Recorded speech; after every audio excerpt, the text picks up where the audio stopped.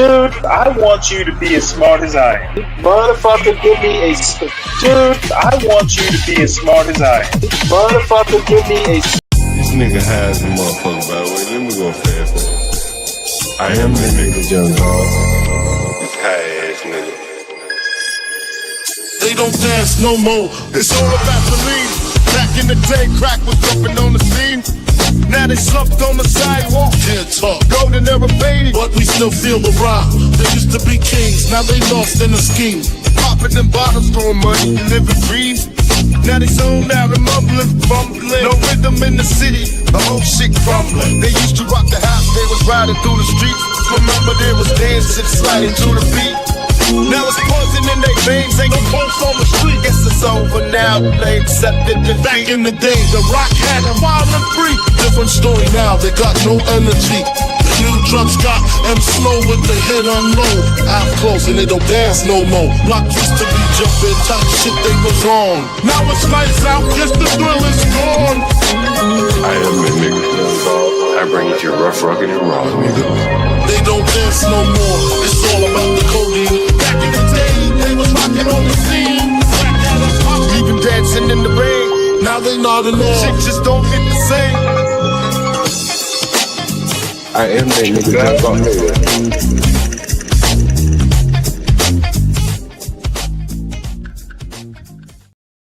Woo! Good morning, top of the morning, Sam. I am.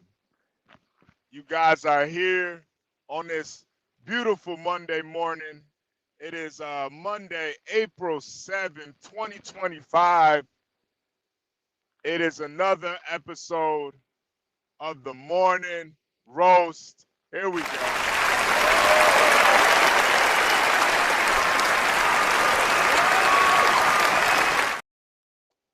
It is 9:03 Eastern, 8:03 Central. I am your host, HB2N. And we got Mr. John Galt in the back, Mr. UNIVERSALJONES also in the back. Hope you guys are having a great morning so far. We got a lot of topics to discuss. For the monologue, I want to get straight to it, man. The idea of victimhood is a commodity. Victimhood and being a victim, that should be traded on the fucking Dow Jones, man. Everybody's a victim. Everybody got a sob story. Everybody got a victimhood. Oh, they did this to me because I'm a woman. Oh, they did this to me because I'm black. Oh, something. Oh, my daddy wasn't there. My daddy was too there. Mama was there too much. Mama wasn't there enough. A story. Tired of it. Tired of hearing niggas sob stories every day. Look at this. Look at this. You see all these goddamn GoFundMes? You guys see this shit? This is for that nigga knifed up that white boy. And all the victim hustlers and the victimites. To all these GoFundMes. It's a scam. Everybody got a sob story. I'm just tired of it, man. I just want to go back to those days where people just tucked in all their emotions and it all came out at the end of their life when they're old and senile and shit. But during their life, they just kept that shit tucked in. Let that shit boil over and you become some sort of... Now everybody got stop.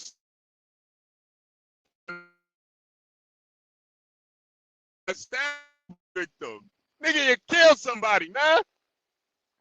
You the victim. And niggas be falling for this shit too, man. Only in the black community can you stab somebody in the heart and you're the victim. You're the victim. God damn, man. This shit has got to stop. It's got to stop. We got to be more stoic or something. I'll be damned if I let somebody tell me I'm a victim or I'm fucking, oh, affect me though. I don't give a fuck about that. They go victimize me. The hell? No goddamn victim. Everybody want to be a fucking victim all day. I'm sorry. Oh, my wife with me.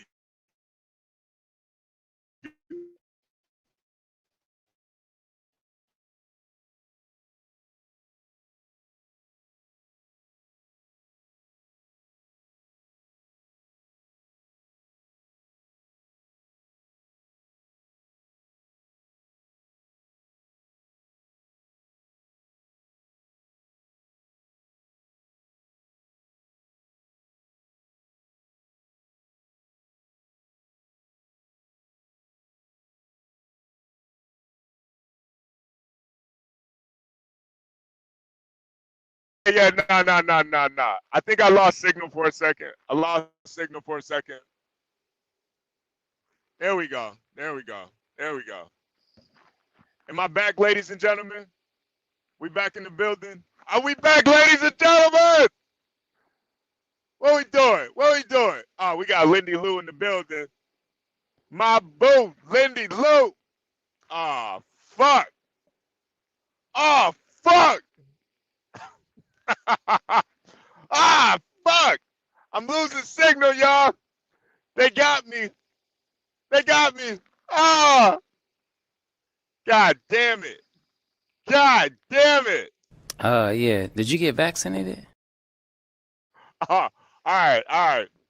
But yeah. You know, Lindy Lou, my boo, Lindy Lou. You know how many men get up here complain about they wife left them or they girlfriend left them or they got put on child support like they the victim. Nigga, you not a victim. You can't be a victim if you got some pussy. I'm sorry. You just dealing with the consequences against some pussy. Everybody's a fucking victim. And there's a whole ecosystem of victimology and victimhood. I don't know. I'm sure Universal can delve deeper on it. Probably got a degree in it. Even that. You could be a victim of your own success. I seen motherfuckers try to use that against Universal. Like it's a bad thing. God damn it. Nah, Boston, this is the kid that stabbed that white boy down in Texas. These are all the GoFundMe's created in his name. And they're them. I'm sorry. You're not a victim. You're not. You're a victimizer. You're not a victim. We gotta stop this. Only, yo, listen, man. I'm sorry. This is something bigger. This is like society and shit. I remember watching that movie, that Joker movie with that dumbass nigga, whatever Joker movie that was. The first one. I didn't watch the second one. With that poker face bitch in there. That poker face. Poker face. But I remember walking away from that movie thinking like, yo, they're really trying to get you to sympathize with a motherfucker that killed a bunch of people. And I'm sorry, man.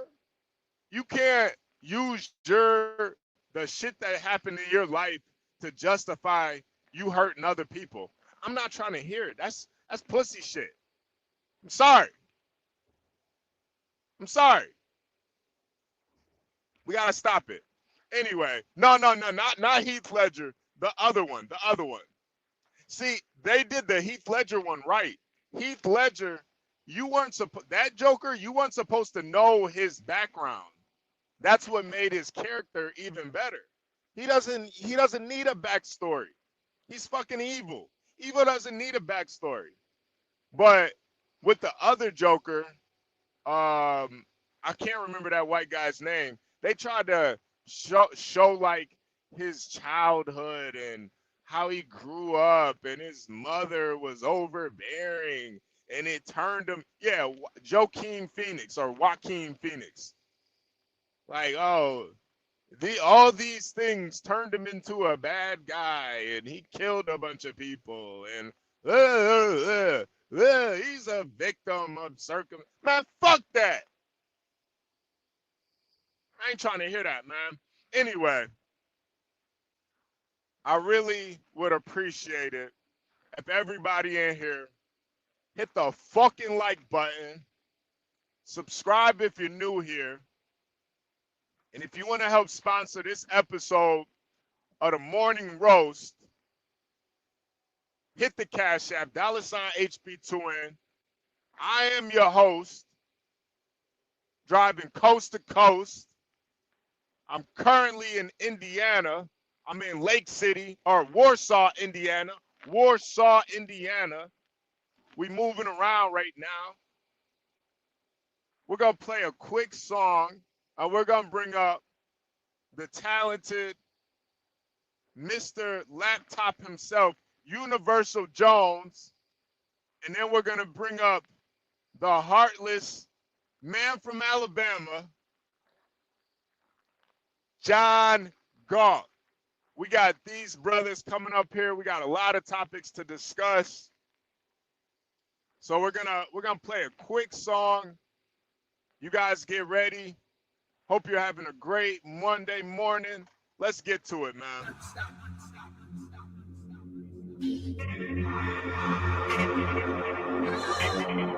Dude, I want you to be as smart as I am. Motherfucker, give me a... Dude, I want you to be as smart as I am. Motherfucker, give me a... Dude, I want you to be as smart as I am. Motherfucker, give me a...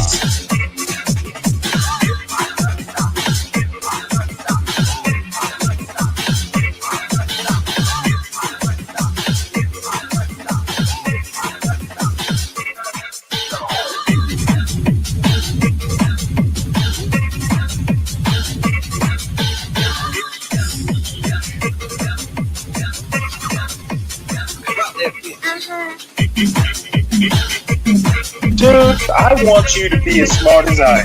Motherfucker, give me a specific...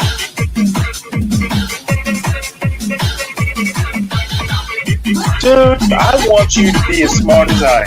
Motherfucker...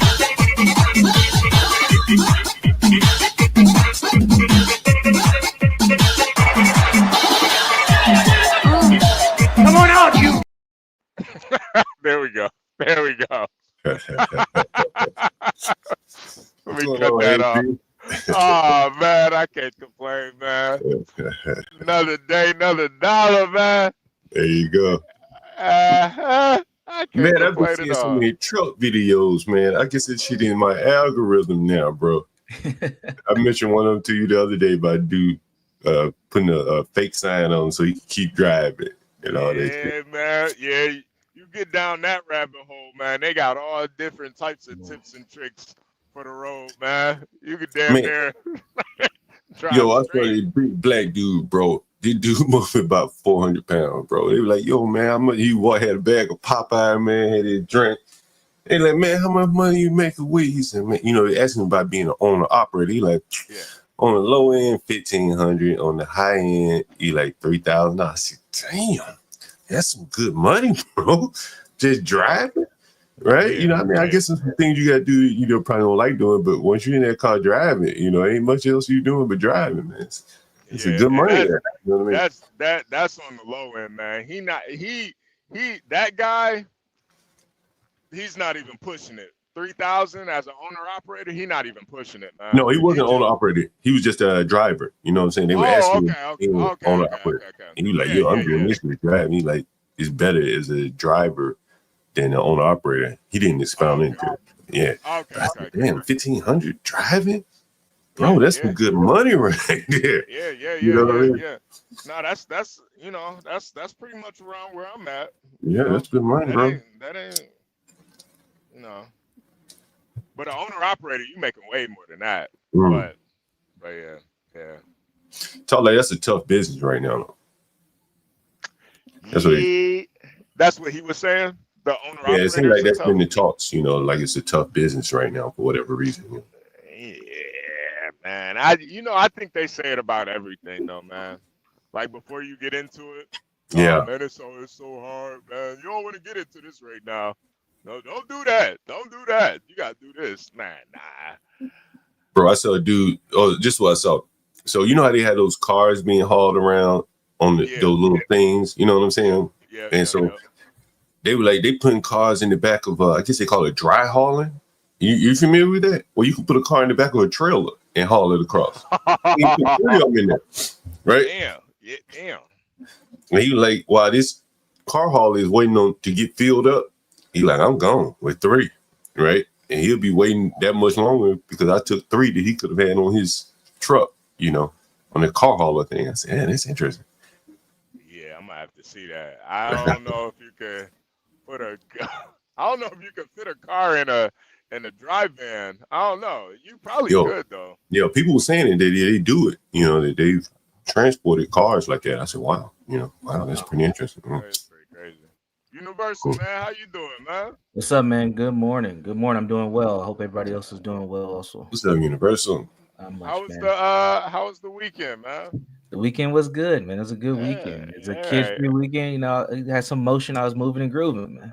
Oh, kids-free weekend. Oh, shit. Yeah. So I take it you're getting checked out later today. Yeah, I gotta go get that shot. You might pick you up one like JP. Oh no! Apparently, in these internet streets, I got a baby on the way. That's what I heard over the weekend. It was kind of crazy. Well, congratulations, man! Congratulations. Yeah. Mary Magdalene. Apparently, that's what the internet's saying these days. Immaculate conception there. Congratulations, man. Oh, I'm not the only one expecting, but that's a whole nother thing. We're gonna get into that today. Somebody else expect? Oh, yeah. Salute to them. They're here. Yeah. Salute to them. Yeah. Matter of fact, let me give a quick shout out to the chat real quick. Hey, Sin in the building. Salute. Yeah, let me see who else is in the building. I don't usually see Sin over here.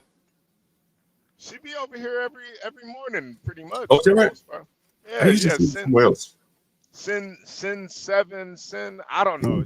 Her name. I think it's like a. What do they call those things? Like a metronome or something gnome, where it's like it reads the same backwards forward or something. I don't know. Oh yeah, Sin. I don't know. Virgo. Oh yeah, we got Virgo in the building, and beautiful Virgo, beautiful Kimmy Cakes. Virgo probably hot. Yeah, Lindy Lou's in the building too. Oh, Lindy Lou. I'm glad Lindy Lou is here. You guys had a very interesting weekend. Yeah. Glad you ladies can still pull up. Black Manta. LJ, Shredder, good morning, sir. Good morning. Slick Rick, I heard you want me to cut my hair, sir. Over my dead body, Slick Rick. Over my dead body, man. But yeah, man. Please hit the like button. Subscribe if you're new here. Universal, man. What are we getting into first? Well, I mean, your opening monologue, you talked about victimhood and black male victimhood. We got a lot of topics about black men today. We've heard the criticism that we focus too much on the ladies. So we're gonna bring some black male topics today. To line up with your monologue, I found this image over the weekend, and I'm wondering how you gentlemen feel about this. The image reads the following. It says black male depression, or black men dealing with depression. So as you can see, there's a black man depicted. Looks like he's in a pool or a sea or lake or something.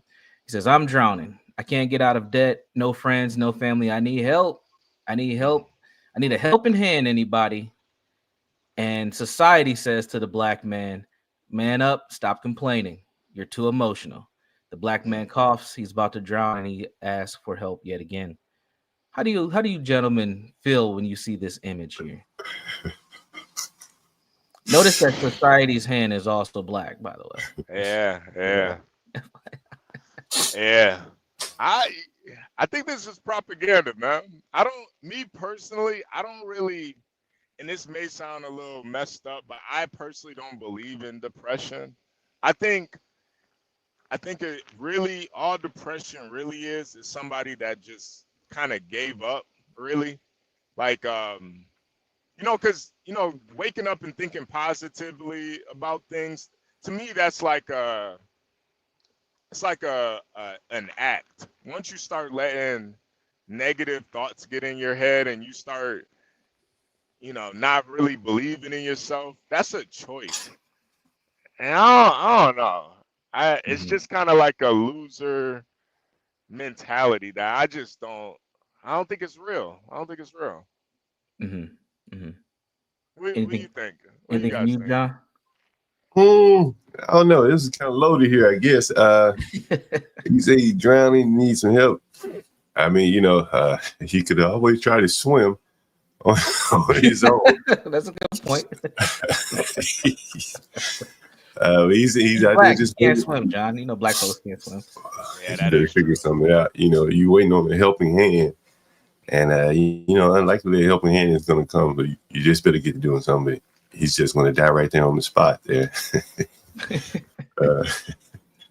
And Kimmy, I do see your question. We'll get to that. I'll make sure we answer that too. I had an interest when I saw this. I was like, I wonder what their perspective is. And in the chat, you all can share your perspective on this too.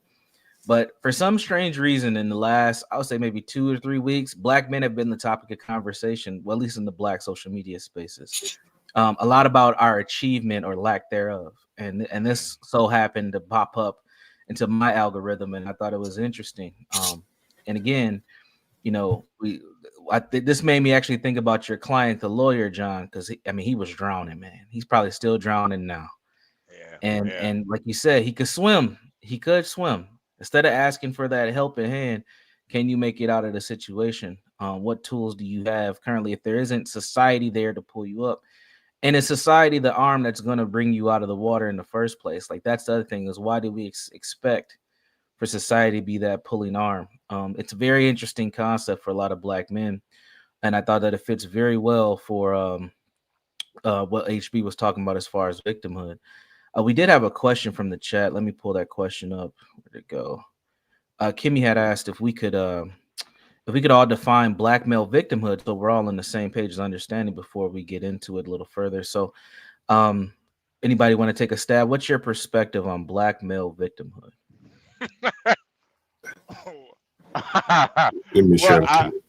Go ahead. Yeah. I think black male victimhood is like when you blame society and blame your blackness for your shortcomings. That's like black male victimhood. Basically, when you don't take any accountability for your actions and then you compound it with being black. That's black male victimhood. Like, I knocked this girl up and she put me on child support because I'm a black man. It's like I think it's like whenever you end a sentence with because I'm a black man.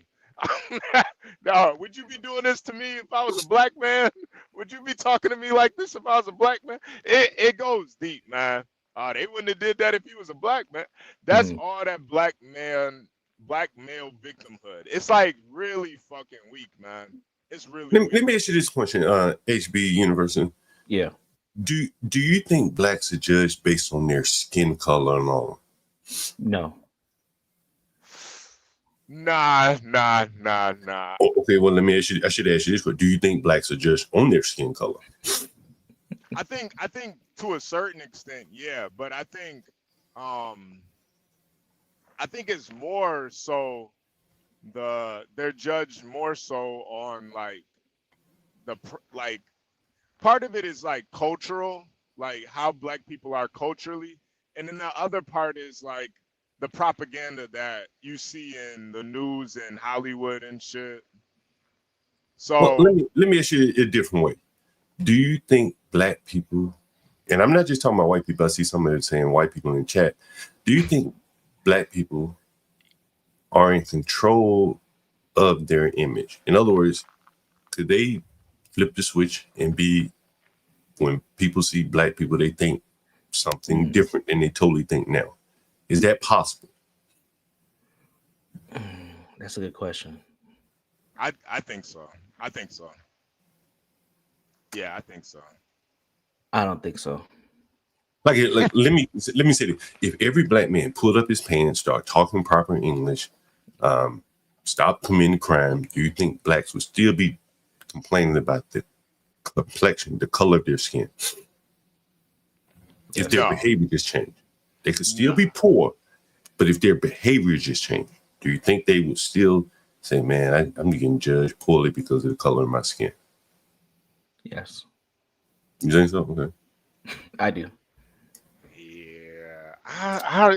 Why you think so, Universal?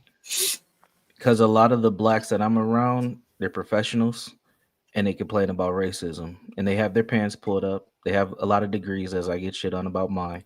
They have good jobs making $80,000+ a year, and they have positions of authority where they can make some decisions in systems, and they still complain about how racism affects them. Well, I have this similar experience. I have a friend of mine that was progressing up in a company, and he had something similar. But do you think that those people are limited because of the bad reputation of blacks? Oh shit, my computer's about to die. No, I don't think so. What do you think, HB? No, I honestly think it's a grift. I honestly think like that's like the blacks that talk about like especially when they're in positions like high positions, and they talk about race and shit all day, like white people, the man, and all this other shit. They're all grifting, you know. Like I truly do believe that. I think deep down they just use it as like leverage to either keep their position or try to get into a higher position. Like there's no way they could believe that race. I have an example. So, I'm out here in these streets. I went on a date a couple days ago with this beautiful black woman. Oh my God, beautiful black woman, professional. She makes skyrocket into six figures. She works for GM. Now we're in Minnesota, so there's not a lot of black people. She's not from here, but she's from Memphis of all places. Amazing. I was like, oh my God. And she was part of our conversation was just how she's been dealing with things. She's been here in the state of Minnesota, and she just kept focusing on like how bad white people, how different white people are, and she was framing it in how racist they are, and the difference between white people in Tennessee versus white people in Minnesota. But most of her struggles that she's had here has been disconnected from the black community and not having people to connect to. But she was framing it in her being a victim, but she's in a she's in a pretty like powerful, authoritative position, and she can do a lot of things that, probably a lot of white folks can't do, but she was still feeling the pressures of racism. So are the complaints valid? Sure, absolutely. I think that things happen that are based on your race, but I think it's more due to your character and the actions of the collective versus you just being a black person, like your skin color. Yeah. I would watch out for her. Yeah, I know, man. There's a reason why she's so pretty and so single, but yeah. yeah. Be careful with her, man. She sounds like she's just waiting for her Chad to come around. But we were talking about this on Stanley's stream earlier, and I was saying, if you lock up, and I think Stanley said the number was 700,000 black men are in prison or something like that. If you lock up that number of men in prison, I think it was 700,000 men. Like, you're gonna have a lot of single women out here. Some of them might be attractive that while they were pursuing their education, they passed over some men, right? Absolutely. You know, and when those numbers that skewed, and it's probably some of the men that are in, probably the majority of the men that are in prison, probably are the alphas, right? Right. Ain't no weaklings going to prison, no scrubs. Yeah. Right? That'd be No the squares. alpha There type ain't no dog. squares in prison, John. Right. And so, you know, those are the men that she likely would have, you know, had at least some attention from, which would have upped the ante for Universal to compete a little harder. Right. These men don't really have to compete that hard, and they more or less devaluing the women in a sense. That's what I find interesting. Yeah, someone said 700,000 men and women. But of that 700,000 women, it probably 700,000 people is probably what, 150,000 women. Sure. Yeah, definitely a low percentage of women. Also, that number you got to cycle people in and out too, and you got to factor in probation and shit like that. Like the number, I think the number is a lot more than what this current static stat is. Who's in prison? Yeah, right. The impact's a lot bigger than that number. Who's entangled with the justice system? Right, and they can't go take the girl on vacation because he can't leave town. Right, right. You know, all those complexities there that definitely skew the dating market in favor of the men. You know? Yep. But it's interesting. But yeah, also with the victimhood question, before we dive down the road of black men in prison, you know, I think that in the society, one thing that we've developed as black people is we've kind of owned one of the core pieces of our identity around being victimized by white folks. And it's not to discredit the things that have happened, but a lot of us find the pride in the struggle of our, we literally used to call black culture the struggle. And that has carried on today, even though socially things have changed for us. And we can say we don't have as many black men in prison and most black people are middle class, but we still have this identity around victimhood due to our relationship with white people. And that to me, I think is something that we have to let go of if we want to be better in the society, because I think it's used as a crutch. And even as HB just said, for others, it's used as a way of grifting. Like we just use it to get access to things that we probably should get access to a different way besides being victims of racism and white supremacy. Yeah. Someone, Jahad Bell said, if you're trying to get a girl in your competition is prisons, you got the wrong taste in women. That's not what I take you back to Tavon Austin. I think it's Tavon Austin in Baltimore. Shit, he got 4 or 5 women pregnant. Free women. Women that could have gone out and got a free man. But they chose to have a baby by him. And, you know, it's really, you know, mating selection where they looked at the free man and they looked at him and they said, I'll take the man in prison over the man that's free, that's working. So there is some of that going on there. Yeah, that's not what you were saying though, John. It's not that you're competing with prisoners. It's the fact that the masculine identity, the alpha, is a specific archetype of black men in the community, and that archetype usually leads to two outcomes: death or prison. And that those are the alphas within the black community because we highlight those men, and those men also have characteristics that are just naturally appealing to women. Like John, I heard you on the last stream where you said you were talking to, I think your aunt or someone back in Alabama. You guys were watching a prison show. The first thing she said was, "Damn, look at all them good-looking black men in prison." That's how a lot of women think. That's how a lot of women. I was noticing too. With this whole nigga that stabbed the white boy, and I'm seeing on social media. Bro, it's nothing but baddies talking about free him, free that, free him. Well, let me ask you this, HB. Are any men giving money to this guy?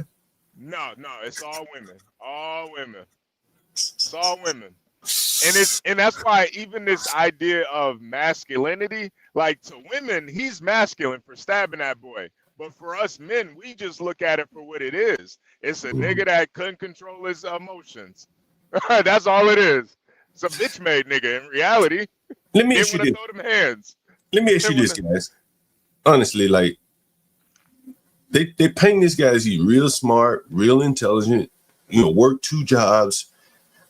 But the reality of his actions don't match up with what they're telling us. At all. Bro, you got all this going for you. You better go out to college in a year or so. You got scholarship offers.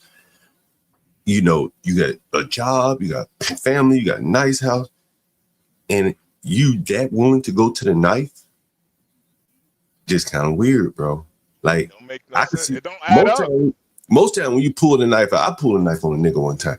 When you pull that knife out, man, most niggas backing the fuck up. Yeah. They don't want that knife, bro. They don't want to feel it. And so I would imagine that these young boy probably backed up or something. Ain't no way that he had, because the way they were describing it, he went for the knife almost immediately and said, you put your hand on me. You know what I'm saying? I'm going to do you. Which means that they probably didn't attack him after he pulled the knife out. That's fair. Which means that he had to jump on them with the knife and hit the guy one time. I just don't see somebody running up on you with a knife. Yeah. Which means he threw it all away. You know what I mean? He was willing to throw it all away in that moment. Yeah. Which really kind of makes you wonder, was he really that smart? He couldn't have been. And then, and what even makes it even worse, soon as the nigga was in the backseat of that cop car, that nigga admitted everything. Yeah, I did it. Yes, he deserved to die, and I hope he burns in that. That's basically what he was saying in the police car. I'm sorry, John, but, man, you ain't that bright, man. I don't care what your daddy say. I don't care what your mama say. Okay, I don't care what your GPA is. You ain't that bright. You over here telling the cops, giving them a whole confession. And then I started thinking, you know, I was asking a question the other day, HB. I was like, what does family do for a living? Yeah, you know what I'm saying? You know, my first thought was might be a preacher. Daddy could be a minister. And he's, you know, got some money that way. But he's in a school, man, where he's in the extreme minority, Black, mostly Indians and whites. Bro, you're at the bottom of the barrel at that point, culturally, racially. You know what I'm saying? When you're in a school of Blacks and whites, okay, y'all kind of even footing here. But with 3 different races being, you know, ahead of you, you're going to feel some kind of way every day coming to school. You understand? Someone say his father is an attorney and his mother is a physician assistant. Okay, I wonder where is the father attorney. That makes it even worse. That makes it even worse. Well, your daddy an attorney and you still talk to the police? Oh my God. We just had an attorney get put up out of here. Right. Yeah. Right. So again, you know, a lot of these attorneys, they, you know, was he kind of a government attorney? That's my next question. Because again, like, if this guy's daddy was a partner at a law firm and he threw it away, bro, we're some real serious trouble. Yep. Right.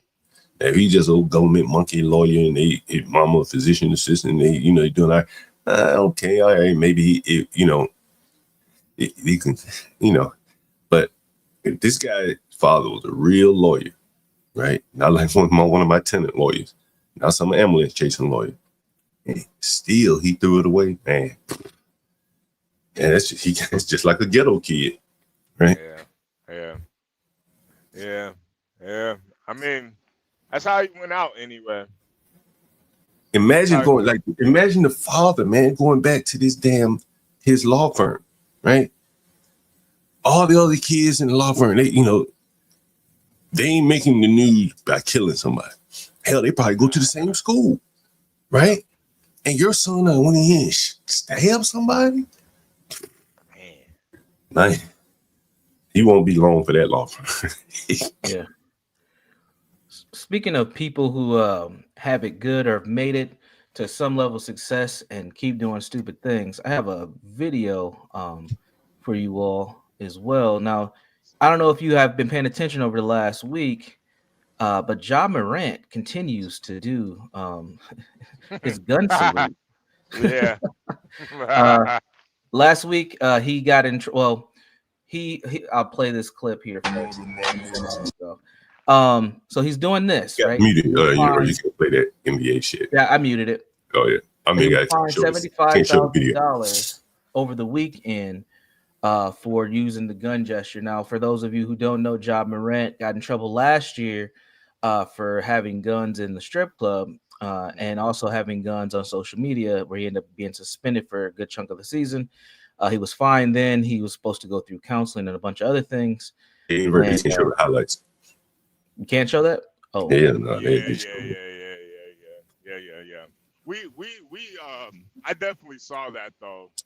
I think they were playing against the Warriors. I think they're playing against the Warriors, and he did it. He did it.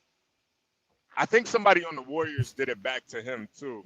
And you know, man, it is one of those things where it's just like, bro, you know, like you already been in enough trouble. You just gonna make yourself look more and more like a clown. I'm like, I don't even really like John Morant, honestly. I don't know.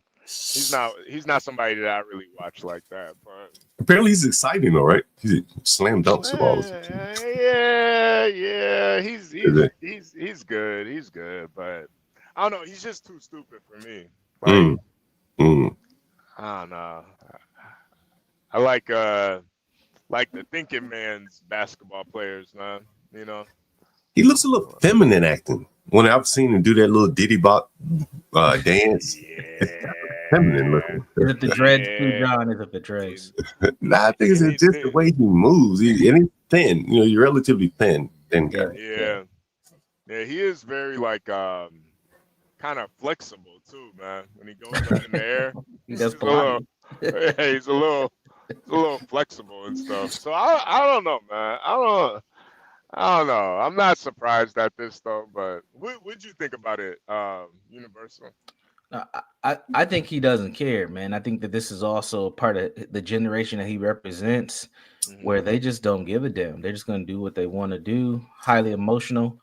I mean, for him to do that again, to just do it like he did it. He actually did it like a week or two ago, and people picked up on it. And then he did it again, and then that's when the social media firestorm went crazy because he pointed it at like the bench of the Golden State Warriors. So the Warriors were trying to get him a technical foul in the middle of the game, and that's how the cameras all drew up on what was happening.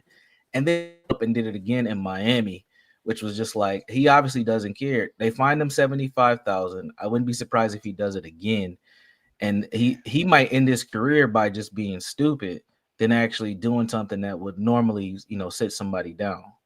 And they want him to be one of the faces of the NBA, but just like Anthony Edwards, these dudes don't care. It's something about this generation where they just give no fucks. They just do whatever they want to do. We can say they're young and dumb, but we've seen NBA players be way more professional than this from time to time. I think a lot of this shit is going to come down to probably, if they can't diversify out of this, they're going to have to start probably putting like behavioral clauses and maybe attach a bunch of their pay and incentives. That would work. The players probably wouldn't go for it. The players union, they know what type of people in their union, but that would work. And it would benefit the better behaved players. But I don't see them being able to do that. Man. Anthony Edwards, he doesn't look the part that you could really build a team on, a league around. Something about just the physiognomy there. But then with all the baby mamas, you probably can't build a brand around him. He's crashing. He's crashing his brand right now. I think on his side, he sees he paid his child support up front for 18 years. You hear about this, HB? No. You talking about Anthony Edwards? Yeah. Oh, wow. He's Anthony Edwards, right now, let's give you some context. He has about 4 baby mamas, all that had children within the last year or so. And two of them right now are coming out publicly, but one just got paid. She's also the baby mama of Little Baby, I believe. I think she has a baby by Little Baby as well. All these babies. Who's gonna take care of these babies? But yeah, he paid out 1.3 million to pay upfront the child support. Wow, I really think that's a really good move on his like from his perspective. Get it out the way now. Don't drag this shit out. Just pay that lump sum. She I'm pretty sure she signed off on it. What woman ain't gonna take that? I think financially is great for him. What's $1 million to him, right? You pay it up front, you get it out of the way. The bad part is, hell, shit, $1 million nothing to him. He can do this shit over and over. Yeah. The other part is, it's more or less conditioned that he doesn't want to have anything to do with the child. Right. That's not marketable. Right? You can't market deadbeat dads that just want to pay their way out of it. Like, you can't build a brand around that. You know what I mean? You know, and but I think John, I think though there are a ton of women that would be totally okay with this though, man. Like, shit, you gonna pay me 1.5 and I just gotta be a baby mama? Yeah. It's probably a line. It's probably a line of women ready for that. We ain't gotta we ain't gotta no drama, no baby daddy drama, you know. You just had and that kind of plays in what we've been talking about earlier. It's like, here's a man who has the ability to do this. Right. Yeah. It's like fucking Tesla guy, Elon Musk. He's kind of like him, man. Another example, you know, all those guys with a lot of money have a lot of children. You know, on the other side, people with not a lot of money have a lot of children. Can you afford the risk of the riskiness or not? Like, that's the crazy part. Well, it is as JP said. He said, ain't damn one of you niggas greater than the government. So I see why these women choose the government. Down on the low end. On the high end, if they can make enough money to be greater than the government, then they'll choose the man, or at least choose to, choose to have a baby by the man and let him take care of it. It's kind of an either or proposition. There is no in the middle here. Yeah, there isn't. Yeah, it's fascinating. Again, I see what's the solution with the solution. There might not be a solution. On both ends of black, one you have black excellence, and the other end, let's say you have black dysfunction. If you see the same behaviors carrying out that aren't going to lead to what you see as a community building, what is the solution? You're burning both ends of the stick. Yo, University, did you HB, did you hear that black girl in my house where she said I killed somebody over disrespect? Yes. It's gonna take a rough man dealing with that woman, man. Yes, shoot and stab. Yeah. It's gonna take a rough man to deal with a woman like that. You know what I mean? And so that's the solution. You're gonna need rougher men. Lion tame some of these women. Well, speaking of becoming a rougher men, we get told that we're not, tapping into our emotions enough. We're not paying attention to the things that we should pay attention to. I came across another video for you gentlemen to see if this is where you want to take your masculinity. You let me know.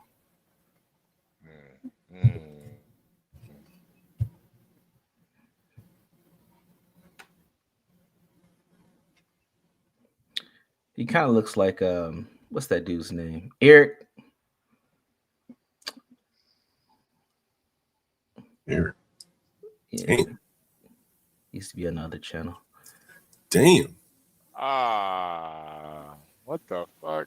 It gets better. Damn. What's this nigga got going on? It's like glue he put on his face. The fuck? Nigga got the James Harden, man. Men are taking it to the next level, This is where we are at. Like, call it. There we go. Damn. Got a lace front. So, as we continue to talk about manhood and masculinity, these are the depths that men are taking today to at least have beards. I don't know. I think beards used to be a sign of masculinity. In the Arab world, it is. Yes. You know what I mean? Jewish world. Damn. So here we are. But is this too much, ladies? If you got with a guy and you're running your hands through his beard, touching that good softness, and it loosens up, what do you do? What do you say? How do you act? Is this a search for like masculinity though? Like, is he doing this to try to, like, let's be honest, in the black sexual marketplace, dating marketplace, and they gotta have fake hair on his face. That's what it is, right? Definitely John, helps. And however he John, look. Go ahead, HB. honestly, I think this is for. I think what he's trying to do is he's trying to attract a nigga. I think that's. Yeah, he's a little I don't feminine. think. I don't know, man. I don't think a woman man, maybe a girl that's like, maybe she might be into like girls too. Maybe she would be into this, but I don't think a woman that's like just into men is gonna really care that much. Yeah, they might have some, certain certain particulars that they Well, let me ask you this, HB Universal. care that much. If he where they showed like, up on, go ahead. I'm sorry. I need you to put on a fake beard.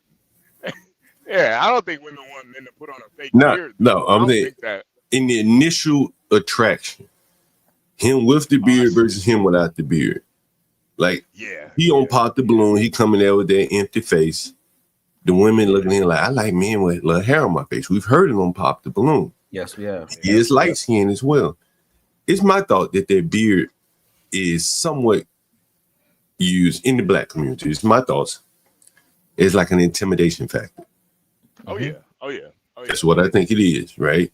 And I think the women, may not be looking at the intimidation factor, but it is kind of a sign of like, masculinity within the black community, hair on your face. Yes. He doesn't have a lot of hair on his face. His T is agreeing. And he's trying to get an edge of masculinity. This is pre-meeting the woman, right? When he shows up to the nightclub, this is a better look for him than that empty face. Correct. Yeah, we hear it all the time. Yo, you got a baby face. Yeah. Like that. But yeah, the beard makes a difference for sure. Yeah. And a lot of men can't grow beards, man. There's a lot of men out there can't even grow a full beard. It's like when you see a guy that can't grow a full beard, it's like instinctually you kind of want to slap him. Like you just want to slap him. Slap the shit out of this nigga. Like this nigga right here. You can't tell me instinctually y'all wouldn't slap the shit out of this nigga. Dark skinned niggas be wanting to get at a light skinned nigga like that. I'm telling you, they want to get at a light skinned, No hair on his face. Nah, I'll slap the shit out of this nigga, man. He gonna bruise. The bruise is gonna show. Yeah, right. This nigga be seeing stars, man.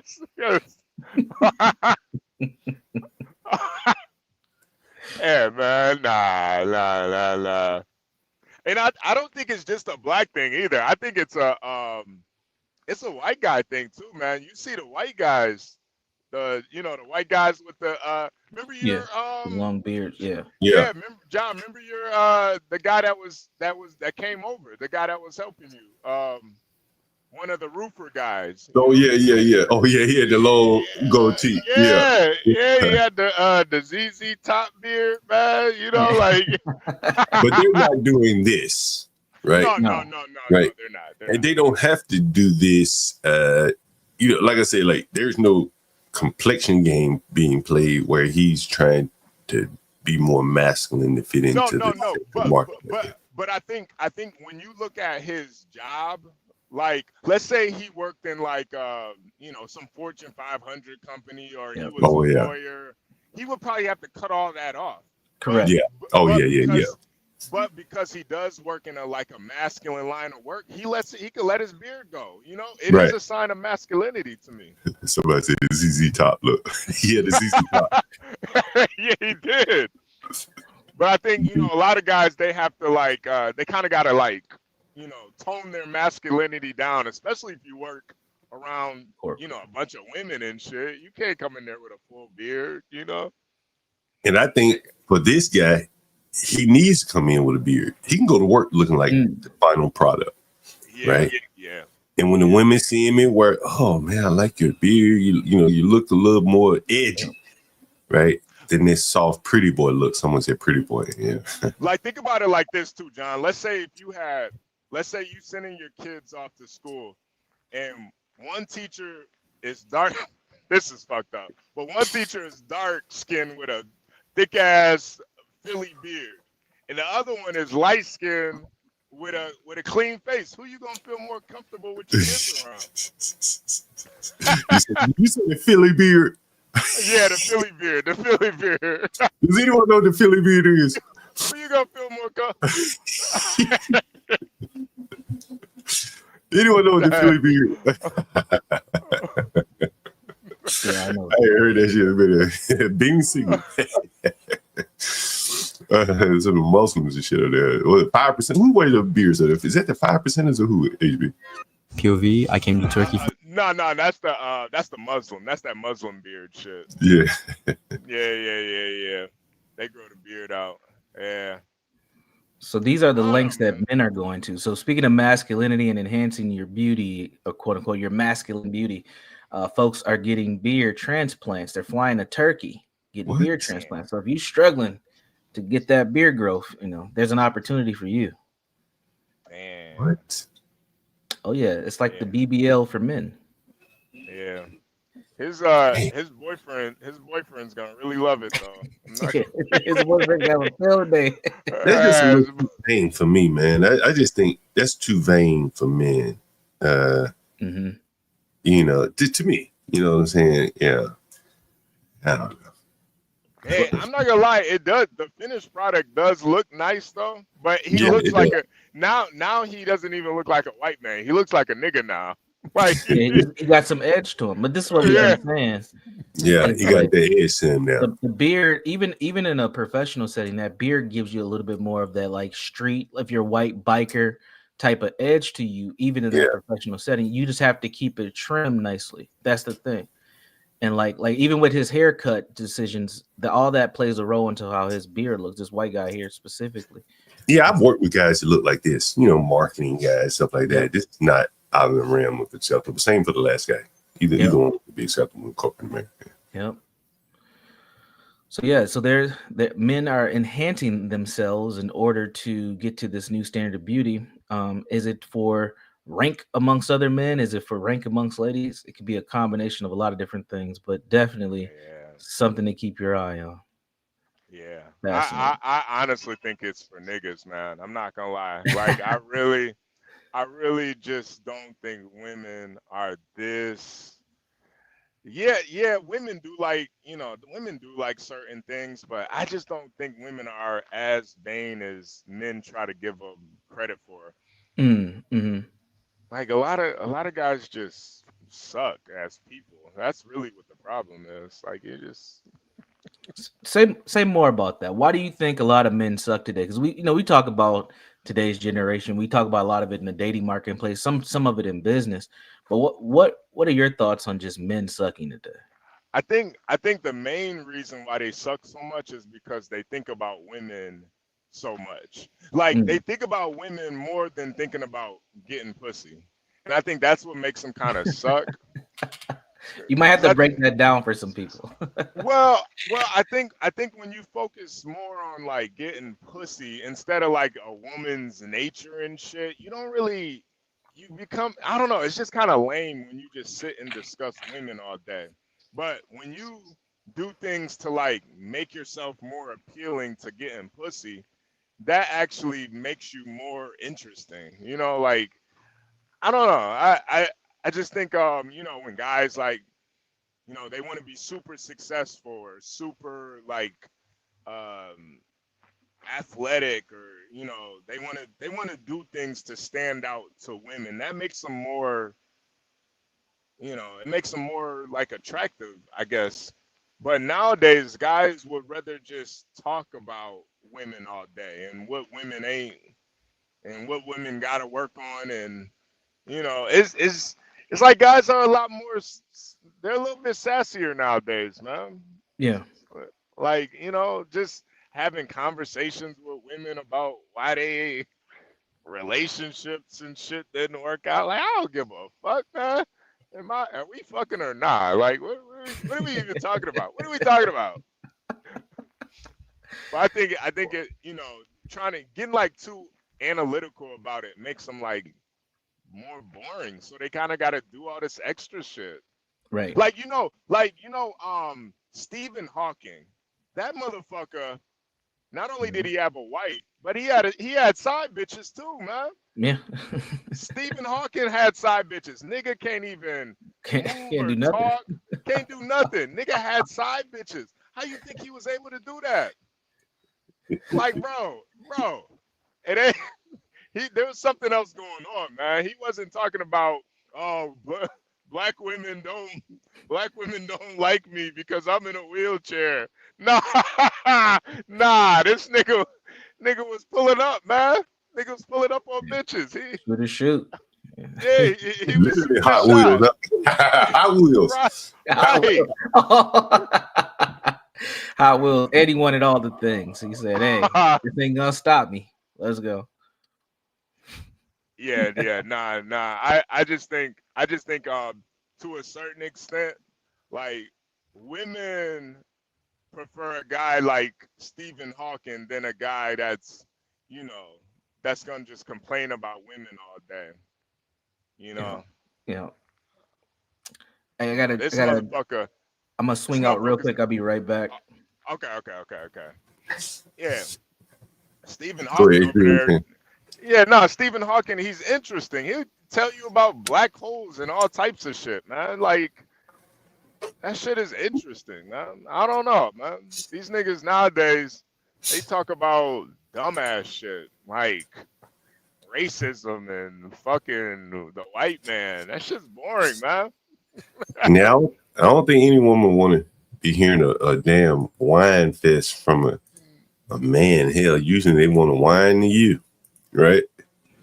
And if you crying on their shoulder while they want to cry on yours, well, that doesn't really work, right? Yeah.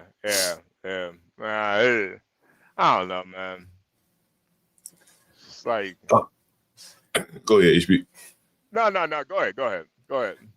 Oh man, have you ever heard of I guess we should start at this. I wanted to ask you about this. This guy. Where should I start? I guess we'll go with the guy Carmelo Anthony for a minute. Back to him for a second. Have you ever heard of? We heard what his father had to say, right? The dead guy's father, Metcalf. Yeah. And for many people, they thought it was kind of weird. The father and the son both, like, the son held his twin brother there till he died. But then when they get in interviews, like, no emotion, right? I don't know if you noticed that. Clearly, they didn't say anything antagonistic toward the young man that killed their son. And so I was reading about the community, I think it's Community Relations Services. You ever heard of this before, HB? No. What is that? And so anyway, within the Department of Justice is this agency called the Community Relations Services. And apparently there was this guy, and I used to work in the same building where the Community Relations Services is, by the way. There was a guy, and it's pulling up here. He was killed by some Somalis back in Minnesota a few years back, apparently. And the Department of Justice reached out to his family and said, yo, these are the approved things to say. And here's the guy. I'll put it up on the screen here. Okay. Basically, his name was Donald Giusti. And he's the only verified instance of the Community Relations Service getting involved in an individual interracial crime other than the murder. This is the only one that they've been able to find instance of them getting involved. And it's a wing of the party called Community Relations Service, created in 1964, the Civil Rights Act. And the CRS, the Community Relations Service, this guy, he was smashed over the head with a rock and stomped to death by a mob of Somalis in Maine 6 years ago. The CRS website includes Lewiston, that's the town, as an example of a successful intervention. According to CRS, the conflict had been on the rise between the immigrant population and the white community for several weeks before the man was killed. The city's police chief then called in the CRS to ease racial tensions and strengthen community relations. Anyway, I found that to be interesting, considering we often hear kind of strange kind of responses from these parents and victims of the murders. You think they're being prepped? in some cases they may be being extorted or pressured to say certain things or not say certain things. So it's upset the apple cart in the country, the race relations and stuff like that. Anyway, very interesting case in relation to this guy here. Here's something else about the CRS Valuetainment. PBD showed it. I'm not sure if you can see my screen. I added to the stage here. There we go. Here it is. Here, this is a PBD, and he covered it here. And I think there's a video down here. There's a video here. Is this it? No, that was another case. This may be it right here. No, that's not it. But here's one of the other cases here. Here it is. Well, I'm not going to play it. There's a little violence, but this is the CRS here, and it's been reported on by at least Patrick Bet David there. Mm-hmm. So when you hear these interesting kind of responses coming from the parents or people like that, where did that come from? And it may not come from nowhere. They may have been kind of guided to talk like that. There was you ever heard of Bill Burr, HB? Oh yeah. You like Bill Burr? What do you think? I used to like Bill Burr a lot more before he got his black wife. I kind of feel like she kind of cucked him a little bit. I don't know why, but take a listen at him here, HB. Okay. It seems like he's not so cucked anymore. Listen. Oh shit. That perhaps you've been supportive of what he did. What is your take on that? If you were reading up, I don't think you were. What about your reaction to Luigi Mangione? I was reading up, that perhaps you've been supportive of what he did. What is your take on that? If you were reading up, I don't think you read up on it.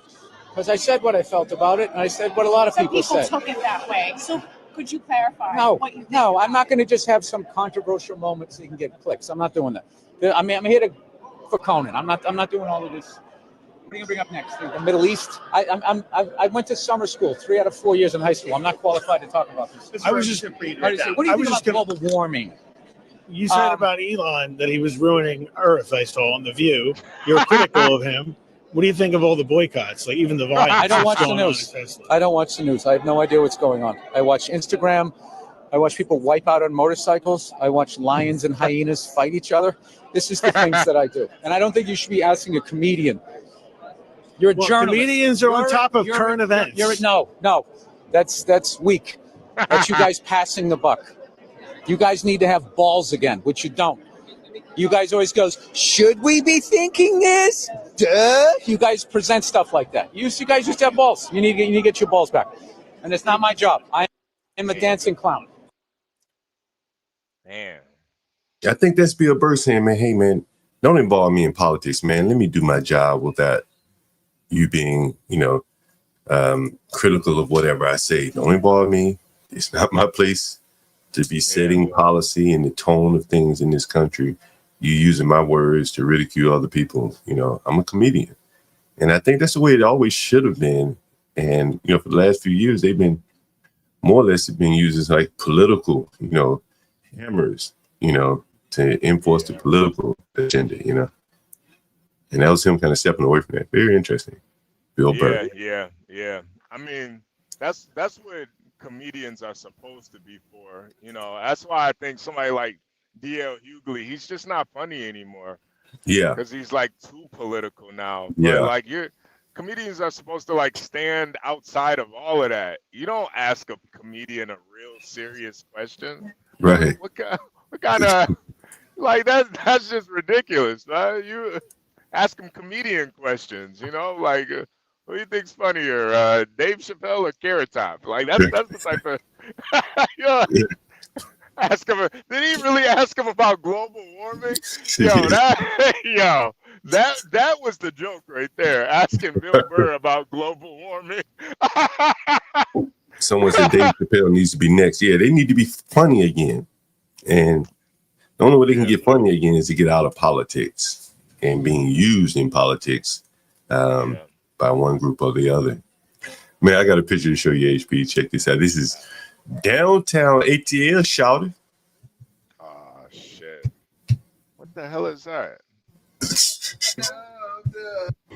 But nigga don't give a fuck, but niggas, I need that money on, but Shawty say he need that money on. He don't give a fuck, but Is that a horse? damn, that's crazy. Nigga, that shit don't stop nothing. You hear me? But nigga don't give a fuck, but niggas, I need that money on, but wait, is that Shawty a say he need that money on. Why is that?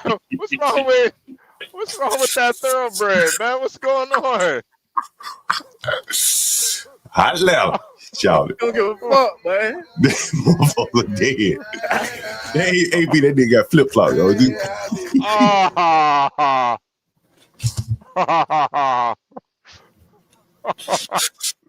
Hey, AB, they got water at the horse's mouth, AB. That shit don't stop. Water at the horse's mouth. Nothing, you hear me? Look, did you see the jug of water at the horse's mouth? Man, I think they said it took Atlanta a day to get this damn horse up. A dead horseman died in downtown Atlanta. And I'm lawyer said that. Yeah.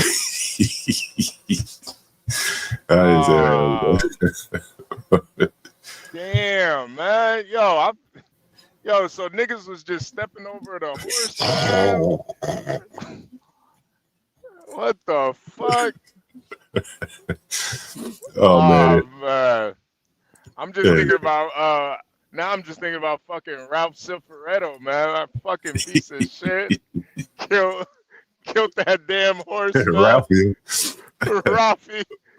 She didn't do anything to anybody. What was that horse's name? I forgot. I forget. Sweetie Pie or some shit like Cutie Pie. What is man, what was that? How am I? Pie oh my. Yeah, Pie oh my. Son of a bitch. Jesus Christ, man. Niggas ain't shit, man. HB, you seen this right here? I want to get your idea on this training up the future here. I want to get your thoughts on this whole video here. Can you see it? Can you see it, HB? Not yet. You got to pull it up. Give me 1 second. Give me 1 second. I'm pulling it up here. Ma'am, I know it's some type of payment plan I can get on. You own the goddamn payment plan. Let me rewind it back. Good goddamn evening. Thanks for calling T-Mobile. Hey, how you doing this evening, ma'am? I'm doing all right. What's up? Yes, ma'am. I'm trying to see why my bill's so high. Give me your information, ma'am. Yes, my name is Brandy Barton. Ma'am, it's almost time for me to get off work. I don't got time for that shit. What shit? I'm why my bill's so high. You know I'm them high. Why is that? Ma'am, phones and 4 Apple Watches are your line.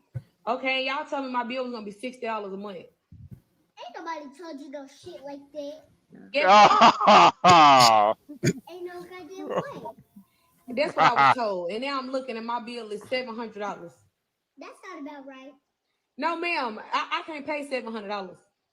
Why the hell you get all these phones and Apple Watches?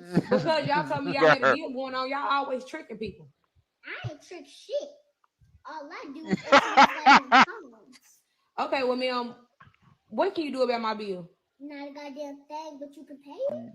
I don't have the money. Well, your phone makes it. Ma'am. I ain't gonna play boy shit. What do you think about that, HB? I ain't gonna lie, John. I think she might have you might be able to hire her for the John Galt Empire, man. She could be have all these niggas a little bit. She seemed like that no nonsense manager that you've been looking for, man. And what I need for my clientele, that is what I need. I need to hire this. Yeah, you need this girl for your clientele. Them niggas talking about my job ain't paying me. I don't give a fuck about your job. That's the little girl.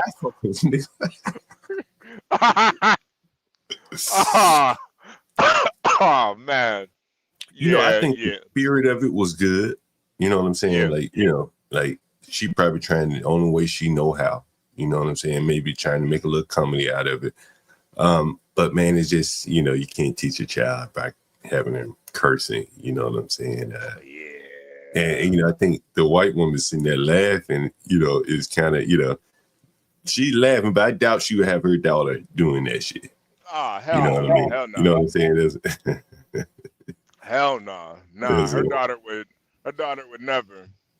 And that's the thing. This is probably a liberal white lady. Yeah. Well, let's laugh at the Negroes' dysfunction. Ha ha ha ha ha ha ha. It's so funny, but in reality, like nobody really wants their kid to be talking like this, especially a little girl, man. Yeah. Yeah. Come on, man. That was a better way to teach her how to be a customer service rep, than having her cursing. HB, I want you to take a look at this, man.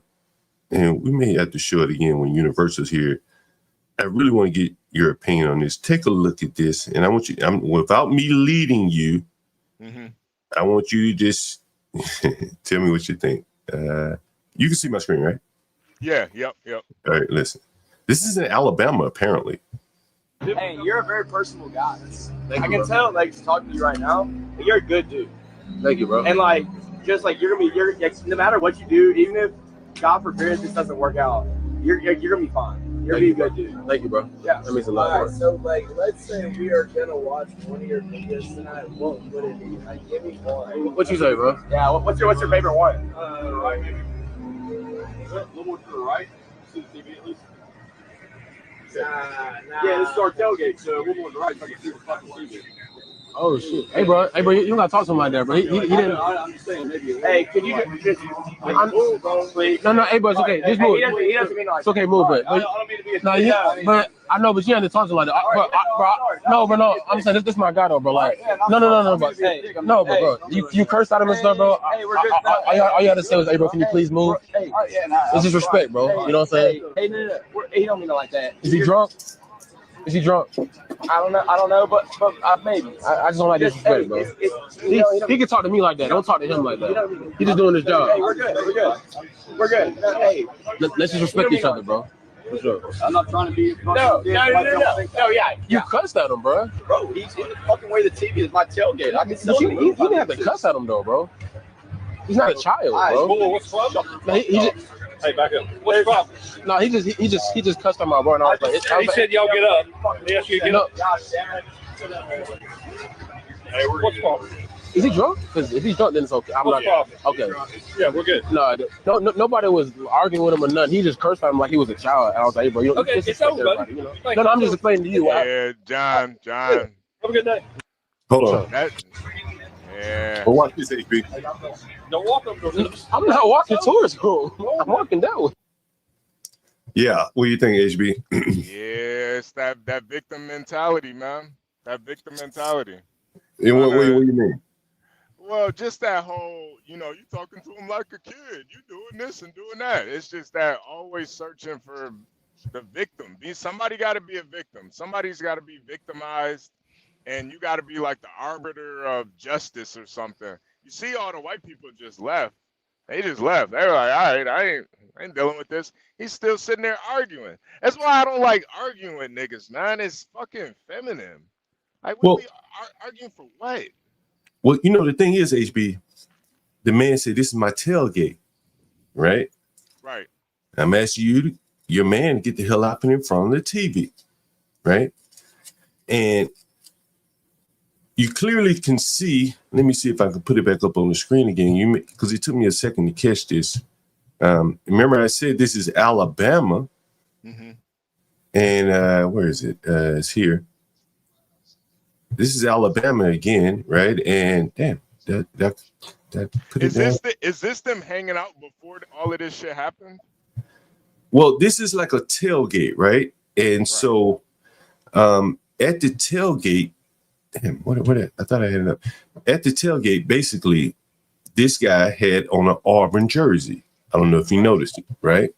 And the other guys were Alabama fans, right? So he shows up in their tailgate. He's friendly with one of them, but his guy apparently is filming him, right? You see him filming, and the guy says, hey, get your buddy out in front of the TV. We're all Alabama fans anyway, right? What the fuck are you even doing here?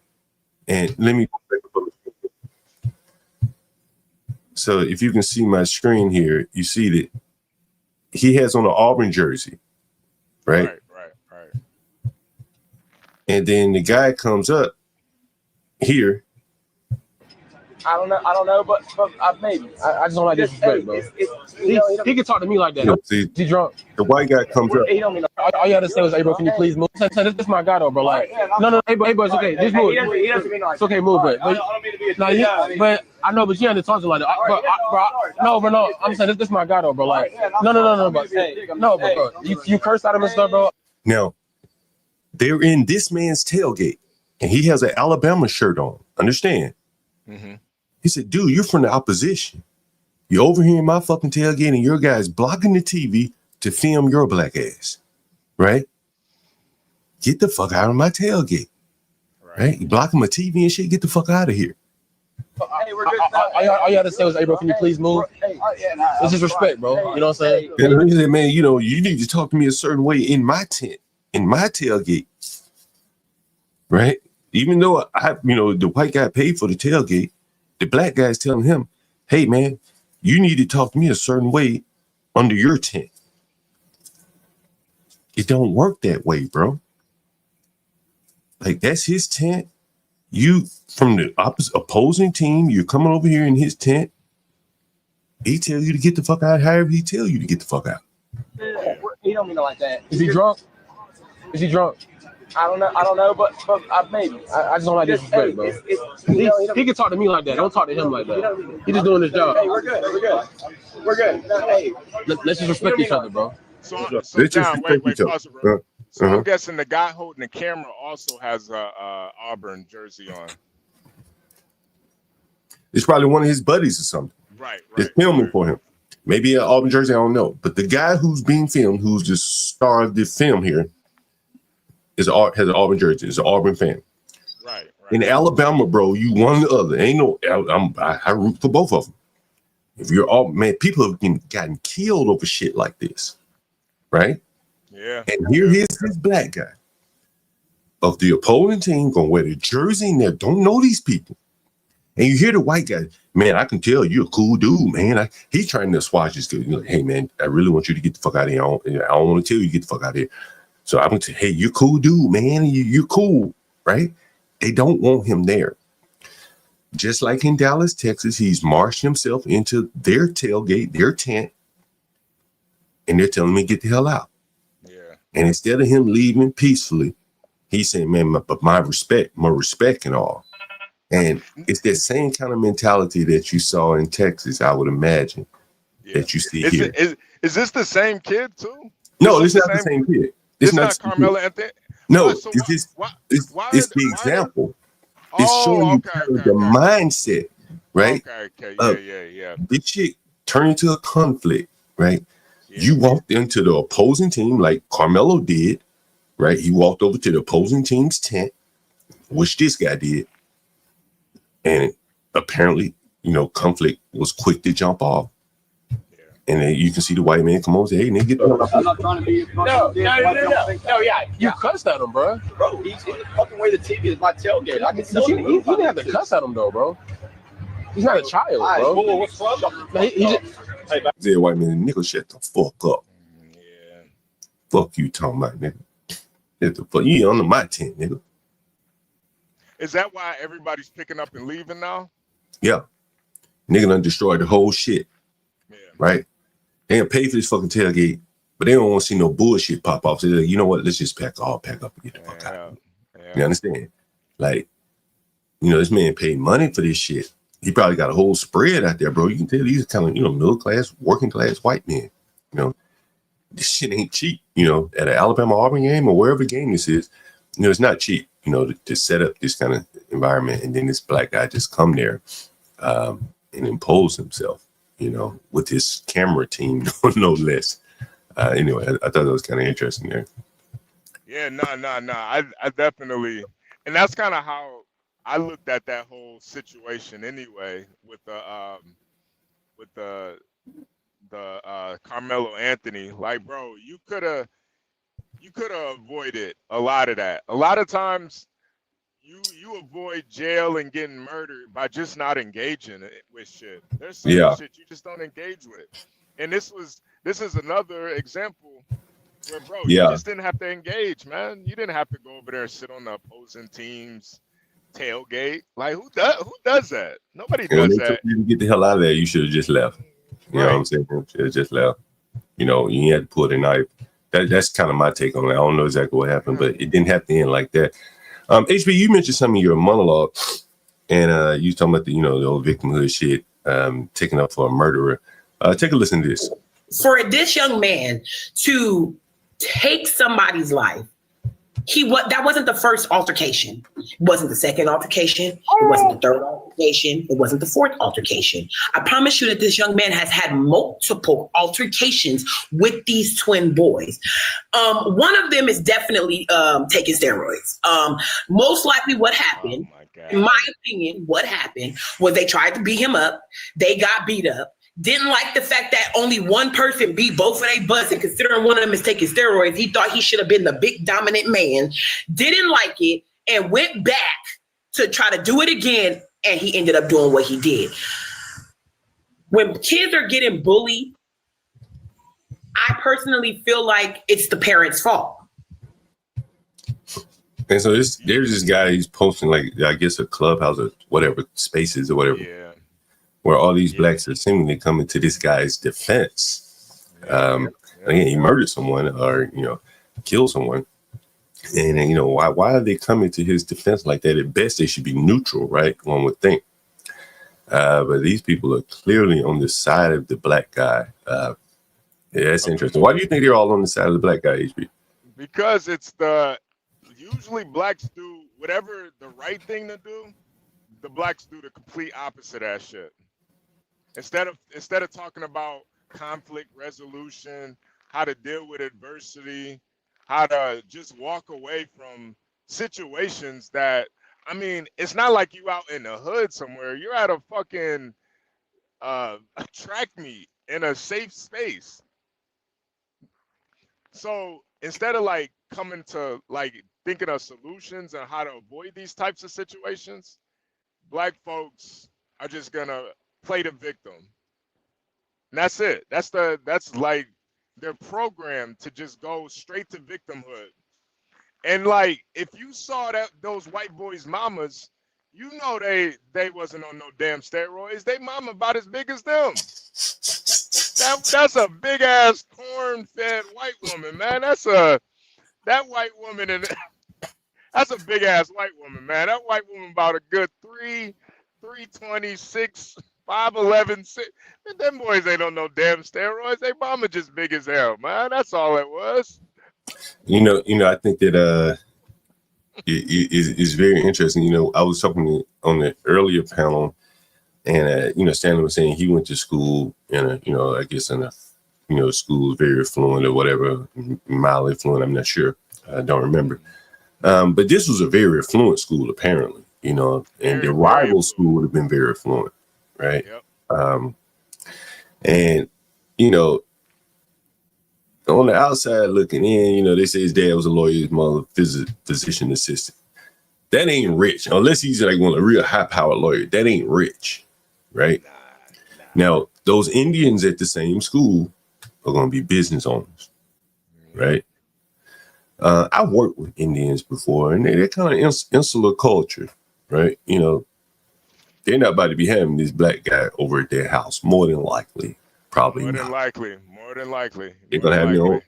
There's enough of them where they don't need to hang with him. They got their own crews. They can hang with each other. Remember, they said the majority of that school is, I think it's like 40% Asian. Right.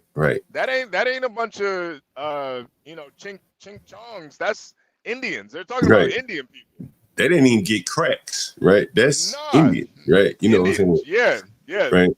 That's why I don't even like considering them Asian, because in your mind you kind of think it's something that it's not. But when we saw the like the people talking about it, they were all Indian people talking about that shit.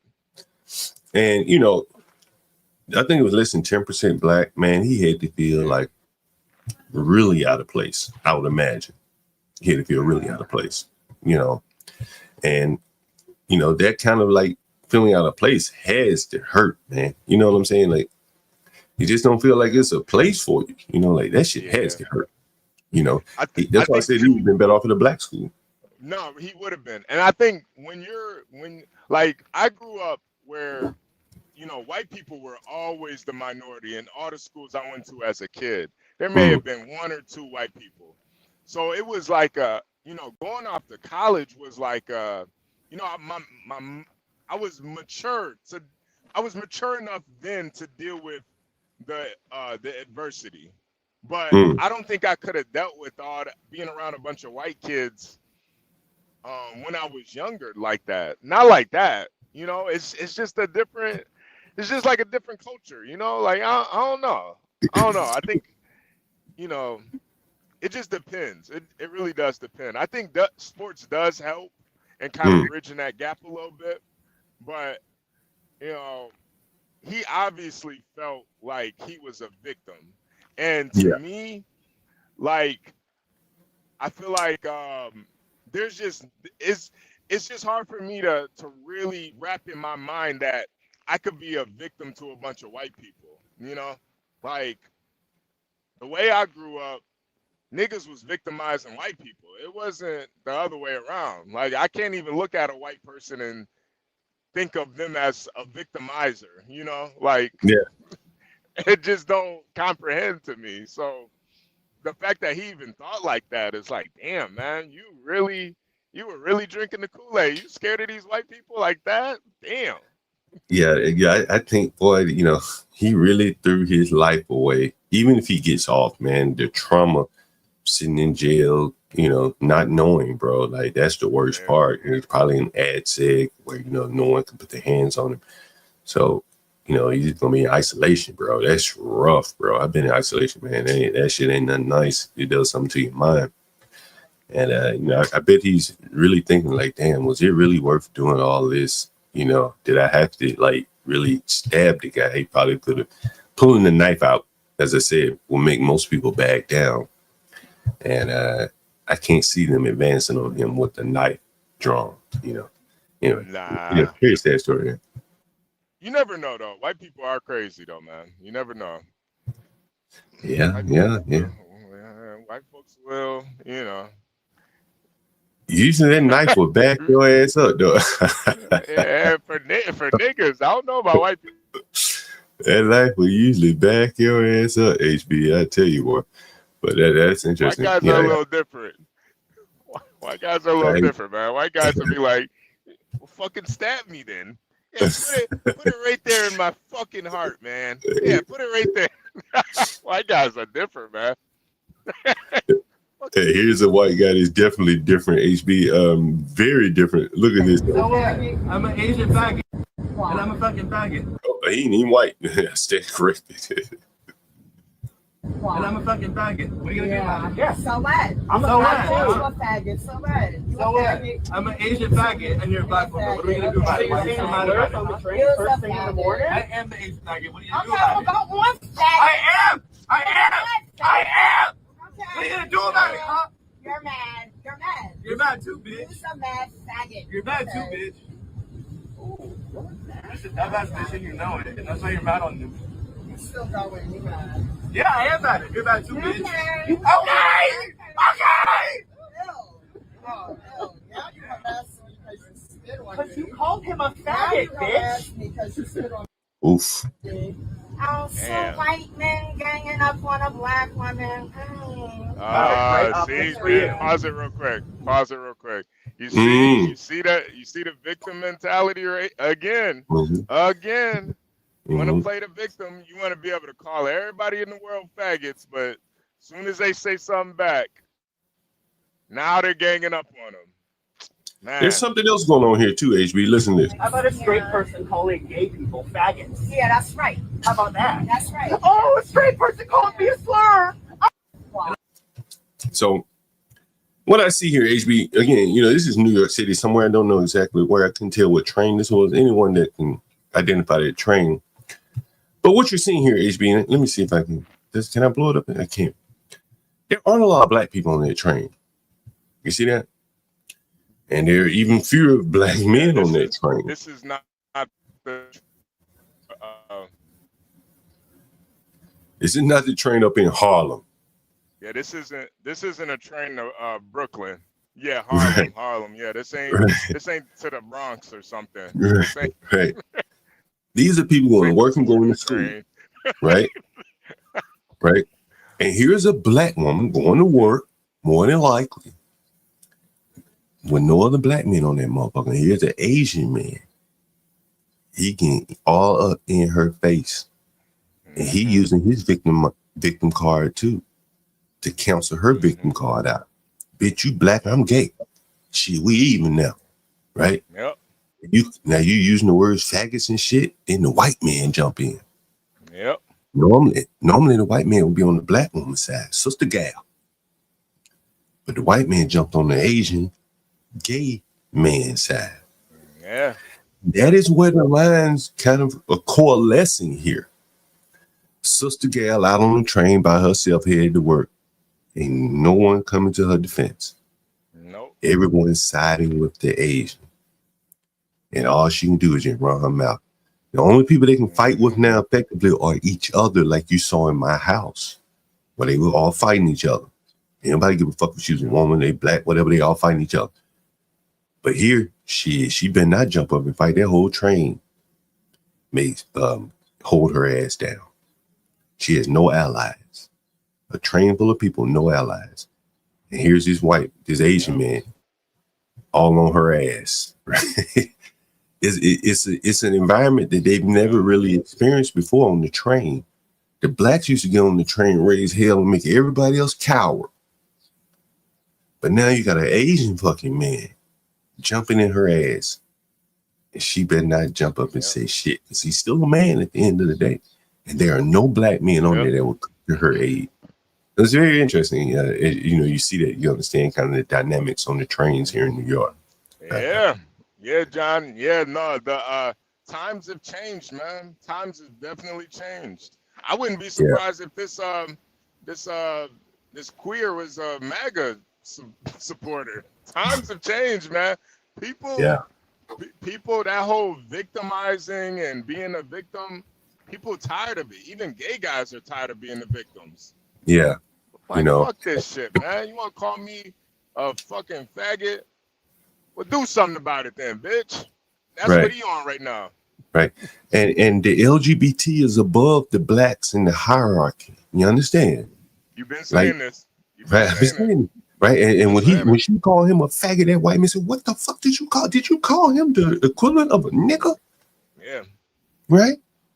I think I would say at this point, John, faggot has surpassed nigger. I think it surpassed it. Yeah. You would lose your job very quick if you out here rapping about faggots. That you can probably use the word nigger all day. And, that is a good point. That is a good point. Damn. Yeah, man. Very interesting. Mm-hmm. I think we're yeah. It's very interesting, right, HB? Yeah, no, it's very interesting. I'm just glad, people are actually standing up against that, though. Like, don't just let that woman just get up on there and say whatever she wants. If the black men can't tame her, then the outside world will. Then these black women are not going to be able to take that behavior into the outer world, to external world, and get away with that shit before someone stands up to them. And I think that's what you saw right there. HB, let me share something. I got Terrence Howard and PBD on the screen. I want you to remember the 8-ball? You remember the 8-ball guy? Who? The 8-ball jacket guy. Oh yeah. Oh my God, that guy. I did like a little research. Come to find out, the guy was like a migrant from I think Cuba or something, and he came over here to play baseball. It was some sort of. So when he swung and hit that black girl, it was that nigga was like a pitcher or something. That nigga wound up. Yeah, he loosened some teeth up, man. On the bow. Yeah, right. I think that nigga really low-key started the red pill movement. That niggas was like, nah. He knocked her motherfucking ass out. But that didn't stop him, though. He didn't curb the behavior fully. Listen to Terrence Howard, HB. Let me know if you get this. Okay. Like when you give up your manhood, I've never seen somebody recover from it. That was all the people that went to the puffy parties. That was all the people that did all those things thinking that there was never going to be a consequence for what they were doing. Got punked out and pimped out by some greater desire. You should have a greater desire than being a man. So they get fluid, and next thing you know, once to go from. So maintain. You know, one of the things you're seeing. So you see some guys struggling with that. You see Bieber struggling with that. The things that they did, no matter how they did it, you need therapy. End up everywhere. The women that trade their bodies to go and get the role, and they don't have the soul that they started. Prizes from doing all of this, but in place, what benefit is that? As men, we produce 1,500 sperm per heartbeat for a reason, because they're.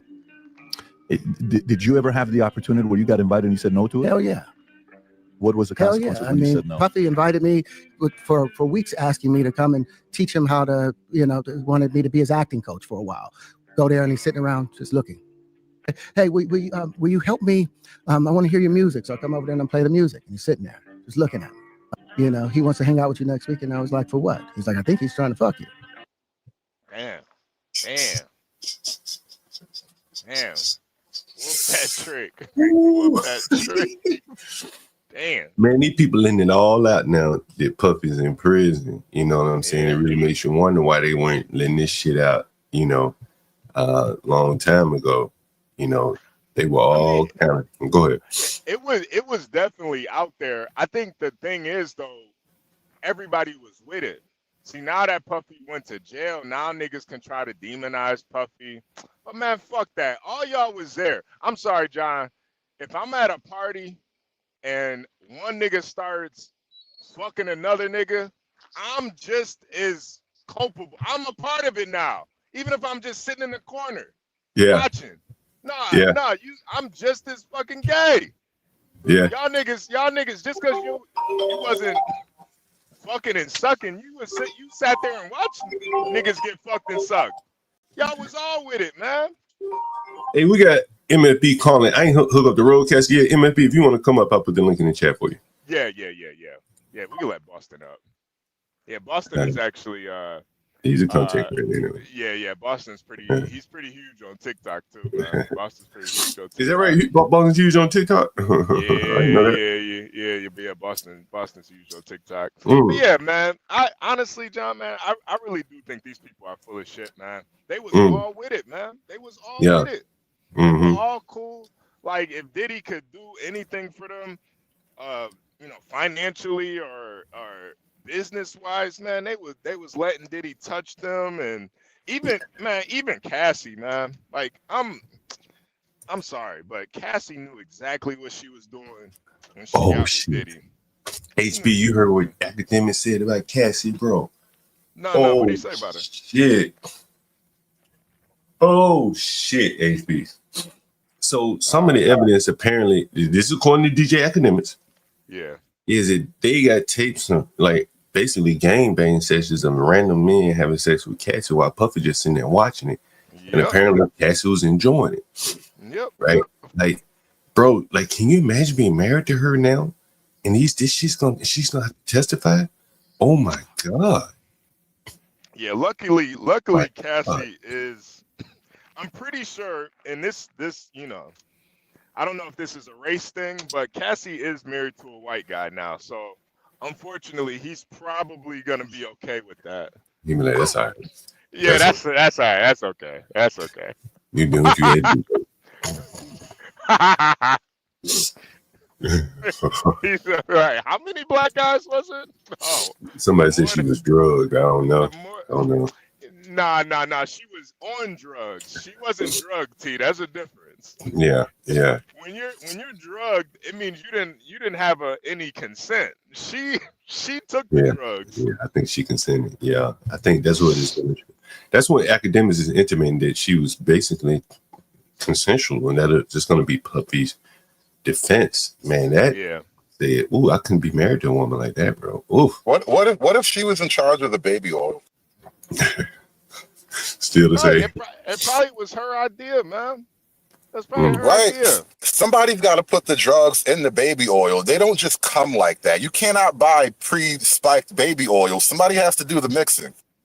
Well, no, the thing is with GHB is like it's like a liquid. So it's really not that hard to just put some GHB in a fucking baby oil. No, Like I imagine a room in Diddy's house that looks like Carter, where it's just naked bitches putting GHB in baby oil. Mixing that shit. I can imagine. Hey, they do you were know? all with it though. I think they were all with it. You know, Vlad says, Academics was interviewing Vlad the other day. Bro, you know, maybe we should talk about this for a few minutes. You heard about what's happening with Adam 22 talking about, you know, his business is bankrupt and stuff like that? Yeah. He's found bankrupt. There could be a lot to it, getting sued and stuff like that. And so Academics had Vlad up on the panel. Well, he did an interview with Vlad. You know, Vlad's, he's Jewish and all that. And so I guess he had advised Adam, like, yo, don't expand too much. You know, COVID might not last. You know, the numbers that you had experiencing during COVID may not be the numbers after COVID. This shit ain't gonna last forever. And it was some good advice, apparently, you know, in hindsight. And so anyway, you know, Vlad and they all kind of did a collab. I don't know if you saw the HB where they were all on set it. I guess Adam 22 set and just talking and stuff like that. But anyway, so Vlad is now done an interview with Academics. I'll let you hear a little bit of this. Gangsterism, the denigration of Black culture. He's like, well, yeah, that might not be lynching and really extreme levels of Black turmoil, but it's still Black turmoil that they're benefiting off of. So why can't I benefit off? Or I don't know if he thinks he's benefiting, but why can't I exploit your pain? So that's his argument. I'm not saying that. So if Kanye dropped, if he wanted to support an artist who was Jewish, who talked about killing other Jewish people, like, banging on other Jewish people, whatever else, I don't think anyone would really have a problem with that. I wouldn't give a shit, right? That's what he's talking about. And that's Adam and I guess that was Vlad talking about talking about Kanye West there. What do you think about Kanye, the whole Heil Hitler song and all that kind of stuff going on? I love it. I love it. I think I get what Kanye is doing and saying. You know, I just think, you know, you can't have free speech and let everybody make money off of you know, Black dysfunction, and everybody takes advantage, but like nobody can say, hey, you know, this is wrong. Nobody can say that. And I think when you have all these Jews like kind of pushing back against Kanye, it's like, man, you guys are fucking hypocrites. Honestly. Like, who cares? It's one guy saying something about this. What are you so afraid of? What are you afraid of? Hood, you got any thoughts? You know, we can only talk about this here because I just got monetized on I got a backup channel and I just got the bag over there. So I'm like avoiding content like this like hell. But no, the thing is, I agree with a lot of his grievance about, you know, the small hats and how they dominate and manipulate and whatnot. So I don't criticize him. I'm not telling anybody he's wrong or nothing like that. But I don't know. I feel like I'm kind of over Kanye at the same time. There's just something about it. It's just it's starting to feel like performance art now. It seems to always be centered around an album release. I'll say that, right? Yeah. Big time. Yeah. And the other thing, man, I think honestly, like, you know, people were asking for solutions earlier in the chat when we were talking about something. And I mean, we talk about much bigger issues than one man can't solve. But I think Kanye and maybe a buddy of his or two buddies of his could solve some of the gripes that he has.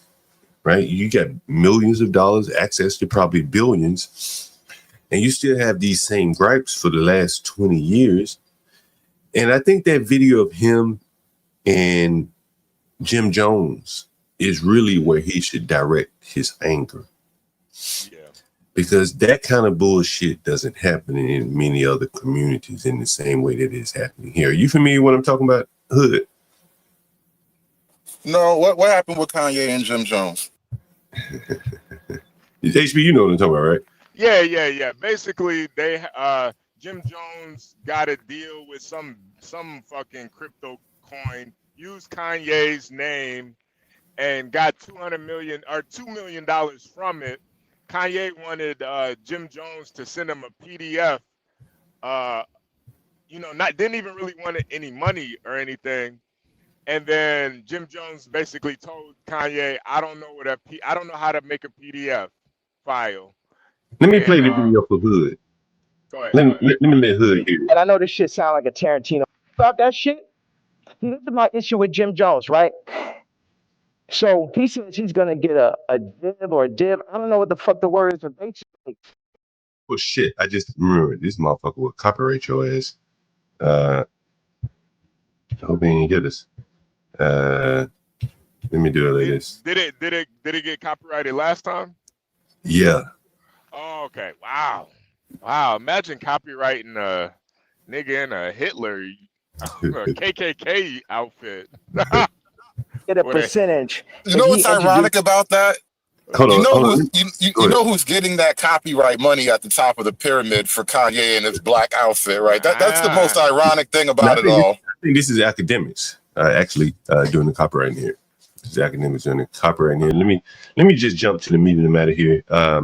Here it is. Here it is. That you send to the iPhone, you can do like 300. Just send me a PDF.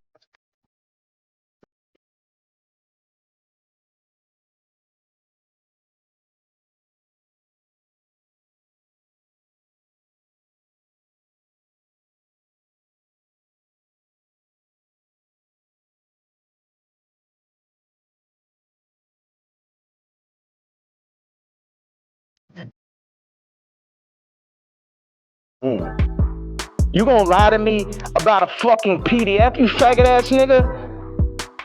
After I sat and took the meeting for you, you took the money and I ain't even asked your broke ass for a percentage? Maybe he didn't know how to do it. Do you think one of his young niggas knew how to do it? Yeah. And see, that's what I'm saying. Like, bro, I'm gonna tell you, straight up. That right there, the last 10 seconds of that interview, where he said, look, I let you use me, nigga. I ain't asked you for a penny. And all I asked you was something intangible, send me some PDF. You don't have to spend any money. You got niggas, just, I got you up out of your hole. You were broke. Got you $2 million, didn't ask for a penny. Work with me, bro. Let's build something. Just send me the PDFs. I'll make magic. I'm the king. Can't get the fucking PDFs.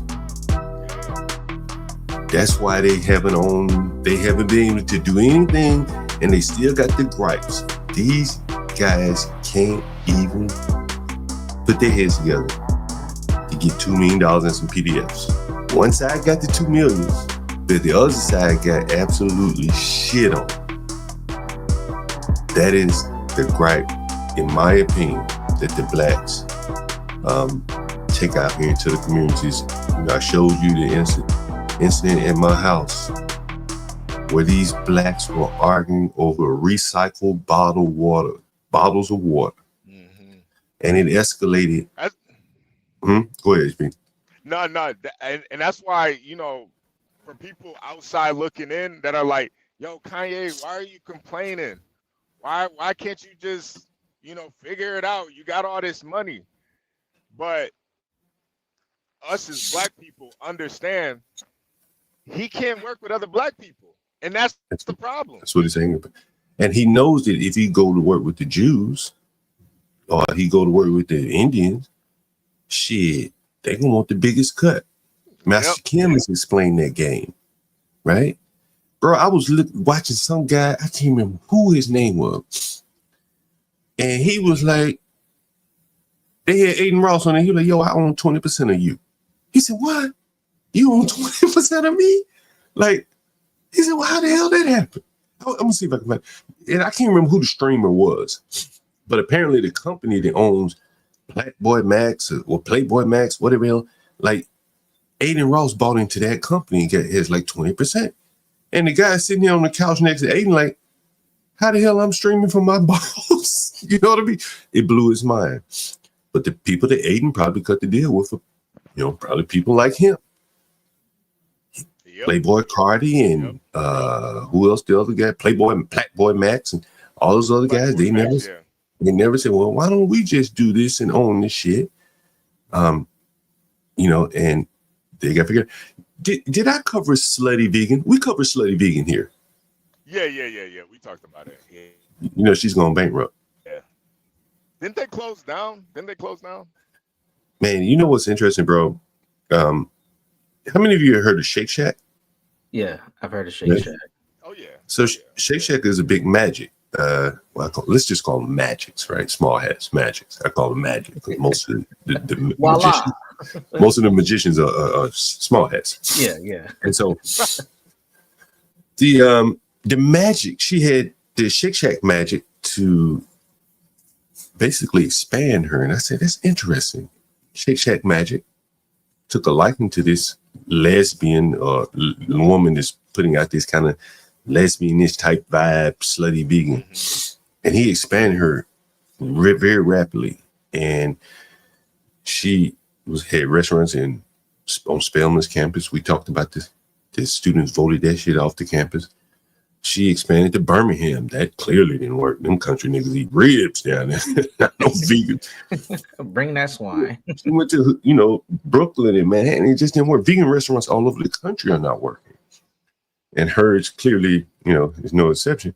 And so it's interesting. I was reading, like, she's out of business. I ain't gonna say she's out of business, but more or less bankrupt now. And I wonder how it all worked out for the small hat, because he really took a liking there. I'm sure somehow it benefited him at the end. Did someone just put an article in? Business as usual, the slutty vegan. Yeah, we have to pull that up. I read that about her. Anyway, go ahead, guys. What's up, Universal? You back? Yeah, what's up, everybody? Doing all right, Universal, man? Yeah, I'm good. I had a quick little board committee meeting I had to do. Sorry about that. Okay. But real quick, I think you were talking about the Jim Jones Kanye. Yeah. We talked about that a couple weeks ago when it dropped. And I thought it was crazy that that Jim Jones, and again, this is just business practices in general, that he didn't see where Kanye was coming from. Now, I don't like how Kanye responded, right? I don't like they just put it out there, but it is what it is at this point. But again, it's doing business with folks who don't necessarily know how to do business on that level, and using street principles to get shit done on a level where street principles don't always work.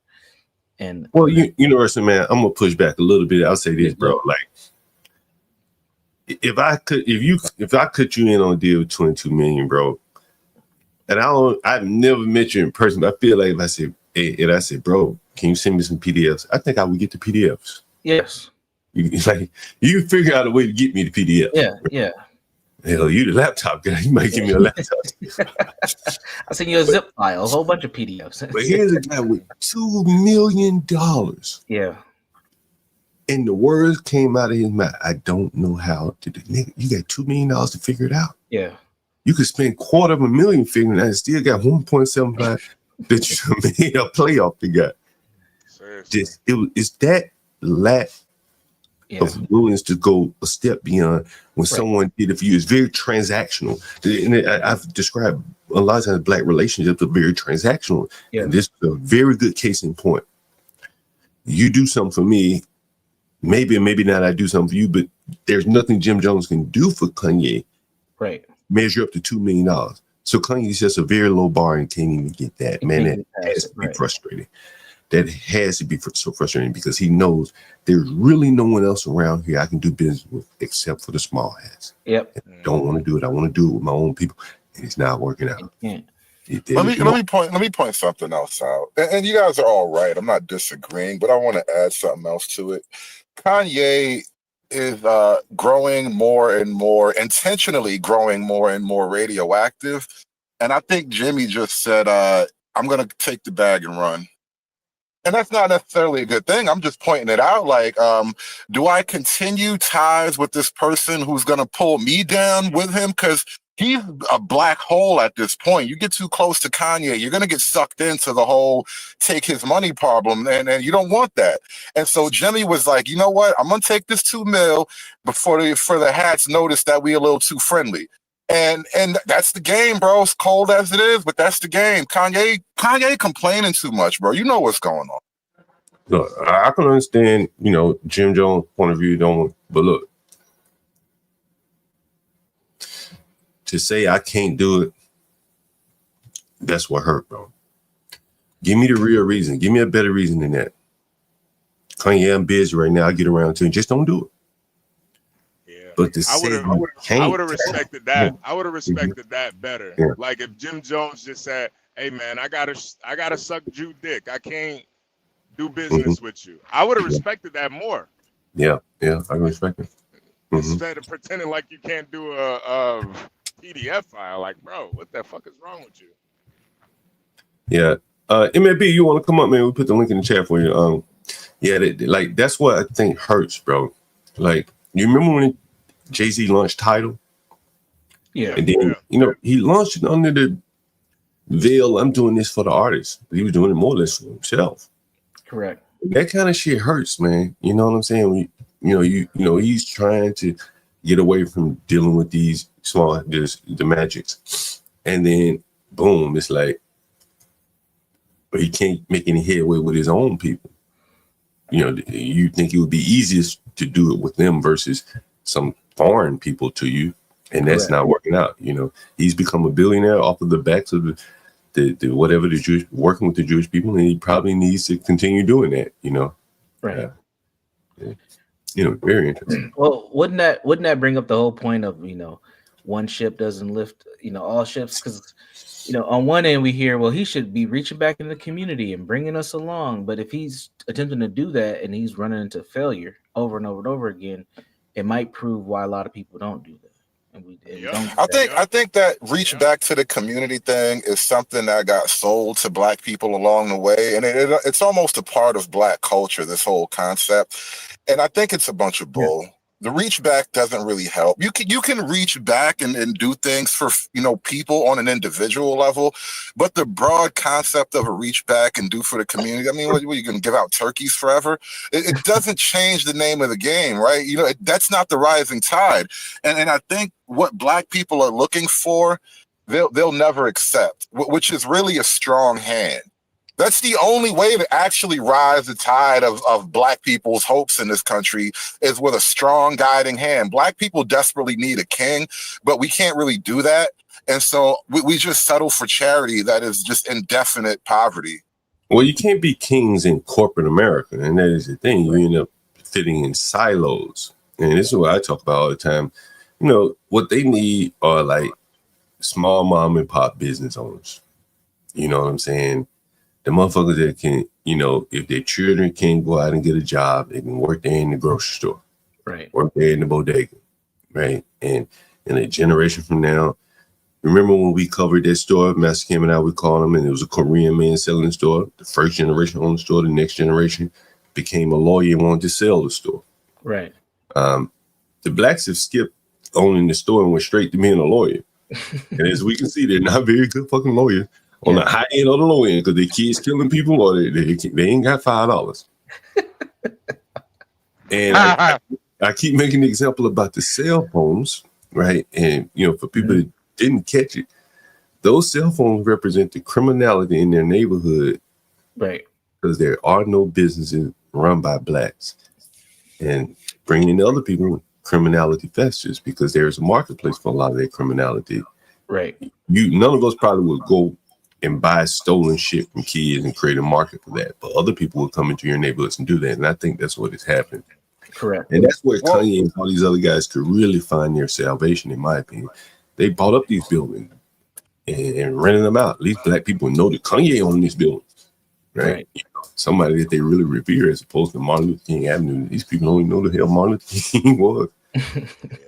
And I think too, that's kind of like the hubris of Kanye, where he he's always been kind of like a abstract thinker, but I don't think the majority of his contemporaries are like that, and that's kind of fueled his anger and his hatred. It's like, bro, not everybody's a fucking Kanye West, man. Not everybody can think like you.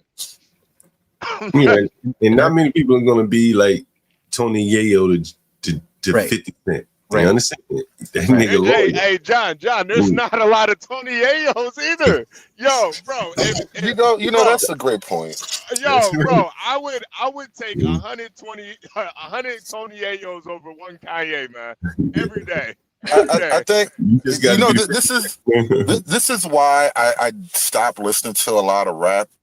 Just in my personal time, I just don't listen to it so much. And I used to be a hip hop head. I can still rap off old school albums damn near by heart, but I just cut most of it out of my life. And I don't even listen to a lot of like quote unquote black content on YouTube, especially like the Adam 22 stuff, talking to rappers and listening to gang members talk about gang life and stuff. I just kind of cut all that out. And one of the problems I think we get as like black people as consuming this media is we really start to put the wrong kind of moral aspirations on the worst kinds of people. Why would you expect Jimmy Jones to be such a good, upstanding person? Nigga, did you find him in a Bible story? Well, I think Hood, honestly, you want to do business with people in a similar industry and similar line of work with you. Right. But who does he have? Right? He got Jim Jones. Well, Jay-Z didn't work. So by the fact that he's even down dealing with Jim Jones, you can tell that he's probably run through all of the better places. Let me run it to you from another angle, right? We expect the behavior of nobility from niggas who don't have anything like that kind of pedigree. And that's kind of a weird problem, I think. Yeah. But that goes back to that cultural loyalty thing. Like, yeah, that may be true, but he's still trying to put his man on. He's still trying to elevate the folks who are in his circle. And as John just said, he's probably burned through so many people that at his level or close that he just keeps on sinking lower and lower to the Jim Joneses of the world. And even he can't get it done. I mean, it's just like, what else does he have? What he needs is someone with real talent, not in the rap world. Like if he came to me, I said, bro, I solved some of your problems for you. You know what I'm saying? Like, I think you're going about it the wrong way, right? John, why do we, as black people, why do we have this automatic expectation that we should be down for one another just because we're black together? Well, I think because honestly, like it is easier to do business with people that look like you, that think like you, talk like you, versus trying to go do business with strangers, because the world doesn't work like that. You understand? The Jewish people are not looking to blacks to do business with. Their mind is predicated on doing business with each other. Well, that is true. That is true, but I think we're missing something out. From the outside, the Jewish thing, it looks like one giant conglomerate or something, which is really not. You got a bunch of individual families with their own individual networks, and some of them tie and overlap with one another, but it's really based on strong networks built on family ties. From the outside, it looks like a damn corporation, perhaps, but in reality, you have to build the on the ground network, the boots on the ground kind of networking. And that's what I'm saying, right? So if you look at what Kanye doing. But look, we don't have the granular we don't have the granular material. And we want the structure without having the individual parts of it. You need the networking, you need the families. So when you talk about like businesses and whatnot, you need actual families to build businesses, to build networks, to grow together into the next generation. That's how you build the trust and the expectation of loyalty, not just because we black. If you look at Kanye West, right, then you remember that we had a t-shirt woman that called in, right? Like, Kanye needs to go talk to a woman like her. And I'm just using her as an example. Kanye's in the fabric apparel business. Maybe he can scale her up and she could provide some of his shit, She seemed to be able to print up a bunch of damn t-shirts and shit like that. Why not go to her? But he wants to go to Adidas. Do business with the big boys instead of the people on the ground that it may be, beneficial to both sides. He wants to go to Adidas where they don't really need him. I know he thinks they do because he's so luxury. Man, they've been around long before him. They'll be around long after his shoes are gone. So he goes in with a lesser, profile than if he went to the lady who makes the t-shirts. He could blow her up. He doesn't want to blow anybody up. He wants to, blow himself even further up. And to do that, he tries to deal with people who are bigger than him. And he's going to have to be the baby. The little boy, he's going to be the red-haired stepchild. Master Kim has talked about this. You're not going to go to some big conglomerate and get them to treat you like an equal. You're going to be the minority partner. It's just the way it's going to work. John, it reminds me of somebody. I don't know if you're familiar with this person. Let me see if I can pull this up on the screen. Let's see. Oh, why isn't it showing? Hold on. Let me. Oh, that's weird. There we go. Yeah. Now, do you know who this is? No. This is Courtney Kemp. She's the writer from the show Power. And you just gave a good example that reminded me of her. And since we brought up 50 Cent, 50 Cent went and got her when he wanted to create Power because he knew her writing talent. A lot of people don't know who she is. A lot of people have no idea. He's the front man, 50 Cent, but she's the brains behind all the Power series. It's her. And you just said it. Why doesn't Kanye go and get somebody like the t-shirt lady, somebody that works hard, is in their field, not really known, and uplift them? That's what he's, in essence, has done to her. Is he utilized somebody with it? Now he could have went and got Scorsese or something, some well-known person, 50 Cent, and some big-time writer joined forces, Jerry, Seinfeld or somebody. But he went and got her, and he uplifted this woman and built something. Now it might not be the most constructive thing, but it's highlighting what you were saying earlier. Right, and Kanye, he don't want to deal with her. He want to deal with Jim Jones and Adidas. Right. And, that's going to be very difficult. He's always going to have a gripe. He's always going to be their minority partner. And they can do without him.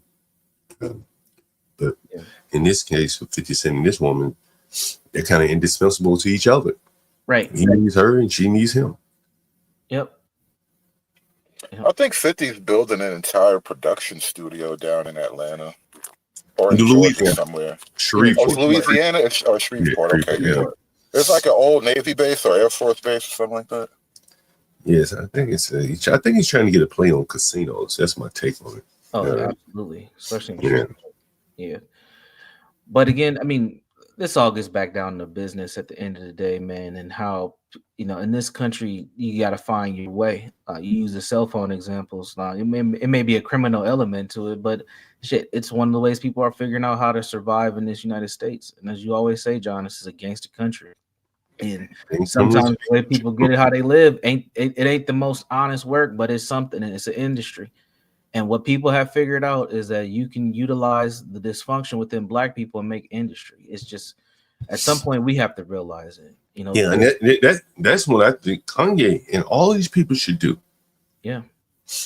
I'd be buying up the liquor stores. If I were them, I'd be buying up every liquor store in the ghetto, man. Right? They're gonna drink it anyway. Let me sell it to them. Why let the Korean man make all that money? Mm-hmm. Jay-Z and all these other rappers, they keep saying, man, if I just bought those buildings in my ghetto neighborhood, I'd be rich. They're richer than I ever could be. Not only would they be richer, but they also be much more powerful. Sure. And that is what I think they're missing there. Anyway, yeah. But you got to it's universal. Go ahead. Go ahead. Hood was going to say something. Go ahead, Hood. I was going to say owning the liquor store is typically a family business, though. And this is like the problem that can't be addressed in Black America. And I feel like it's an infinity stone. It'll solve a lot of your other problems. If you actually repair the family unit, you will start to like the need for reparations will evaporate because people will be doing better collectively. I really think the family unit is the infinity stone. I mean, clearly, right? But there's some other components too that, you may not be able to solve the family unit, but and again, you don't have to run the liquor store to own the liquor store. You own the building. And then you set the tone of what's acceptable.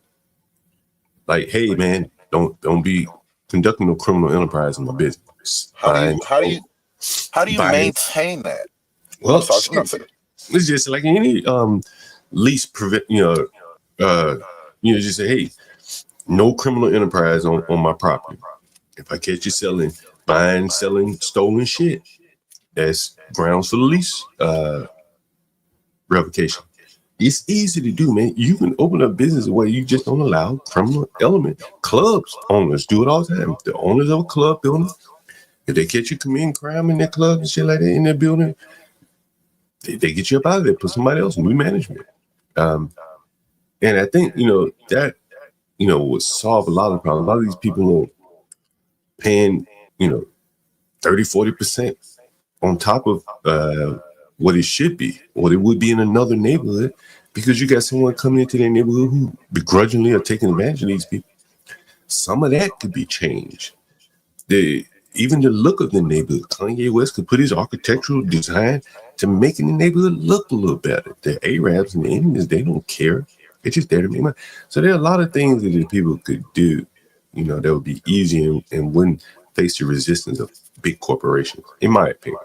When I ask how do you maintain it, I don't mean on a practical day-to-day. I mean indefinitely, because one man's vision lives and dies with him. And what I'm pointing out is that you kind of want your vision to live further than you, which is why back in the day, the answer to that question would be sons, right? My son will carry on and he'll maintain and grow what we've done here. But again, without attacking the family structure problem, how do you even talk about this type of thing? Well, he has children, and what are his children trying to be? They're trying to go right into the profession that he gripes about, partly because it's probably the lowest profession with the lowest barriers to entry for them, because he can provide a platform to them. But he could easily build up another platform that they don't have to go into this profession that he so complains about all the time. But he's leading them right into the same profession that he complains about without changing up or offering them a different, avenue to avoid their rights. I don't understand that part. I think that's problematic too. Yeah, it is. But on one end, yeah. So on that high end, you have the Kanye, and then on the other end of the spectrum, you have a JP who says, like, the government doesn't take care of everything. Why should I do anything more than what I'm doing? So you get burnt on both ends. I think with JP's is probably just a lack of, just a black man's lack of desire. Hood, did you hear that clip from JP? Jay Prince? No, I know what you're talking about. No, I ain't really hear what's going on with him. Oh, man, that was a hell of a clip he had, boy. But John, how many men do you think, honestly, like men who are on the JP level, have accepted that kind of mindset? Not many. It might not directly come out and say it, because JP's very honest, but just in their actions. I don't think many of them know. Yeah. Right? I think it's really unique. It's a very feminine thing. Like, you expect to hear that from women, honestly, that, I know the government got me. That's the second time in my life I've heard those words come out the mouth of a black male. But I think it's basically wrapped up in, they took the black man out of the home. It's the same mindset and concept. JP is saying that the government basically can replace a black man. He's saying, now one of you niggas up here can argue my point. None of you can provide what the government does for my sister. For me, you can't do it for a woman. And he says, I challenge any one of you to. I think he's mostly right, though. I think, and that's what makes it unfortunate. He's mostly correct, but this is why I'm against that sort of thing. I'm kind of against the majority of the welfare state, the majority of these government outreach social programs. You see how we just cut U.S. aid we'll just wipe it off the board at this point, basically. Like, that stuff was not helping. It was hurting. It was building corruption. It's ruining the actual family networks that we would have to build. It's eroding the trust that we could have in one another because we would have to rely on another, reliance on one another, and then coming through with that reliance builds trust. That trust builds networks. Those networks are what you're talking about when you say the blacks got to have this, that, and the third, like all these other people. And we're far off the ball, I think, though. Yeah, you're on mute, John. Yeah, no, I wouldn't disagree with you on that. As I said, I just think their approach is so off base, man. They may never ever get on target, with this kind of approach. It's just my opinion. Mm-hmm. What do you think, Universal? Yeah. No, I think the other piece that's missing is institution building. Like, that's one thing that we have to be able to do. And it's hard to build institutions when you don't have the trust, as Hood just said. You don't have that communal feel. And there's this suspicion. I mean, the basic institution is just male-female dynamic is messed up. Like that, since that part is messed up, how do you build anything else from there? Like I think the toothpaste is out of the tube, man. I don't think there's no turning back. We've run on this level of dysfunction for the last 50 plus years. I don't think there's any shifting back, man. And that's one of the other reasons why I think the family conversation must always be avoided at a political level, because it's too painful, therefore it's too toxic. And if you try to bring it up at the political level, it's only going to go in one direction, which will only make the problem worse. Because the women are going to say, you got to give us more. You got to support the women. It's the men's fault. Everything's bad. And then the political professionals will have to fall in line with that argument for the vote. And so it's just going to cause more divide between the men and the women. It's hard to really untangle the knot, but you got to have to cut the knot in half. It's the Gordian knot problem. You're just going to have to apply force to it, I guess. Guys, Universal and Hood, since you're here, man, I really want to get you guys to respond to some of what we had going on over the weekend. Mm-hmm. Let me see if I can find it, man. I know I got it up here. And, I just want to get your guys' opinion on this. Let me see if I can find it. Oh, yeah, I know where I put it. Give me 1 second here. And I just want to get you guys' opinion on this. I'm gonna plead it. You're finding. I'm gonna ask Hood. Hood, do you recycle? Just out of curiosity. I don't even believe in recycling. I think it's mostly a scam at this point. Oh, it's really a scam. Thank you for your answer. Put a 1 in the chat if you recycle. Chat. Put a 1 in the chat if you recycle. I can't wait till we develop the technology to just collect all of our trash and launch it at the sun. Oh, it's coming. Hey, Hood, I'm going to start it with the sister gal. Hood, we got some serious problems. I'm going to start with the sister gal first, if you don't mind. Yeah. Well, I love women. Bring it on. I do no drugs. I don't do no drugs. How did trash get that thing? You smoke a little weed? How did trash get that? This I got to run. Can you tell me how to trash get that? All right. First of all, I already called these women the first time when they did that shit threatening each other. Every day they do something heavy. Now I got more confirmation because the girl downstairs said she smelled it too, but I thought it was crazy. Yeah, she said it too. I got breast cancer. I woke up when it was like. She just said, I got breast cancer, Hood. That's what she said. I have breast cancer. I don't know if you heard her there. Let me see if I can put the captions up here. I want y'all to be able to hear everything she's saying. Oh, is that closed caption? Okay, yeah. Let's go. No, but I left it alone because my head, they got drunk and this loud and threatening each other. Sir, you don't hear professionalism in my voice. I'm a security officer, 10-year government child care worker for 4 counties, district charter. So she said she's a government child care worker for 4 counties, district charter. I'm in school for criminal justice right now. I'm in school for criminal justice right now. I can see you. I have no reason to lie. I got somebody your age. Again, I have cancer, but I'm meeting 2 years. I'm about to do very special college. But when I first got here, you know, I'm just going to take the price or whatever. I'm just Now, Hood, I asked her, how did the trash get in the hallway? She still has not answered. place regardless. And, you know, I saw it's dirty, but it's like, it's whatever. But my first night here, she took a shit, left it there. In the trash. She said her first night here, the woman who's screaming in the background took a shit and didn't even flush the toilet. That's what she said. Is it shared bathroom? Yeah, shared bathroom. She did. He had to flush it. What? Okay. And I'm like, okay. I'm like, so I guess this is normal here. So that happened. So off the jump, I'm like, okay, disgusting. I saw how disgusting the kitchen was, and I never wanted to cook, but my friend threw me food, so I had no choice but to keep a salad and shit down there. But that's whatever, point. But that first night, again, I'm a security officer. They have music playing, hanging out. But that night when we woke So Hood, you heard her say she's a security guard, right? It's a black woman, a sister with cancer, out here being a security guard. up threatening her for money because I don't know, they were doing something, but he was threatening her for money. He was like, I'm gonna choke you. Like said it like a few times, and I'm like, then it was going for like an hour of threats to each other. As a security officer, I can't listen to that. I called the police, just said, hey, I don't know who they are, but So this is the first night she called. Well, this is the second night she called the police. Wait, hold on. Yeah. She said, as a security officer, like she's mandated by the court to intervene when you hear some petty, like, come on, like, get over yourself. You could have actually. Anyway, though, I just thought that was funny.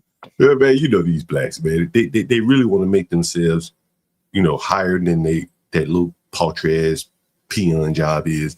I'm a security officer. No, you're a guard. You stand in front of a building. You know something. so they handled it. Police told them to calm down, but she had animosity towards that. I deal with that too. As a security officer, some women don't appreciate when someone's helping them. Oh well. Right. Oh well. Right. I can tell you I had a small attraction to him because ever since I've been here, as you see, come on now. Okay. You heard it. She said the man had a small attraction to her, as you can see. Come on now. Come on now. Come on now. You see I feel it? like if you wasn't making money off these girls, you wouldn't even have to. You wouldn't even want to be talking to them. This is making me cringe. I'm doing this for you, but everybody that really like this world. Listen, hold on. There are a lot of people that will see this black woman out. She said, "Oh, I got breast cancer." You be like, "Oh, I feel so sorry." Yes, girl, I am, trying to get better, and you might give her $5 to donate to the Breast Cancer Society. After today, no more Breast Cancer Society donation for me, and my mother had breast cancer. You know, it's funny. That's a good point, and it's not even just her, but dealing with people. And I had an experience with homeless a couple of times. It blew me away. Like I used to be like I had a little catering business, and matter of fact, it was for one of these government agencies too that probably just got canned. But I had this little catering thing, so I would like do food service for this after school program, and I cooked it all myself, and I would put it in trays and bring it up to the office, and I was carrying the food home one day, and I had like a shopping cart with like the food trays the leftover stuff in it, and I'm pushing the cart down the street, and there's this homeless dude, and he asked me for some money. I was like, "Hey, bro, I got a whole tray of food for you right here. It's like some rice and some chicken in here, whatever." He was like, "Nah, I want that shit." I was like, "Fuck you, nigga." Never given to a homeless ever again.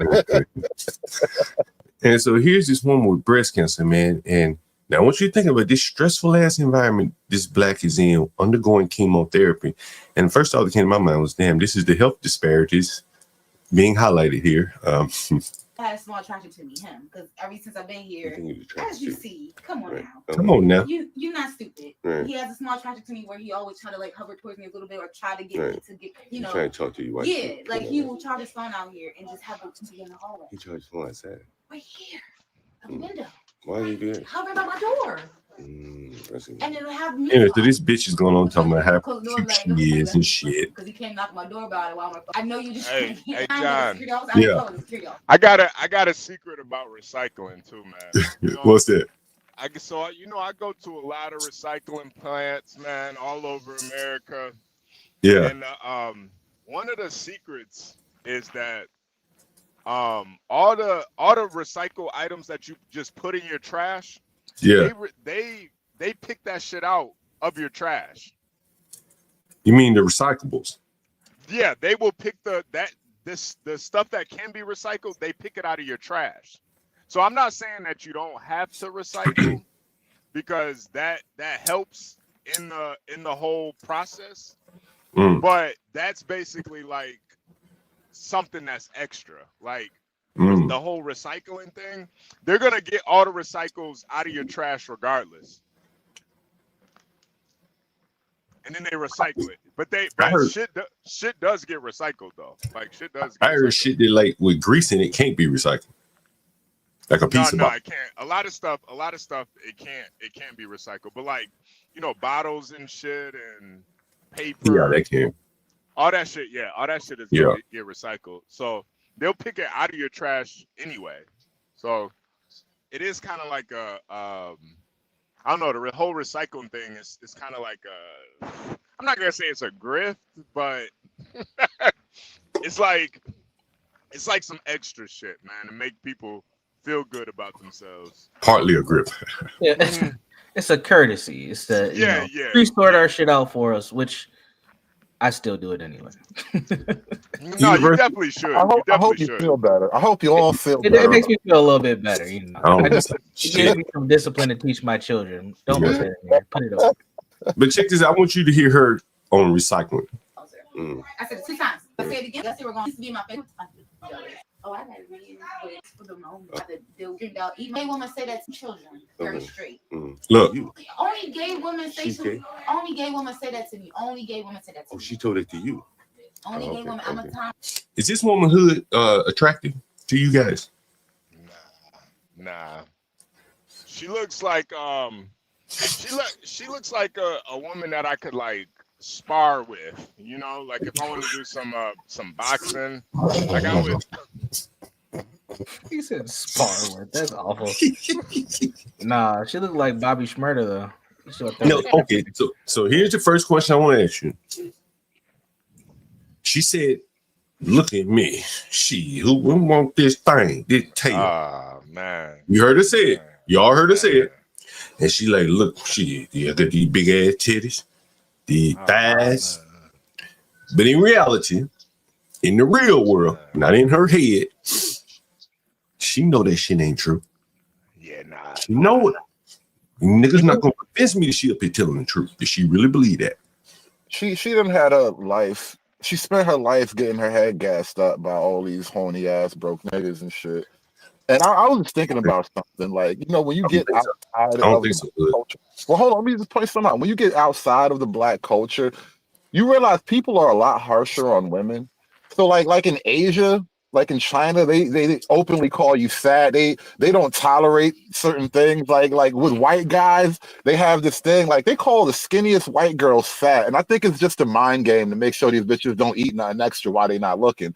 And I think with black men, we have no culture of that. So we just accept anything from women and call it beauty. Guys, smash or pass? Yeah, I'm gonna pass, man. It's gonna be a hard pass for me, John. First of all, I'm not really in the bald chicks. Secondly, I'm not really into the whole cancer thing either. You know, that's not really my. I'm not really in the. Yeah, I don't really. It doesn't do it for me. See, HB, but you too nice. Let me talk for HB. I'm gonna be HB's spirit animal right now. She looks like breast cancer. That's what he wanted to say. She looks like breast cancer, and it's a turn off. It looks like her, nigga. It looks like her, and it's a turn off. And you didn't want to say it because you're nice, and I'm well beyond that. Universal. My question for you is, because I know you're passing, I'm assuming. Yeah, hard pass. Why does she think she's so attractive? Because she has a lower opinion of who you are, and she also she's been able to have sex with some men. If these two want me, and you in here talking to us, you gotta want me too. I'm sex. I'm attractive. Yeah. But when she goes out into the world, is that reciprocated? Probably not. You know, Probably I not. was talking about something a couple years ago, and it was a video that came out, and I have a theory. You know, I'll be theorizing a lot on my channel, but black women who can kind of get out the ghetto and operate, you know, they got a job in an office, you know, they know white people and all that. I think black women feel more uncomfortable in that environment than even the men do, because when black women leave Black America, they leave the black woman as God environment, and they find out they're not so hot, and that shit fucks with them.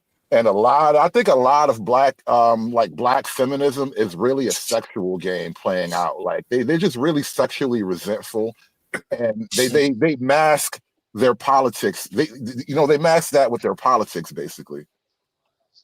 Interesting. You know, go ahead, HB. No, I was just gonna say I've seen way hotter chicks with cancer than this. You know, there's a clip on that It's a Race TV show where there's a black girl in the office, Molly, and a Asian girl was getting married or having a baby. I think she was having a baby, and Molly is sitting there looking like, I'm supposed to be happy for her, but how can I be happy for her when I'm so miserable myself? You know, that was the way the scene was playing out. I have no man. I'm sleeping with a nigga who's dating or married to my friend. No prospects. I'm getting up in age, no children. And here the office is having a party for this Asian woman with the black man. Shit hit hard, my nigga. That shit hit hard. You understand? Right? She knows that they're never going to have an event for her like that in her office. She don't even like the office anyway. Right? She hated working there in that law firm. Right? And so even if she did get pregnant, she wouldn't probably enjoy having that baby warming, whatever the hell it was, because she don't like being there anyway. She don't want any admiration from the people. She's just there for a paycheck. So it's totally different. And here's a very unattractive woman. Got to sell it, at least right here in the ghetto, that I'm attractive. Man, that's mental illness. That'll make you mentally ill. When the whole world tell you, no, you're not. Yeah. And apparently a lot of chicks are mentally ill, though. You haven't seen the numbers, bro. A lot of women are mentally ill, bro. But this one, but if she were back in Africa, bro, she'd be right there with just like all the other sisters with bald head. Wrap a towel over her head, put some produce on their head. No. If she were back in Africa, it wouldn't be as bad, though, because I mean the competition goes down once you get back over there, right? That's what I'm saying. She'd be happy in Africa. Yeah. She'd be happy in Africa, even as a black American, the competition. She would be cute, sexy. American features on a, basically an African looking woman, maybe she is sexy. But just listen to this shit, Universal. Children, very straight. But I researched, and they're not getting from on me. That's why she mentioned that. Yeah, I didn't lock it. She said, but bitch, you heard the shower on. You know this. You're not stupid. You're not stupid. You see how easy we can hear each other? Right. You can hear if that shower was on and music is playing. Like, I'm in the bathroom. Oh, I'm sorry, I didn't mean to do.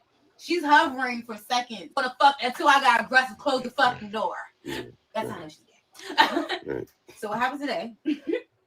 He's upset because I'm like, all right, they about to be threatening each other. I know that she's make pizza. So how did y'all put a trash bag in it? The trash can dirty. So once I took my trash out, put it out there, right? I don't see trash can out there. So I put a little trash can. And I had a trash can. So I put a trash can in the corner nice and neat. But I had DoorDash bags and brown bags. One of them was just trash. The other one was filled with my cases of water. Started with cases of water. As you hear, I'm really Caucasian. I recycle. There we go. Universal. There we go. Hood. Yo, and John too. John, the way she's talking now compared to the day after is a stark difference, man. Right. Yes. Like, yeah. She's So on that, the white girl voice. This is her work voice, right? Mm-hmm. Right. Yep. This is what blacks who don't. This is what blacks see who don't have any exposure beyond the workforce with blacks. You think they're all talking like this, the educated ones. But in reality, that's them cosplaying. right? She said, I'm white because I recycle. What the fuck kind of nigger logic is that? Twisted. What is it? Yeah, HB, what do you think about that? Hood, you guys chime in. I was laughing because I mean, you really think you sound white just because you say a couple of words with all of the diction, but it's funny that the bar is way higher than she thinks it is. I think. Telling you, thinking in her mind, she trying to snag a white man. HB, you know how you said these blacks really look up to white people and they admire white people and shit like that. They worship them. Yeah. Is she not saying the white people have a high standard? They recycle their trash. Yeah. And I do that, so I'm white, right? There's a white standard that I want to aspire to. Mm-hmm. And I do it by taking out my trash like white people, not like you nigger, right? You nigger just throw your trash anywhere. I'm white. Yes, but one of the highest white ideals is recycling, right? Well, hold on. Let me speak in her favor for a minute here. Let me devil's advocate this bad boy. In that house, when you're not there, she's a white girl. I don't think so because she called police when I wasn't there. Remember the curve. Karen, remember she's on the curve. I'm not saying she's actually white, but compared to the rest of the niggers in the house, she becomes like the white woman of the house. She's the white people of black people. It's interesting that you said it, Hood, because if we had time, I'm going to wind it back to the front and let you hear what the other niggers say about her. Because remember, she's telling us that somebody shit in the toilet and is not cleaning up. Maybe that bitch is lying. Trying to act like she's, I don't know, right? But she's trying to act like. But this bitch is in the smallest room in the house with 2 children scattered about somewhere with breast cancer. This bitch is at the bottom. And the 2 kids, so she's just pointing at them. In this house right now, this bitch is at the bottom. Hold on. Let me. I gotta jot this down in my mind. All right, so it's not an apartment because you're all sharing a bathroom. So you're in a room with your 2 kids.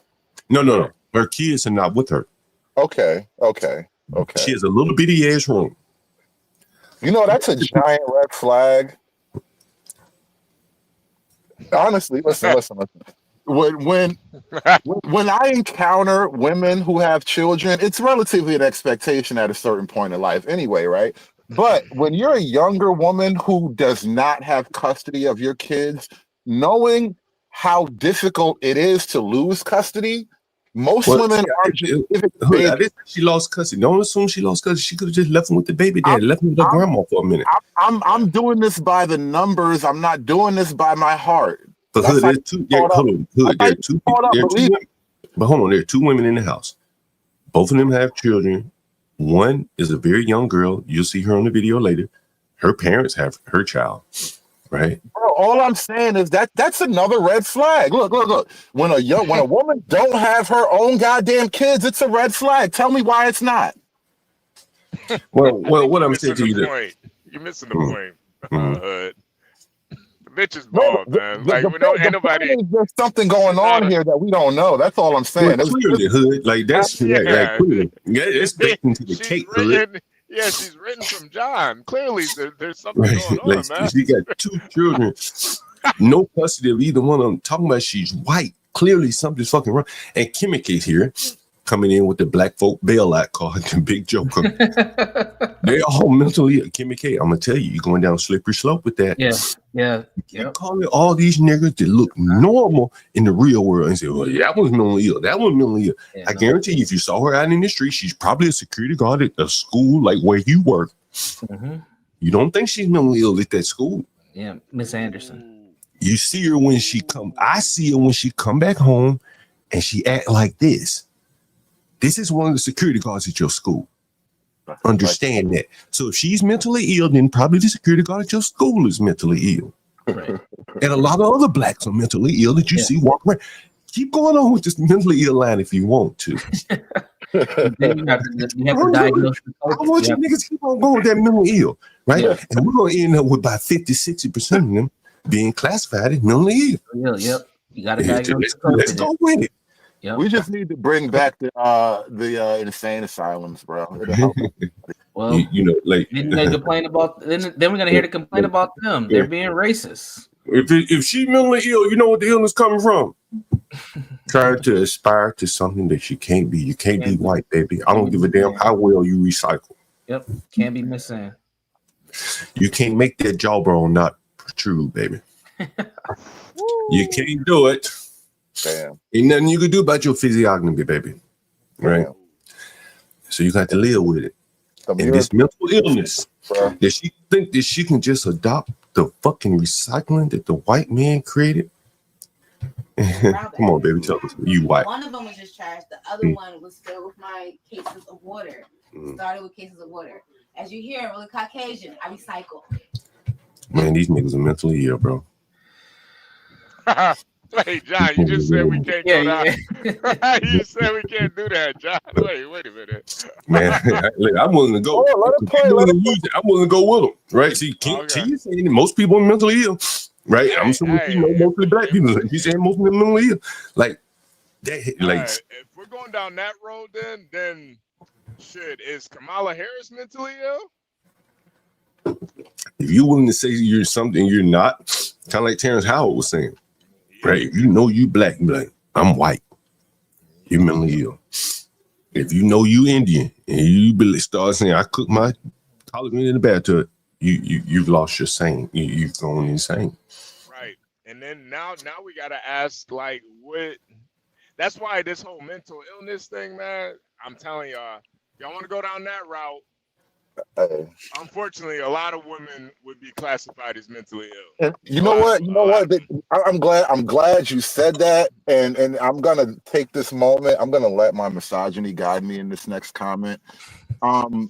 Most women are a little bit crazy, and we've always known that as men, like as a species, as the males always knew most women of their group were a little bit crazy. That's why they had brothers and husbands and fathers to take care of things and to protect them from themselves. Because most of, protecting women is protecting them from themselves and stuff. There's not that many wolves in the world anymore. It's not a bear really roaming around about to get you.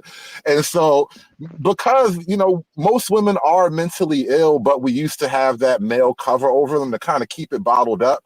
And now we don't have that male cover over them anymore. I'm going to go out on a limb and say she ain't crazy. She just ain't got no man. I'm going, yeah, I think clearly she doesn't have a man, and I think her looks in this society, man, bro, that shit just don't work. It just don't fucking work. We gotta call it what it is, man. I disagree. I firmly we really pass and smash. Everybody pass. Except I guess you the only ones that you smash. 3 out of 4, man, moving the other way. Where there's a guy willing to smash, there's hope. But my thing is, I think most women can actually find a man. It's just that nowadays most women aren't willing to, But we covered that. Like, yeah, they can find a man, to sleep with, but he got with this woman right here. This one right here, if she find anybody worth halfway decent, he got other women. Please, right? If he's gonna accept, well, she probably can't accept, but if he's gonna, because she thinks she's fine, but if he's gonna accept monogamy with her, she probably don't want him.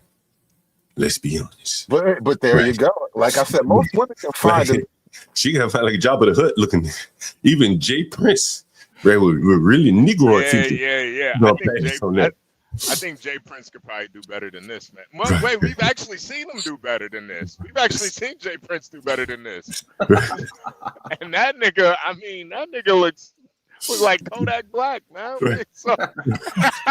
So who can she? Who literally legit can this bitch get, man? Like, I don't know.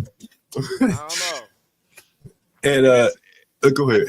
I think what's even the really thing that's most ugly about her is her personality, though, man. Yeah. It's not even the looks, man. The looks is just obvious. That personality is terrible.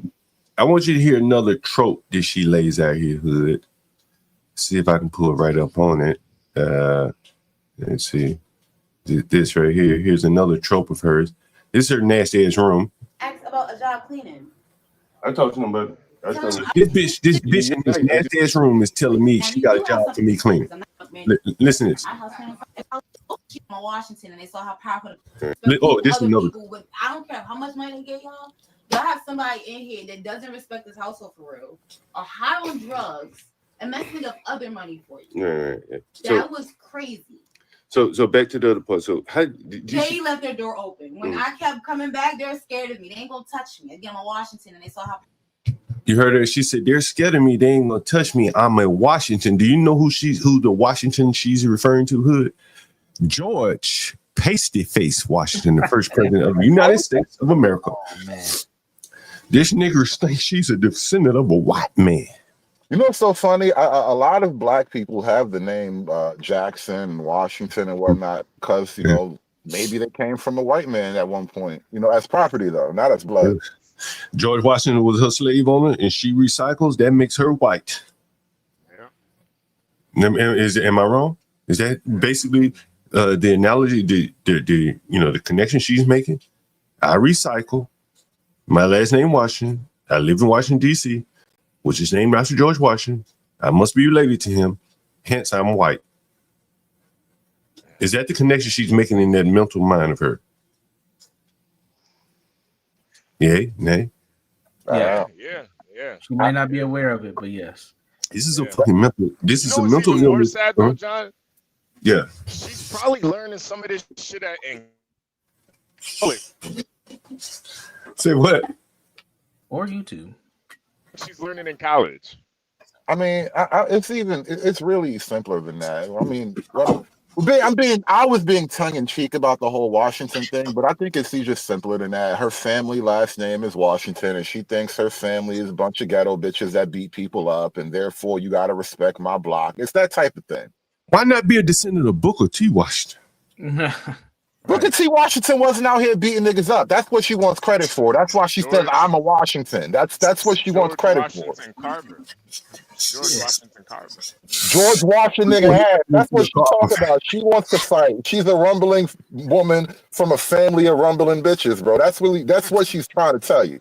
Stanley talks a lot about Asian excellence. Why isn't she a relative of the Changs, the Lees? George Washington, what was it? Robert E. Lee. You want to talk about recycling too? Them Asians recycle. Them motherfuckers over there in Japan and shit. They take recycling to a whole nother level. Why isn't she an Asian? Asian's excellence. They be recycling chopsticks over there, man. Reuse. Is this really HB? When you hear this HB and you said, man, like these blacks really is, they want to be like the white man, right? Man, they worship the white man. John is deeper than they want to be like them. They worship these motherfuckers, man. Is this not the highest form of worship to say these are my people? I come from their Lord. She said, I come from their Lord. It's sick, man. I don't even know if it's a white people angle for me so much. It's just she's got a weird mental issue. There's just something internally, like the wires don't connect where they're supposed to. Got a couple of things plugged into the wrong socket. Like there's just things going on here. Yeah, I want you to hear some more of the things going on here because she delves into a similar trope. How the police was with me. So when she had her door open, again, I didn't insult them like they didn't insult me, but they just kept going back and forth. And I told both of them, and then she was trying to defend him. He did that. I don't care. That's your bitch and your nigga. Tell your nigga to clean up some shit because he was drunk. So she had the door wide open, and I came out with my salad. So they don't, and I said vegetables, something you never seen before. And you notice she got a dirty plate in her room, by the way. And I want you to hear what she said again. Yeah. Now I want you to listen to this, Hood. With my salad. So they don't, and I said vegetables, something you never seen before. Because if I have to clean this up tomorrow, which I will, I'm a house, and I also want to mention that to the owner. I house cleaning side. I will give y'all a great price because whoever's doing that is horrible. I actually clean houses, like I do that. I can. So she clean houses and she's just a security guard. Okay. Like I was gonna deal with that shit tomorrow. So basically, I'm like, all right, since I really do have to clean my water bottles and really haven't cleaned this mess that y'all been making because your drunk man didn't want to do it when she had her door open, now you do have something to clean because I'm not going. So she said, I know y'all don't eat vegetables. You niggers live in a food desert. And niggas don't eat nothing but candy and processed shit. So I took my salad because I'm white. Remember, I eat salads. And I know you niggers don't eat salads. You heard her say that. So when they had their door open, I just threw the rest of my salad in their room so that them niggers could have some vegetables. Hold on, run that back one more second. Hold on. I think these niggas are really insane. Let me hear that again. So you see, she got a plate in her hand. She's gonna pick the plate up that was on the side of me, and I want you. Nigga to clean up some shit because he was drunk. So she had the door wide open, and I came out with my salad. So they don't, and I said vegetables, something you never seen before. Because if I have to clean this up tomorrow, which I will, I'm a house. Vegetables, something you niggers have never seen before. And I also want to tell that. I also want to mention that to the owner. I house inside. I will give y'all great price because whoever's doing that is horrible. I actually clean houses like I do that. I can clean. Like I was gonna deal with that shit tomorrow. So basically, I'm like, all right, since I really do have to clean my water bottles and really haven't cleaned this mess that y'all been making because your drunk man didn't want to do it when she had her door open. Now you do have something to clean because I'm not going in your room. And then they want to go. Now look where she put the plate.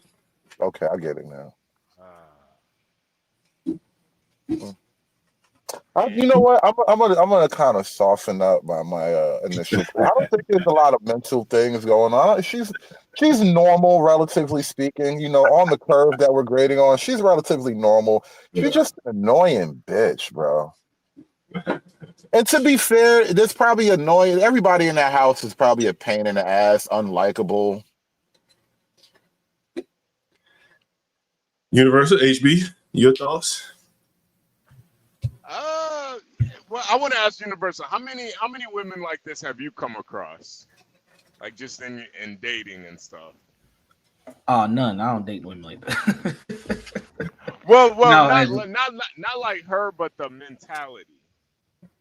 Well, parts of the mentality, not fully onto this whole concept of trying to see herself better by having these false white identifiers. But I have seen it I've seen it in like achievement. Like I got my own car, I got my own house, stuff like that, and I'm just as good as these people that I live. I got a near, degree. That I got a good job.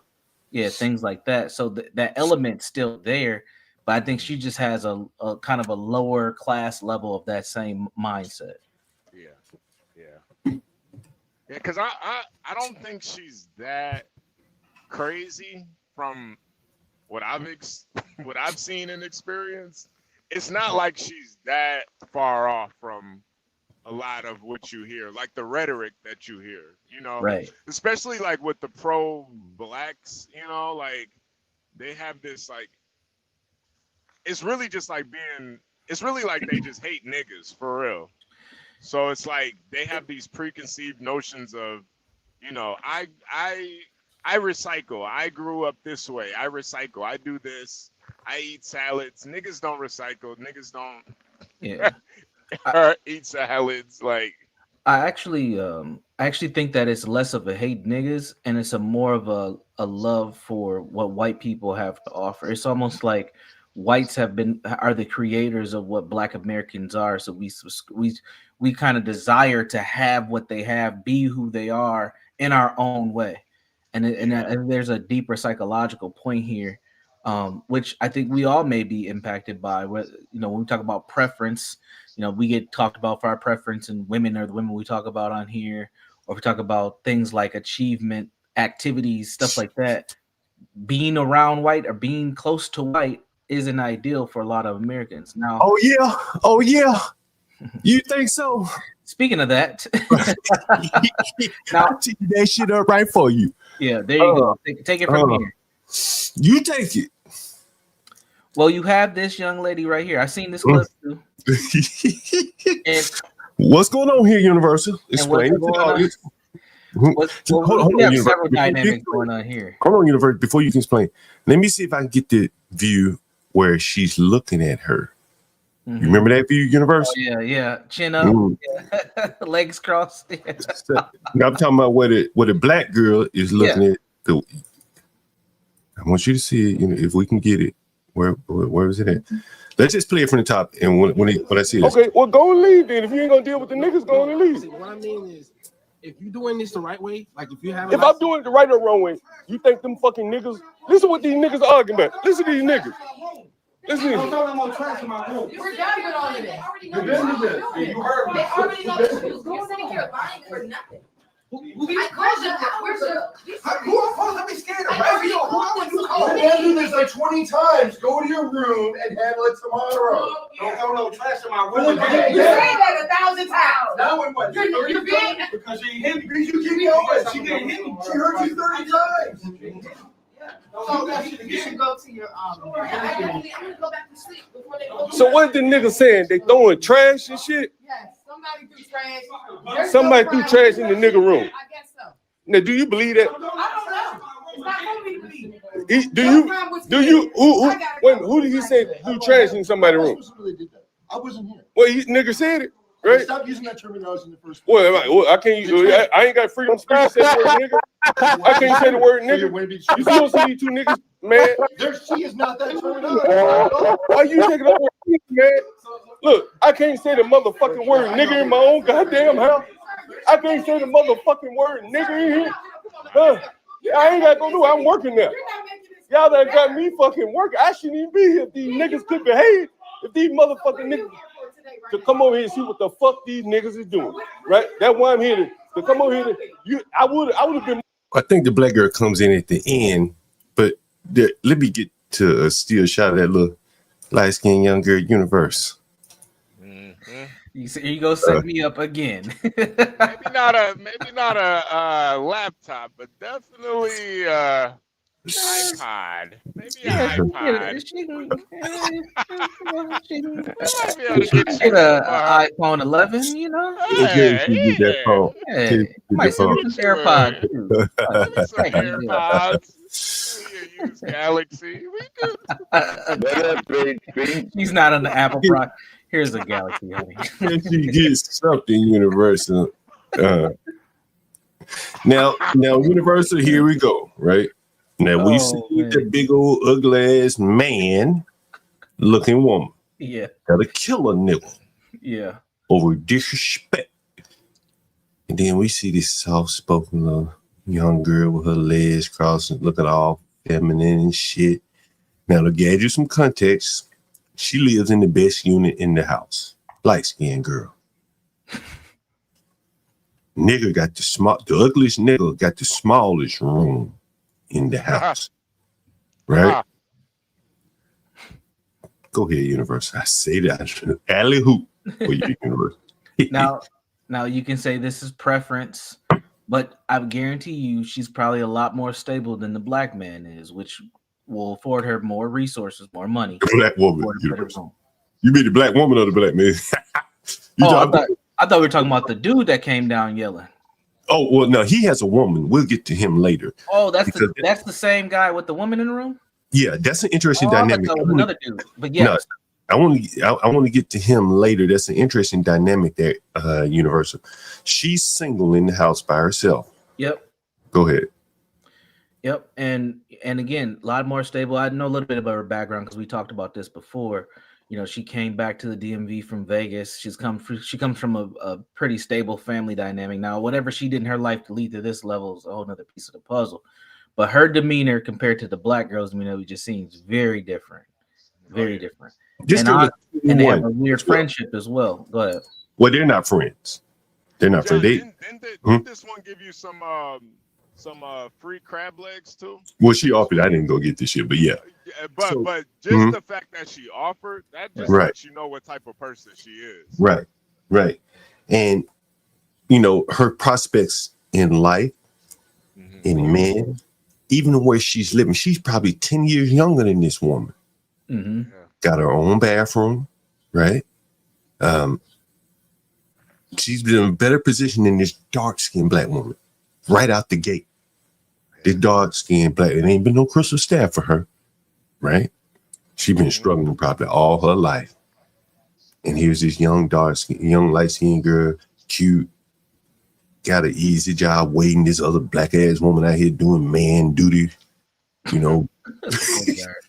You know, John, that's why I always talk about Gabrielle Sidibe, man, because we can't lie. It is harder for darker skinned women, man. It's harder for them. Yeah. It's a lot of things going. It's a lot of things working against you. Now you dark skinned and you're bald, and you have 2 kids, and you have cancer. And you got but what was the nasty attitude first? Yeah, see, that's what I'm going. I feel like y'all being a little too sympathetic, like giving into this whole colorism thing. Like if black men wasn't fucking and marrying dark-skinned women all this goddamn time, where the fuck do all the dark-skinned people come from? That's true. Yeah, so a lot of times it's just one night stands, man. No.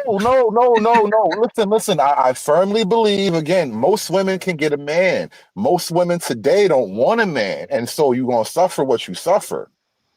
I guess we skeeting up in anything nowadays, man. Nigga, when you up against these kind of odds, nigga. Oh my God, he do that shit in my room. I'll be right back. Ain't nobody do nothing to you. You told me it was me. You lied and said it was me. Nigga, when this is the competition you up against, this nigga, ball game over. Shit. We can call the whole thing off. Right? You ain't even in the same playing field. You might well be a man. You got this nigga or this. You can either this or that. This or that, nigga. Nigga what? Yeah. Nigga what? Yeah. I mean, it's not even it's not even really it's pretty obvious. I think obvious. It's just like that demeanor, you know, like every time we've seen that she's standing like a nigga, you know, like she's standing like she about to do a hand-to-hand on the block, you know? Hey, I got that pandemic. She's standing like Mike from The Wire, man. Got that pandemic with me on the.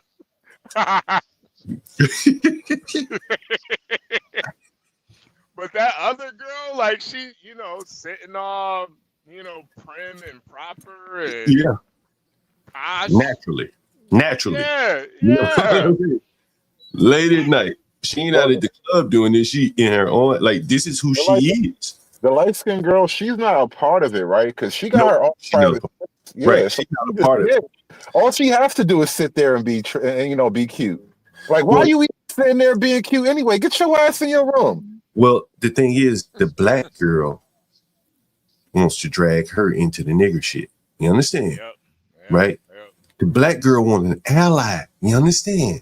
That's why you got to go back in your room. You too pretty for this shit. You down here with these ugly bitches. That's what I told her. I said, girl, don't take up them niggas. You got your own space. You shouldn't even have to say nothing to the nigga other than, hey, good morning, how you doing? If you pass by him, just because she trying to drag you into her mess. She fucked up, right? And when you fucked up, you want somebody fucked up with you, right? And that's what she's doing. You can look at how she's eyeing the girl. Just look at this. Like, I saw them say that. Like, you can come in my room. They on dippers, bro. You know how dippers do to the mind? They fucked. Their mind is so fucked. Especially when she threw that shit towards you and she was like, I didn't do that. I was like, bro, they're off of every day is alcohol. And now I'm so shaking when she confirmed it was dippers. I was like, bro, I do chemo. That's gonna be seen in my chemo shit. She said chemo. That's part why I'm even also go to, but that's too nice to be telling that.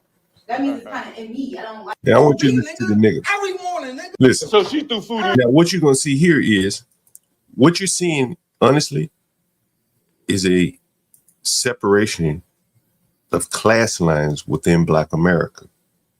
You're gonna see it right here. Listen to this. Where the fuck it come from? Come here. Let's go. Give me food in my room. They're throwing food in my room. Is it my turn? Why the fuck? Give me. I'll be right there. Don't bang on my my door like that though, bro. Why they throwing food in my room? Why they throwing food in your room? I don't know. So they throwing food in your room. I will tell you everything. Now notice they got a bigger, nicer room. Honest beginning to end when they're done. All right. I'll see that in a minute. So she threw food in your room with you. I got somebody. We chilling. We chilling, Holmes. So we chilling. We make money. That shit. We make money, nigga. notice he keeps saying, "We make money, nigga. We make money, nigga." He talking about him and his girl. Him and his girl. We make money, nigga. Right? So I'm talking to him. Listen. If you came in here, do food in our room. If you come in here, she had a trash can in front of her fucking door. With that trash. We keep it clean in here, nigga. We clean the bathroom. She got here. We. That bitch is laying up in the bed. You think that plays some part in this too? Like she might Fuck be a little jealous. Yeah. Fuck yeah, that's what she's saying. He like me.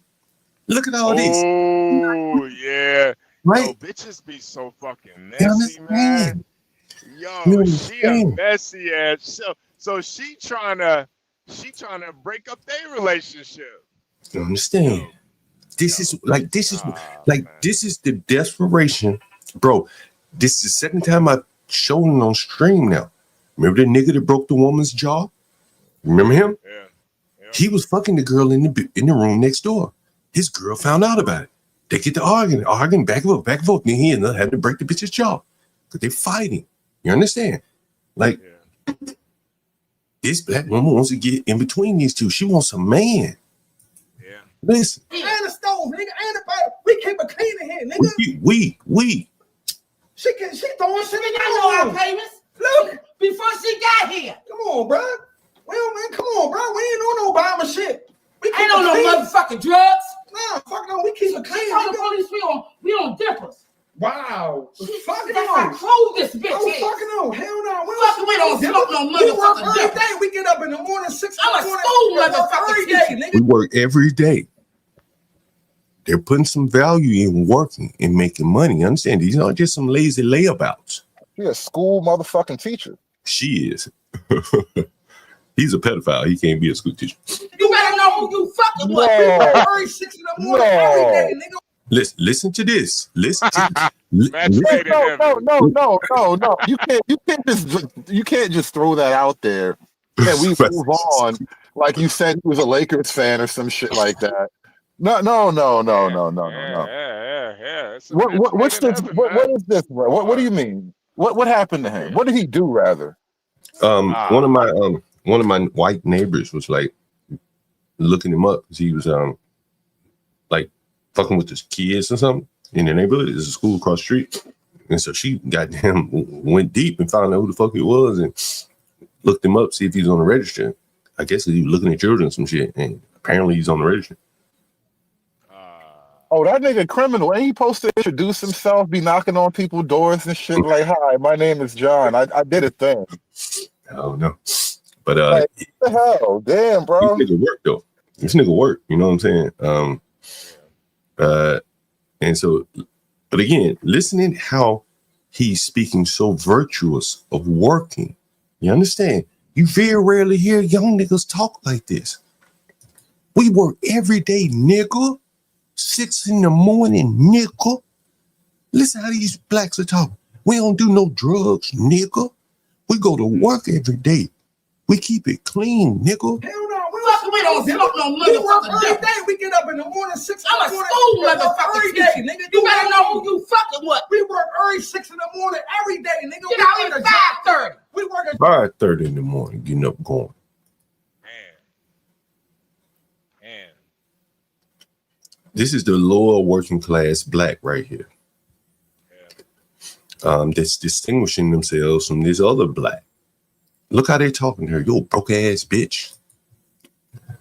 That's saying a lot too, John. He's basically saying, even as a pedophile drug addict, I still have more morals than you. I got a better job. I work, nigga, every day, nigga. Right? And the lady saying we. And listen, I know, like, how often do you hear niggas talk about we putting their head together? These two niggers put their head together, got a better room than she does. They got more money. They got, you know, like they doing their thing. You know what I'm saying? And she, on the other hand, is struggling. Small room. I don't know where she went to live after, you know, after her reservation was up, but she didn't have anywhere to go. It's just her. There's no man, not even this weak ass, crazy ass nigga right here. Morning, nigga. Shit, nigga, we bought our business. She wasn't even here. We about our business. We bought our business. She wasn't here until she got pedophile. Damn. Say what? She can't even get a pedophile. Damn. She's trying her best to get him though. She's trying to flirt with him, saying he like me, right? Right? You see what I'm saying? He like me, right? Pedophile man better than no man, right? Hey, don't throw shit in our room, throwing trash in our room. The stuff was by her door. Nah. When I opened the fucking door, bruh. she just threw it in here. Nah, bro. I'm not lying about that. We make money every day. We wake up, son. I wouldn't lie to you. She threw this. Hey, 12th man, we're on the Urban Landlord too, not just the Urban Landlord clips. 12th man may be watching on Twitch. We're on Urban Landlord too, 12th man. Yeah. Trash in our room, bro. Now, was she? So you open your door and she just threw trash in here, or Exactly she slid it up on the door? She threw it in our room, bro. She threw it. She threw it in our room, There you bro. go. There you I go. wouldn't lie to you, bro. I wanted the police. I'm a stand up nigga. I make my money every motherfucking day. I mean, my money every motherfucking Hey, day. nigga, I can call my mother right now, nigga. Call my mama up right now, nigga. And we gonna make some money right now, nigga. 12th man, hold on, 12th man. I don't think it's the poverty that's the issue. It's the lack of being able to like work together in poverty. Like, listen, my first like when I was in college, I lived in the dorms. We was all poor in the dorms. We didn't have no issues. We didn't have no issues. We was all But if you poor as listen, shit. these people are not. But see, again, poverty is not the issue. These people are not. They don't feel poor. Nigga, they say they work every motherfucking day, nigga. Right? Yeah, that's not the issue. That's not the issue. The It's money the is other woman. The other woman who doesn't have any money, broke, no man, right? She's the issue. She fucked up the whole tempo in the house, right? That's the point. These people were content. Look, I settled in. All that shit ain't mine in there. All that food and shit. These people were content, but a desperate, lonely old woman come in there, flirting with this man, antagonizing his woman to the point that they all had to leave. Does that make sense? This is not about poverty, right? Although you're seeing two different levels of poverty here. I ain't got a lot. I ain't got a lot to you. Somebody want dippers. You really want us to go? Dippers? We don't smoke no motherfucking dippers. You better worry about what you doing tonight. We don't smoke no motherfucking dippers in here. Nigga, we You working better worry about job. what you doing. Nigga, we working here. Man, how often do you hear blacks, low-class blacks talking like this? We work, nigga. We work. We got money. You know what I'm saying? Like, you know, that's a different class than somebody just laying about on it. Yo, I can respect these niggas, even though they're a little crazy, than JP talking about welfare. They ain't talking about they ain't mentioned no welfare one time, right? They just mentioned working. And then they got that additional person willing to help them. You say, I can call my mama. So now that means they got 3 people. This black girl, she out here swimming alone by herself. You don't work no home. You don't do shit in that fucking bathroom. Who cleaning that motherfucker? Ain't nobody cleaning the motherfucker. Ain't nobody cleaning that bitch. Every motherfucker body here is I ain't smoke no motherfucking dippers. We working here, Slim.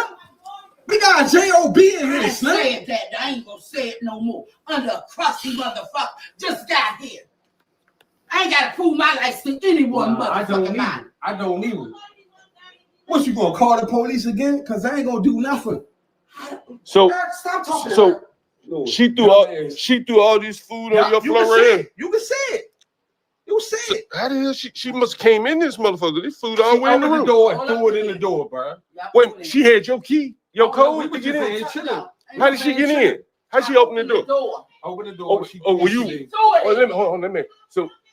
So when Where were you better walk out the door? That ass up. I'm too fucking old to fight her, but she got an good ass. Call your They daughters. need to fuck her ass up on the street. Let me That's call what somebody. they need to get her on the street. And it's gonna go beyond this. She think it's a game. She think it's a It's a game. motherfucking game. But watch.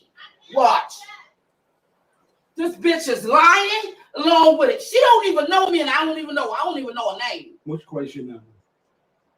They gonna take it. Be quiet. Be quiet. Be Get on the quiet. way. Don't call nobody while I'm in front of Get on the you. way. Spank. Get on the way. Be Spank. quiet.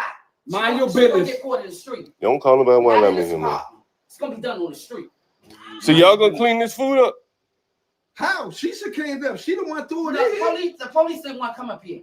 We'll clean it up, and I'm gonna sweep that shit right there. I'm not cleaning I'm shit gonna up. sweep that shit. Now how all this shit get out here? What y'all was fighting? She did that shit. We ain't got none of that. Shit. When have you came in and you seen The that? nasty bitch. The bitch is so nasty that she When- created when- a when trash we was can here, for when the we was door. here, have you ever seen that? When we was here, have you Yeah, ever seen have you that? ever seen it? Nope. You been here.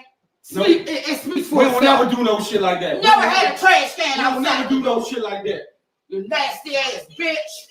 You nasty ass bitch. You can't even take the trash downstairs. She gotta have a can right there on the side. Hey Holmes, we don't never do no shit like that. You You know that. already know. You already know that. Right. Case right there. So irritating. And at some point they Wait, called her John, a so broke. that's so that's the one yelling nasty ass bitch. That's the teacher. Right, that's the teacher. Right. And the boyfriend, God damn it, the other God damn it! It's one of y'all kids' teachers right here, ladies and gentlemen. Nasty ass bitch. Don't even wipe your ass. Future of America. Don't even wipe your ass. America. Don't even wipe your ass. Nasty ass bitch. Oh man. Hood, what you think of the hood?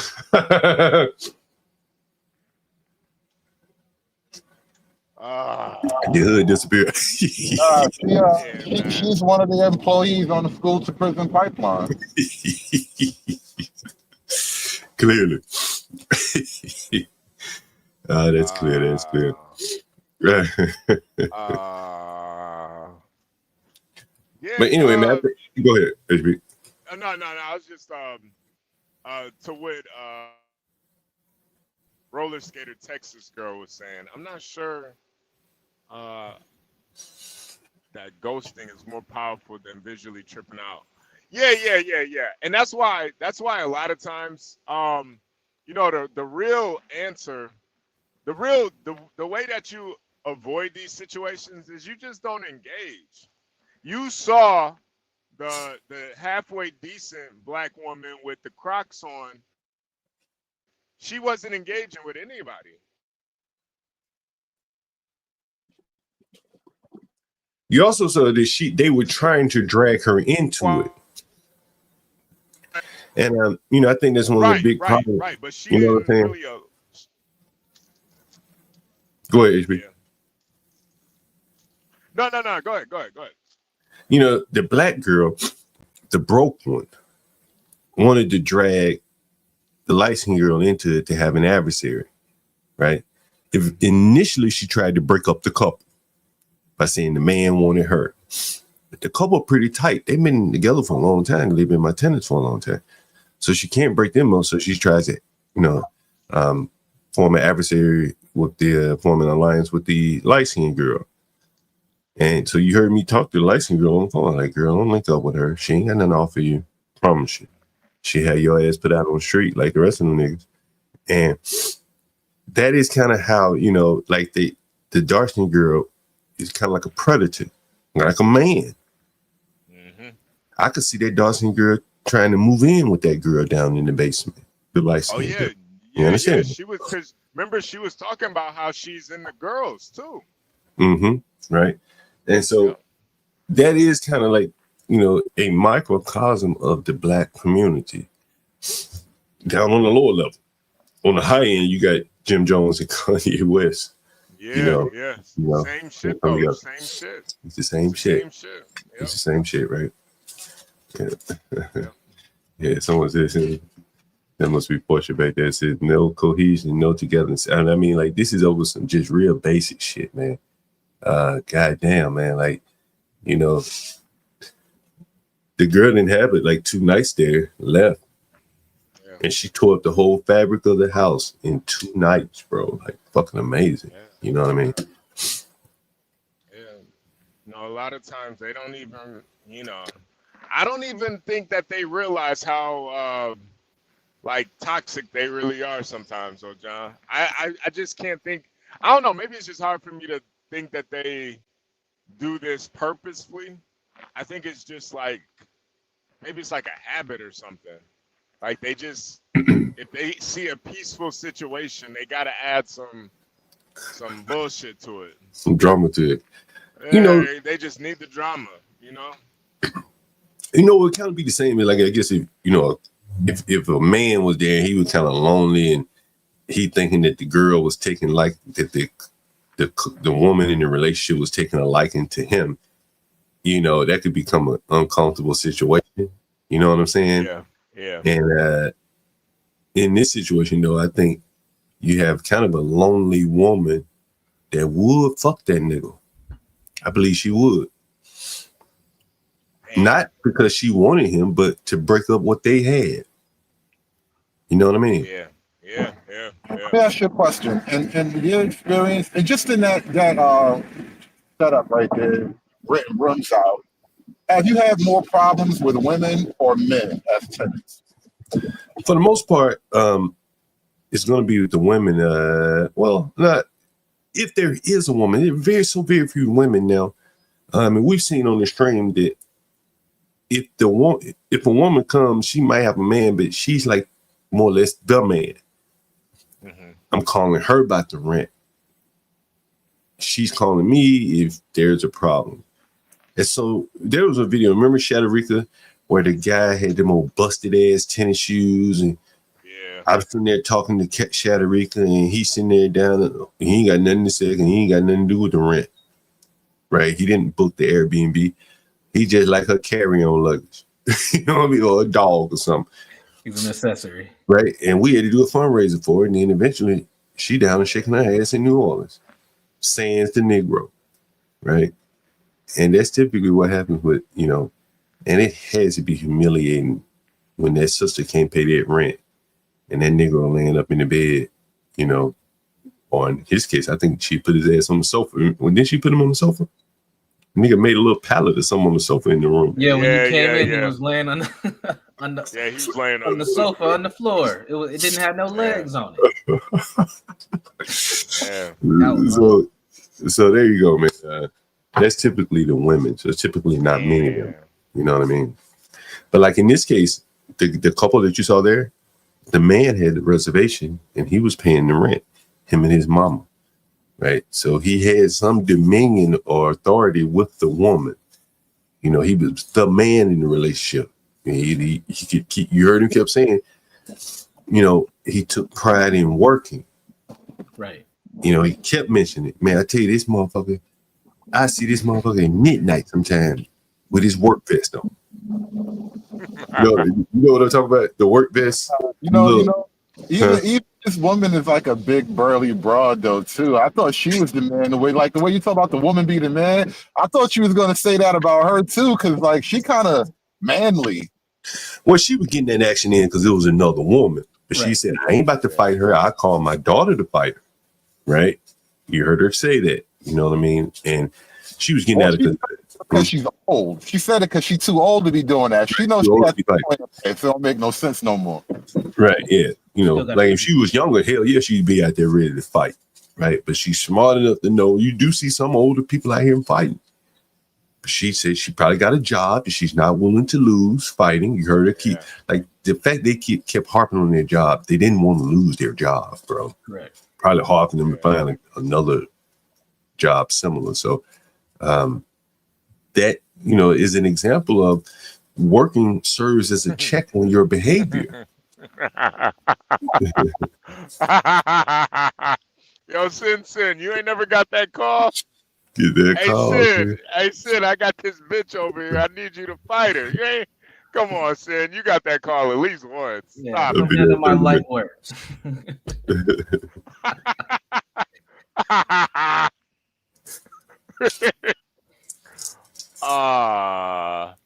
Damn. Man, what if she was like, you gotta fight it yourself, bro? Tell me how it went. John, they actually did that. That was like it was like one of those challenges online where there was like little kids that the moms would tell the little kids like, hey, I'm about to go fight somebody and they got a little son. I need you to go fight the son. And man, it was brutal. Some of them kids just started crying. Like, no, mama. Some of them little kids was with the shits though. They was with the shits. It's like, where that nigga at? Man. HB, can you see my screen? No, not yet. Man, I wanted to share this story with you guys, man. I had an Airbnb guest a while back. You remember I did a couple of live streams on Franklin Avenue? Yeah. And there was this. So I had an Airbnb guest, and he was a probation officer, whatever it is, somewhere involved in the pipeline when you get arrested for a crime, like, pre-release or whatever the hell it is. So he was the officer for this woman here. Take a look. News tonight here on News 12 Brooklyn. Thanks for being with us. I'm Amanda Bossard. After nearly 4 years, the case against Claudia Banton has come to a close with a verdict. News 12 Shakti Dennis was in the courtroom when the jury announced its decision and joins us now with that and more. Shakti. Amanda, the jury deliberated for about 3 hours, and you could really feel the anticipation when they walked back into the courtroom and read their verdict. Guilty on all charges. Something I needed to hear. This is a hard road. Emotions poured out of the courtroom as a jury found Claudia Banton guilty of murder and criminal possession of a weapon. She didn't think about what she was doing. So now you have to pay. 4 years after 42-year-old Delia Johnson was shot execution style on a Crown Heights I remember that. the family says they finally begin to heal. I need to just relax. I remember that, John. That shit. That shit was crazy, man. That's right where I did like several live streams here. Within a block of Drink Lounge there. Just walked up to the lady and smoked it there. Yeah, she like just totally collapsed. It wasn't even. Her legs didn't even twitch after that. It was just over. It was. She just turned her TV off, man. It was over. It was. She woke up in the afterlife just straight up. She just straight up woke up in the like Jesus, Abraham. Who was that?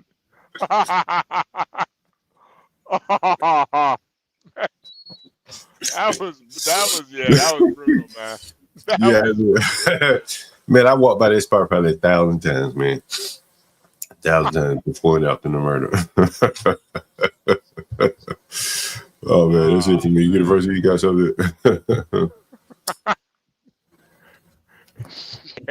Let's see. What did I have? Well, John, you sent us something. I didn't know the context for it. You put something in the group text. Let's see. Let me pull this up real quick. It was about the staring into the white woman's eye. Or did you put this in there? Does this look familiar? I'm not sure. Let me see if I can click on that. I don't know what I had this story. I had two more things too. But let's come back. Let me look at this and then we can come back to this one because I don't know the context just yet. But speaking of dialogues that have been going on, over the weekend, there has been a concerted effort to talk more about Black men and Black men achievement, to kind of circle back to our original thought process here. Oh, yeah. This lady went viral about a week ago now, where she was discussing Black male patterns. And also Torre, for folks who are familiar with Torre, he's also commented on this. They were both responding to the New York Times. They had an article about at Black colleges, a stubborn gender enrollment gap keeps growing. So I'm going to play this video clip and get your feedback, and then I'll play Torre's as well. watching the Netflix series Adolescence and having the conversation that misogyny is a sociological issue. This week, we are talking about the low rates of Black men that go to college. And once again, this is a sociological issue, which is going to require Black men to create any change if we're going to see it. What I mean by that is that male culture in general and Black male culture in particular prioritizes money, not college. Prioritizes the here and the now, and not the future and not lifetime earnings.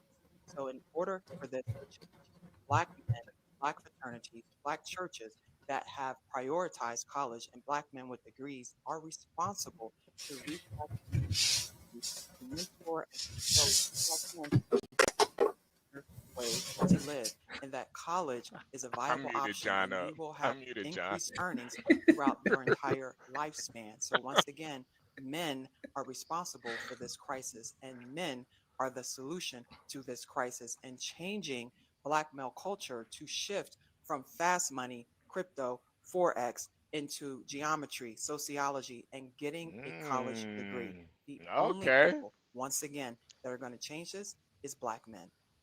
Okay. Okay, sister girl. Okay, sister girl. I've noticed something again. Why is it always the bald head chicks trying to tell Black men what they need to be doing? But besides all that, she does have a point. She does have a point. You know? Yeah. I don't know if she has the point she thinks she has, because over the years we've made a cultural, societal effort to give women more and more power over like the family unit, over their own personal affairs and whatnot. And at the same time that we reach peak single motherhood, we have the lowest levels of Black male achievement. Black boys especially are illiterate, all while we're claiming that Black women are the most educated. And I'm not going to say that it's totally like intentional, but there does seem to be a lack of desire to approach this issue as far as like women are concerned, because why is it only on the men if these are your fucking sons? That's a good point too. Yeah. I don't know. You know, I honestly, I kind of feel like it's almost like a psyop to get more Black men to go to college, like maybe try to shame them into going to college or something. But honestly, like it's too much information out there now. Black men have kind of, you know, they see what's out there now, especially young Black men. And I think young Black men, man, they rather take a shot at live streaming for a living than fucking going to college with y'all dumbasses. They rather go outside and do prank videos than you know. And I get it too, you know, I get it. It is really just the pursuit of money at the end of the day for a lot of people. So it's like, well, I'd rather just take my chances in this area. I think too, for like younger males, the desire to get out and earn money is a lot more pressing than it is for younger females. That's a good point too, man. That is a very good point. Yeah, that's a very good point. And then too, you know, the other thing too, it's so hard for Black men, like, because I have one of those families where my family, no matter what, they would let me stay with them, like everybody in my family. But for me as a man, I just couldn't do that. I just couldn't do it. Even though I probably should have. I probably should have just stayed home for a couple of years, you know, stacked the money up, then made some moves. But for Black men, man, we trying to get out the house at 17. Fuck 18. We trying to leave at 17. Soon as we can leave, we trying to get the fuck up out of there. Yep. And that, you know, because to speak on your case in particular, that assumes you had a decent home that you would want to go back to. a lot of guys, there's no safety net, you know? So it's like, why would I take on debt when I actually have to eat? Like, it's not, it's just not a viable deal for a lot of people. Yeah. Wait, John, I muted you. If you, I don't know if you know, John, I muted you. You were having some, my bad. Oh, damn! I don't know what's up with my mic today, man. I don't know what the fuck is going on. No, it sounded like you were like, you were bagging some groceries or something over there. I don't know what the hell was going on. I think for a lot of these men, you know, college is not the answer. You know what I'm saying? And they haven't come up with a viable alternative. You know, trade school, while that will work, I think at the point that at the age that they would enter trade school is too late. Yeah. You know what I mean? Telling an 18, 19-year-old man to go do a trade, then do an apprenticeship, and now he's 24 years old before the shit starts paying off. Like, that's just not going to work for in this day and time. You know what I mean? Yeah. But you know, my thing is like, why are these you know, why are these bald black women so concerned about it? That's my whole thing. Like, what is it? What's in it for them? What is money? Their agenda go? Yeah, Yeah, I was about to is. say. Okay, Research there money. we go. There we go. There we go. She trying to get a grant from her school. Why ain't little nigga boys going to school? That's Probably from the federal government, probably. You know what I mean? Yeah. The thing is, too, as much as it'll be a lot of the women trying to, you know, point out the issue, I didn't forget Barack Obama's My Brother's Keeper plan. When Barack Obama, your Negro, when Black Jesus tried to do something for black boys, black women capped that shit because you kept women out. Yeah. Yeah. That did happen.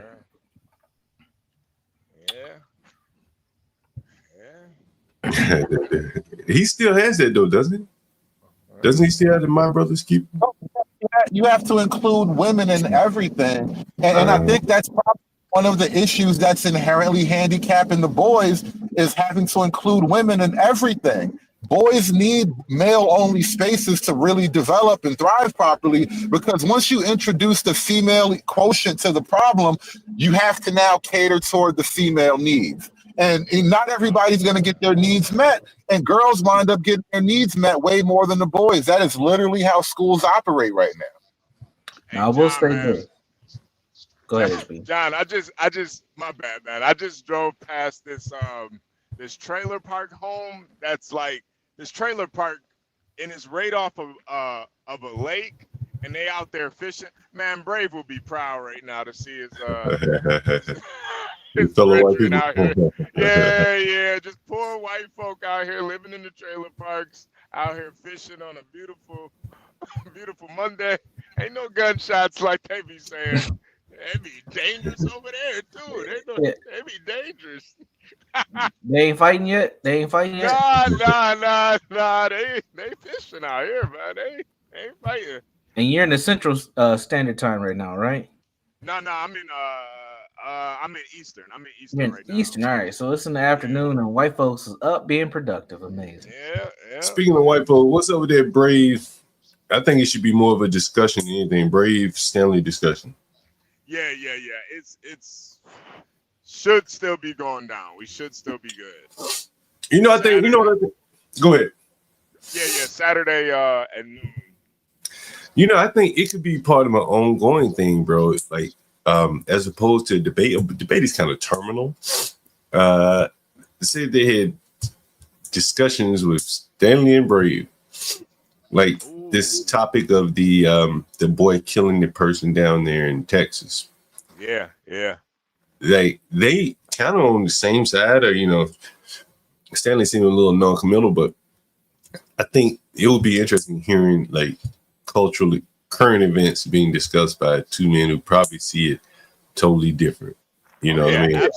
Absolutely. And I think I really do need to moderate it, but I think, man, them two moderated together, bro, they're box office, man. They're fucking box office. Like, think about this, Bray. Let's say you moderated. Say, all right, guys, we got 3 topics for today. We're gonna give you 2 minutes to talk about it, and then 2 minutes for Brave to rebut it. Then we'll go back on another topic, give Brave 2 minutes to start off, Stanley to rebut. Oh yeah. And so the first one be say, the killing of the boy in Texas. Stanley, let him start. Brave, he gives his point. His rebuttal. He probably say, you probably 70%. We're not going to debate the 70%. Where the fuck Brave gets that from? Who knows, right? And then at the end, after a couple, scenarios, they could just have a 5 minute go at it. Yeah. And then that could be time. 2 minutes to where Brave could sum up what Stanley said. 2 minutes where Stanley could sum up what Brave said. And then that would be exciting. You know what I mean? And you'd be able to kind of control it. Because they're going to talk over each other otherwise. Well, Stanley would at least talk over Brave. Yeah, but if it ain't a debate where it's like competition, hey, that fact, let them have their way, right? And then let Brave have his way, then Stanley have his way. And that would be I think it would be easier to do on a continuing basis, maybe once a week or so. And I agree. I think if we get the format right, we could like make this a ongoing thing, Yeah. There's a topic that comes out once a week, bro. Yeah. Yeah. Mm-hmm. Bring some like heavy hitters on here, man. You never know. Mm-hmm. That should really be the format for Stanley versus the World. He has an opponent every week, and a scheduled opponent with a specific topic, instead of him just ranting on all night. Yeah, that would be better. Not let people talk, but just give it more of a format. Yeah, he has to find a way to spice it up, and that would be a way by getting, even if you just let people come up and challenge them in a way that they at least get their point out. Right. I think it's a more engaging format than just cutting them off and say, I know where you're about to go with that. Because oftentimes you don't. Yeah. And it's defeating to the person who's trying to talk. And it also deters other people from wanting to even come up and say anything. Mm-hmm. Yeah. And then too, most of the times he's wrong anyway. He don't know where the hell people are going. Yeah. You don't know what the hell he be talking. Motherfucker. I know what you gotta say. No, you don't. HB says, Roller Skater Girl says, Texas, HB would be a fantastic moderator. This would be an interesting debate. I wish Deacon Dave was in the audience. Stanley would be damned to let anyone rock reality. Shredder says, Brave will let Stanley speak, but Stanley will spaz out, start yelling, ultimately. Yeah, I mean, we can't do that. You know what I'm saying? Because that would throw it off. Like I said, it shouldn't be a debate, because then, they're going to be nitpicking each other's points. But just their thoughts on certain topics of the day would be interesting. Well, what do you think? What do you guys think? Oh yeah. Yeah, no, I think Dave, come on, man. Mm-hmm. I think that'd be a lot better. We're still ironing everything out, but if this goes well, there'll definitely be more of them. You never know. We might, we might fuck around and get Stanley. Might get Thomas Sowell up here or something. Or He's about to kick the bucket at some point, though. That man's you talking all that shit. We might be able to get him up here, nigga. Now what you gonna say? Now what you gonna say? Well, here comes Deacon Dave. Deacon Dave was kind of giving it to Stanley in a very friendly way today. Will you say this fair, Deacon Dave? Sorry, I didn't catch that last part. What's going on with y'all, though? Not much. You kind of giving it to Stanley. You kind of giving it to Stanley in a fair-handed, level-handed way. Would you say that, sir? You're doing an effective devil's advocate. I like to mirror people, so I tried to give Stanley what he gives out. See if he'll stand on it. Right, and I think that he doesn't allow a lot of that on his panel, and I think that hurts him, to be honest with you. You know what I mean? That's part reason why I watch him. I do like to see who can take it or who could tolerate it, and it shows a certain amount of temperance that a person has. But we all know Stanley is he has a particular way. Once you learn how to deal with it, it's not so bad. That's just me. I think honestly, you know, if you were to ask me honestly, I think that like the number of people in prison. Did you notice how we talked about that? Were you there when you talked about that? Yeah, it was like 1.9% or something like that.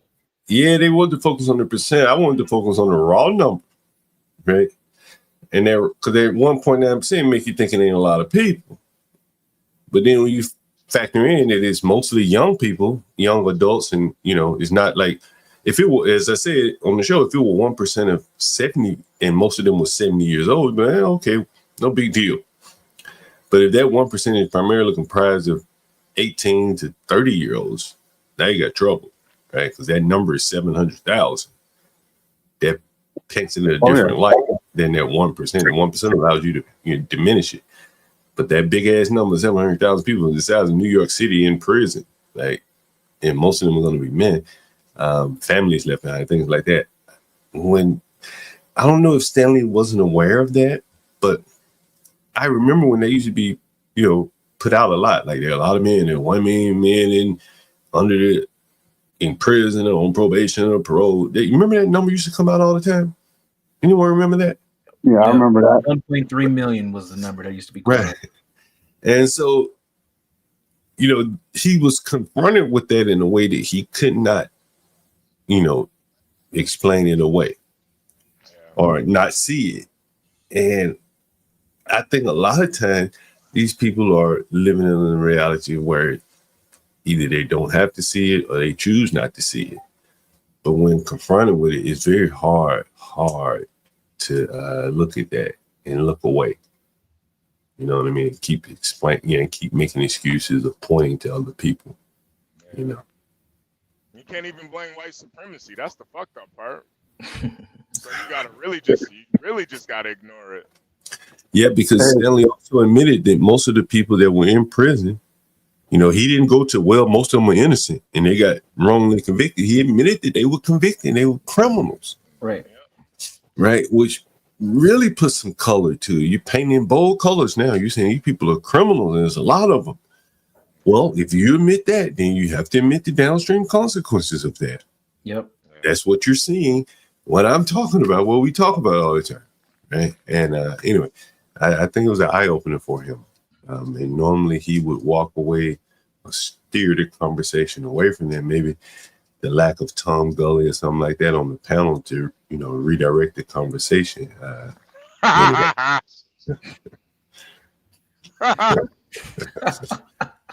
It's possible. It's definitely possible. Yeah, Tom does know how to redirect those conversations. Well, he's white. That's, you know, he knows how to steer the dialogue. Absolutely. But at the end of the day, we can't deny that the quote unquote black community has a lot of dysfunctions on multiple different levels, and it's not working. What we see is just not working. All the stats of what's supposed to be quote unquote positive and good, black people are at the bottom. All the shit that's negative, we're at the top, and we can't deny that. You can grab any number you want, and the shit just proves it. You can dissect it by state, region, fucking city to city. Don't matter. If you got more than 6% black people, we're fucked up. We're no matter where we're at in America. It's just the truth.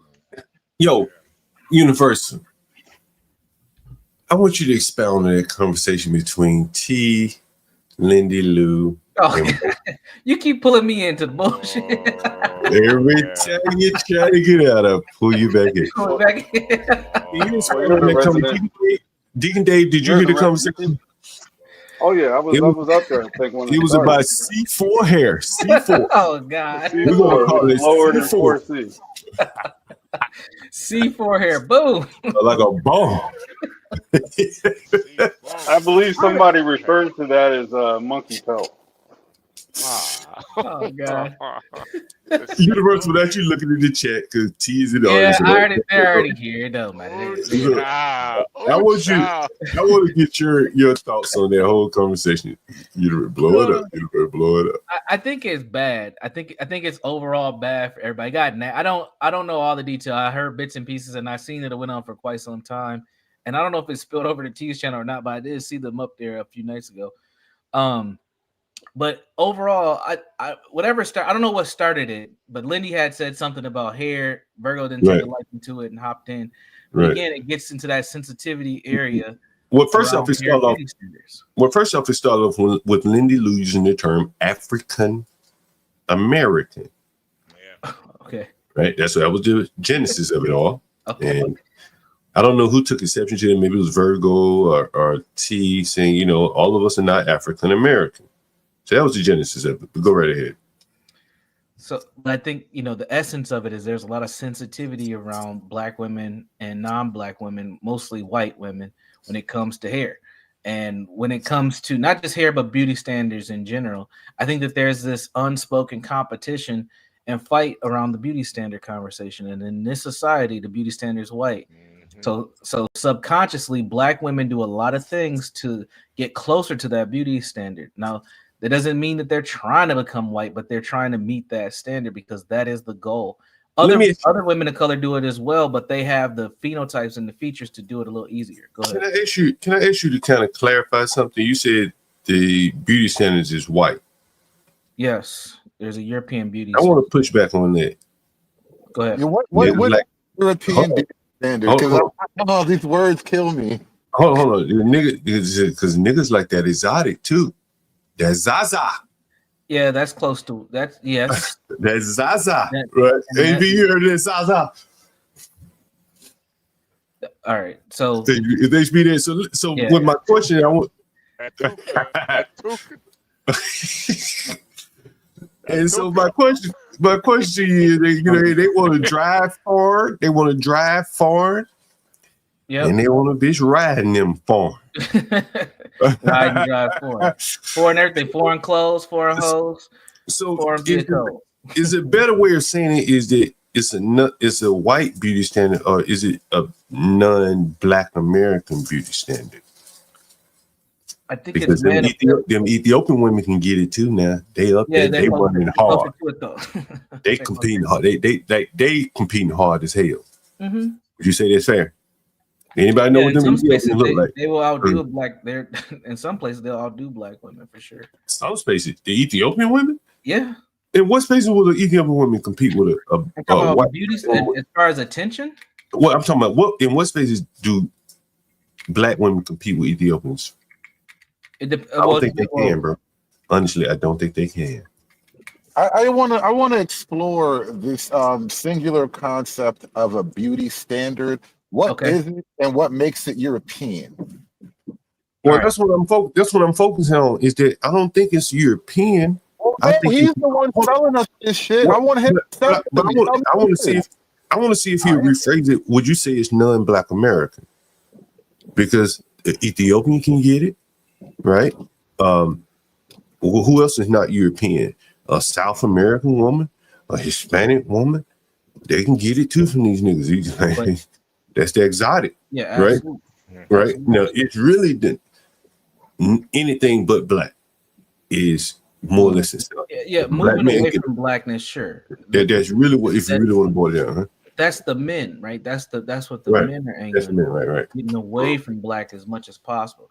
Yeah, and exotic does, it does fit within there. But as we talked about, Stanley, Yep, but as we talked about, that pinnacle is that white woman. I think that still reigns true at the end of the day. You think so? I think for a lot of men, yeah. Why, hold on. Why do you say that's true, and why is it a thing that we have to get away from? Well, I think it is true to a certain extent because it's like an accomplishment.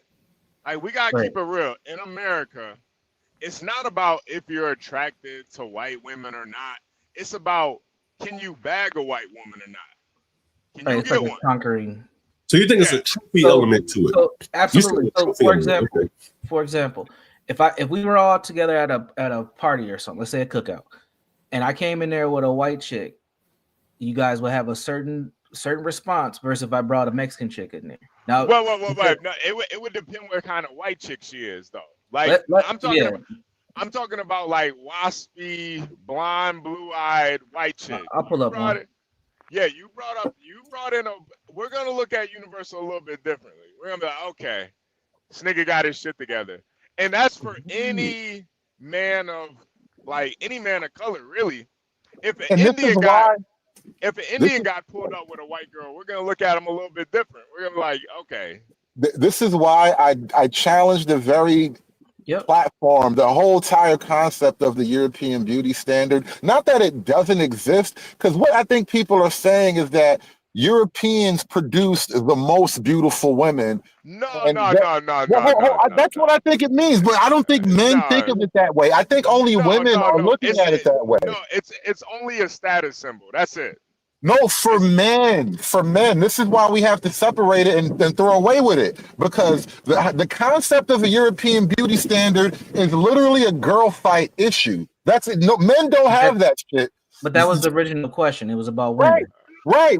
So therefore, what I'm trying to point out, though, is the untruthiness of it all. It's actually built on falsehood because men don't necessarily judge men because you got a white woman. Even the black man, if you got an ugly woman, she's ugly, bro. What's the point of having an ugly white woman? It doesn't make sense to have an ugly woman. Well, let me ask you this question. Let me ask you this question. It's a symbol in and of itself, but I don't let me ask you this question. Look at Tillable Rackins, right? If you Tillable Rackins said himself, like, look, in his ranking of women, clearly white women were the highest. Then if he couldn't get a white woman, he'd go get him whatever else he could get before he get a black woman. That's what he said. Yeah. And so when Universal said the white woman standard, I think it may be the highest standard. I think the real standard is anything but black. That was Tillable Rackins' standard. Pretty much. Yeah, but I think even for him, it was actually white women. Yeah. That's the highest. But if he couldn't get that, do you think he was going to settle for a black woman, or you going to say if I get him a Hispanic woman? Nah. I think for him, a nigga like that, he wants a white woman. That for him is the pinnacle. Mm-hmm. Like he wants a white woman. That's why even the white woman that he had, she wasn't even that bad. Mm-hmm. He gotta had a way more attractive black woman, Hispanic, Asian, but he picked a bottom shelf Becky just because she was white. That bitch didn't even look good. Yeah, she wasn't very attractive. No, that's true. I want to ask Universal a question. Yeah, go ahead. What is the value or the purpose of challenging the European beauty standard? Like, who benefits from that? What do I get from that? You don't get anything from it as a man. Black women get something of it from it. I don't care.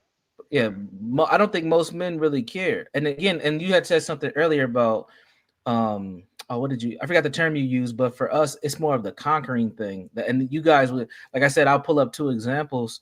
And if I was to bring these chicks to a party or something, you'd be like, oh, that's what's up. And I would probably get more clout points for bringing up a white chick than a Latina. I would still get clout. I still get attention, but they're like, damn, how'd you bag that white chick? Especially if she ain't just some old busted, big old fat white woman. You would get a lot more attention. That's the part I kind of challenge. I don't know how much of that actually plays because I don't know that being white in and of itself is a status symbol. Because there are so many levels to this shit.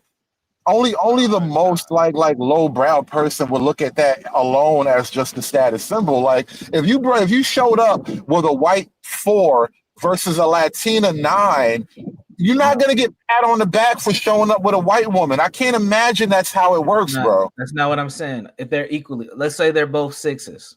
The white one, like let's put them on the same level. Right. So it's about the beauty and not the whiteness. That's my point. No, I don't agree. I think if you brought 2 6s, a 6 Latina and a 6 white chick, you're gonna get more attention for the 6 white chick than you will with the Latina. Yeah, nah, this why is America, though? Man. This is America, man. Because we've been racialized. I'm not saying it's right. I don't even fuck with white women like that personally. I don't know. America, Maybe you're right. Maybe you're right, but I think it's the weird internal black quirk. You know what I mean? I don't know. It's the thing that's really real outside of people's minds. It's just a weird conversation. But if it's in their mind, then it is a realistic thing because look how we respond to it. Just look at the difference between when black folk, well, we just use celebrities. When black male celebrities get with white women, it's a problem. When black female celebrities get a white man, it's not the same type of attention. It's due to the racial dynamic. We've been racialized to think this way. And then you add the difference in sex. That's a part of the problem. That's a part of our whole issue. You know, I'm arguing it's pandemic. You know, Hood, the thing too, when black women get with that white man, they glorify it, and I think they do, because from the white man, when the white man says that a black woman is attractive, it means more. That's why they glorify it. Yep. You know, earlier. Let me ask you guys a question here. How many of you guys have slept with white women? I have. I mean, if you don't want to answer, don't answer. But okay. Yeah, back to It's not tricky. I'm not trying to trap you or anything like that. So whenever I tell people I've never slept with a white, whenever I tell black guy, what? Really? What? Really? Yeah. And does the same thing apply with black women? Have most black women, is it odd if a sister gal talking to one of those sister gals and they say, girl, I ain't never slept with a black man. Is that odd? With a white man, is that odd? No, Some of the women in the house. Do you think that most sisters ask other sisters, or express shock when a sister said I never slept with a white man? Do you think they had these same type of conversations? I'm going somewhere with this reason I'm asking. I don't think there is the shock because black women aren't as desired across the racial line the way white women. All right. So what you're saying is that what Hood is saying is that the black men want to cross that line. Right? No, I'm saying black women aren't pursued across the line as much as black men find success across the line. Black men are more accepted. White men don't like black women as much as white women like black men. Well, the point I was trying to make, because I see people asking, like, and I think HB was saying it's like it's kind of like a trophy, right? Yeah. And I don't know if black women see it like that. Maybe because, as you said, they're not getting the same attention. Maybe they would if they were getting attention. No, I think it's a trophy for them too. I think when black women talk about how they've been with white guys, it's basically to like signify that, hey, not just black people find me attractive. Mm-hmm. Like for me, bitches are bitches. Like I really don't care about the race that much. It just is what it is. Like I've been with a bunch of different races of women, but black women and a lot of black guys, they like to signify it and let people know because I'm like universly attractive, and it's to basically say, hey, I'm better than you, nigga. all you can get is niggas and nigga bitches. Right, which goes into the same mind frame as the tenant we just talked about her recycling and all that shit. It's the same. It's from the same line of thought. Yep. That's why I don't think she's that crazy because I see. Go ahead, HB. Black women do it all the time. Look at what Latinos. What you won't see. You won't see biracial. You don't really see biracial women do it. You kind of women. Like who you date white guys and black guys. You gotta pull it out of them. They don't really have that. They don't really have that same like. They're biracial, so they're already accepted on both sides. But black women, they gotta go ahead. My bad. I was gonna say, look at what Latino says. HB, respond to that. A black boy brings a white woman home, and they talking shit about that girl. But as soon as a woman brings a white man home, they praising her. There is some truth to that. I think that these mamas have slowly started to accept white women with their sons. I think they've slowly started to accept it. Yeah. Look at Jaden Daniels' mama when she He had him a nice little sister next to him. She like, shit, I gotta get in front of this. Oh, John, you opened it up. Get in front of this. Right? That when this thing ain't good enough for my son. Like, there couldn't be this much interracial dating if the mamas, but most of these niggas come from single family homes, I would imagine, their mama is slowly being open to it. Right? We see it, man. We see it all the time. The draft is coming up, somebody say. These mamas gonna be sitting next to these white girlfriends.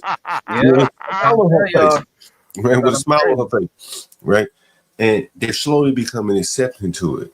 Right? And there's some reasoning behind that. You have to understand. Stanley's son, Stanley was accepting of it. Like, right, you have to be like, there is no way that you can see what we just shown on the screen today and not say, man, if my son can do better than this, my daughter can do better than this, I got to be open to it. Yeah, got to be open, right? All this shit we talking about, the prison population, this, that, you got to open your mind and say, man, if it happens, it happens. I'm cool with it. Yeah. Like, alternative could be. Hey, John, even my daughter, I'm cool with it if she dated a white boy. It wouldn't bother me at all. You understand? Like, I think it's anything but black. Deacon Dave, she was just born like 2 months ago. You already thinking about it? No, I got an 18-year-old daughter. Oh shit! Oh, God bless you, man. God bless you. Jesus Christ. Yeah. Not 18. Oh, God damn it. Deacon Dave, let me ask you this question. If your 18-year-old daughter brought home a young boy, Wyan, a black, no, let's just say a young boy, and he said, "Young boy, what you trying to do with your life?" He said, I'm a screamer, a spine rapper. I want to be like Black Boy Max, DDG. Who made the music? DDG, Black Boy Max. That's what I want to do, Mr. Dave. What you say? Don't get the fuck out my house, honestly, but that would be my response, man. But Mr. Dave, did he pull up Black Boy Cardi, whoever the fuck these niggas? But look at this, he rich, Mr. Dave. I'm gonna be Playboy Max. I don't know, my daughter's a particular type of way. She wouldn't. No, I'm talking about you. I'm talking about you. Oh, okay, me? Enough that she won't Playboy Cardi. Huh? Nah, we ain't doing it. I'm an aspiring rapper, Mr. Dave. About to get a deal with what's that nigga in Memphis? To kill Young Gotti. Yo Gotti. About to get a deal with Yo Gotti. Or Jay Prince. Yeah. About to get a deal with Jay Prince. About to have with Jay Prince and Yo Gotti. Right? He could be on the road to fame and fortune. Dave. Change your whole life around. Huh? Yeah. How about Yaya Mayweather? Oh, God. Yeah. Your son bring home Yaya. Yaya in that situation, but I'll entertain it. If she was looking for my approval, she wouldn't get it. Not from Yaya. If you had a son the same age, and he brought home Yaya, you get to go to the Floyd Mayweather family reunion. I don't know who Yaya is. I told him to have fun. I think it is a double standard. I tell my son to have fun, but my daughter, she got to be a little bit Would you want your son marrying into the Yaya family? Nah. Would you take Becky from the Valley over marrying into Floyd Mayweather's family? Becky from the Valley, her family owns a business versus Floyd Mayweather, who has millions of dollars. What should you take for your daughter or son? Yeah, I'd be cool. Yeah, you got her in that situation. Yeah.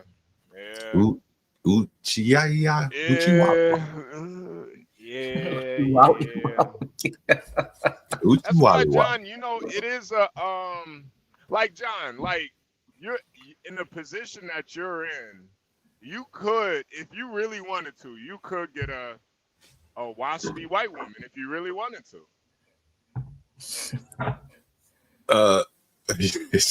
I never even thought about it, but yeah, I mean, I guess it ain't hard. Shit, a lot of people get them. Yeah, it's not hard. It's not hard. I mean, But what do you think? You Go could, ahead. and the difference is too, John. You could show a white bitch a lot of shit that these wannabe ass niggas can't even show her. Like you could bring a white bitch down to the hood, man. Stanley can't do that, man. Stanley can't bring a white bitch to the block, man. He can't do that. What do I need to go to the block for? Like he can't do that. This is enticing. Someone said they would choose Valley Girl over that Floyd Mayweather. Too risky. Your son, would you want your son to bring home Yaya or Valley Girl? Someone risky. from Orange County, right? Orange County, Yaya, or the Orange County Valley Girl. Who's dad on a small business. Nah, Yaya stabbed the bitch too, man. I can't do Yaya, man. Well, you get your that come with the money. You take a risk. If you stay out of the stabbing, out of the ER, you're being married into a very wealthy family versus the Valley Girl. Which do you say for your son or daughter, Universal? Yeah, I ain't gonna lie. I agree with Latino. I gotta pick Yaya or the nice girl that work at Wendy's. Go with the girl that work at Wendy's, man. Do they even have knives at Wendy's? Do they have knives at Wendy's? Somebody brought one up in there if they don't. Shit.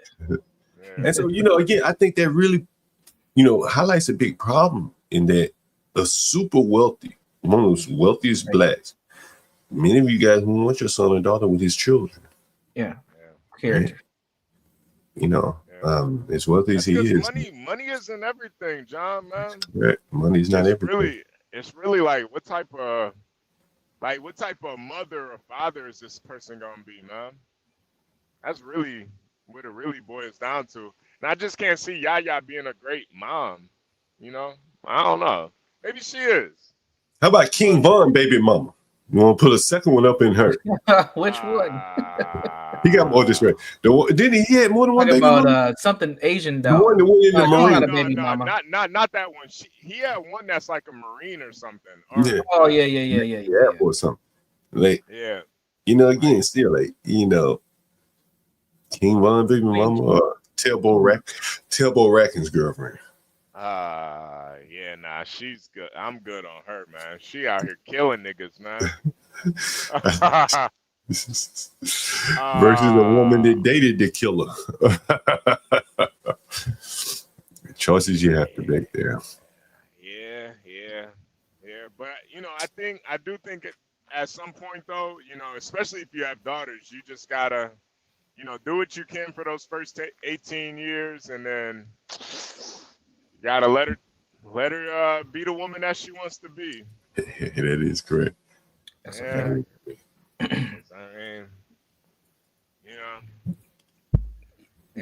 I'll be inching into Deacon Dave's area here in the next year or two as my daughter gets into the 7th grade. I wish we had some women on the panel, man.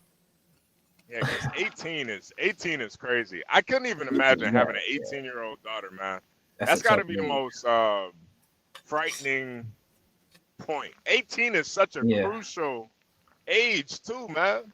I mean, Bad Baby became a millionaire at 18 just because she turned 18. Like that's how.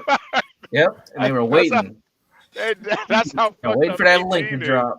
We need to get the Cross girl up here, right? See what they say, right? That's what's so fucked up about 18, man. God damn. Yeah. I wonder, because they both have children, right? Don't they both have children? T and Ross girl. Yeah, sons. I would love to hear what they would say. Yeah. Yeah, and T's son brought home Yaya. I want to hear the mothers. Yeah, T is actually in that realm right now where her sons are probably bringing some women home at this point. And if they not, they definitely clapping some cheeks. They definitely doing something. Yeah, that'll be interesting. Yeah, nah, T. If I were you, I would definitely be inviting these little heifers over for dinner, so you know what your sons are getting into. Yeah, 14. Yeah. He He in there. Yeah, He looks. yeah. He might be talking too. He might be talking. Like this is when you start getting in your bag a little bit. Start seeing Which, where you know who bring probably Portia probably be better to do this topic. You know, ladies, who would you want your sons to date? You know, these scenarios right here, they probably would be more apt to talk to Portia. Look at it. Oh, he has a girl. Oh, T. Come on, hit the notes. Tell us about this girlfriend he got. Tell us what does about his girlfriend look like? Give us some. Yes. What does she look like? Her skin What tone. he look like?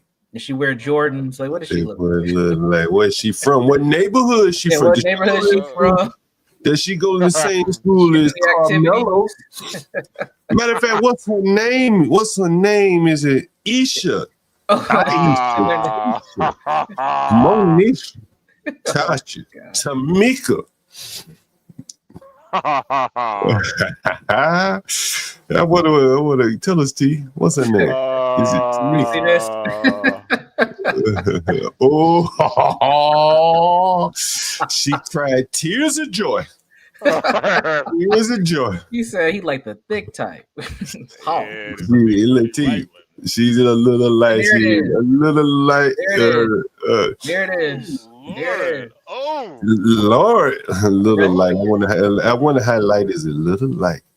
The little light. Is she lighter than you, T? Light skin Lauren. I like that, T. I like that. Is she a C4? Is she a C4?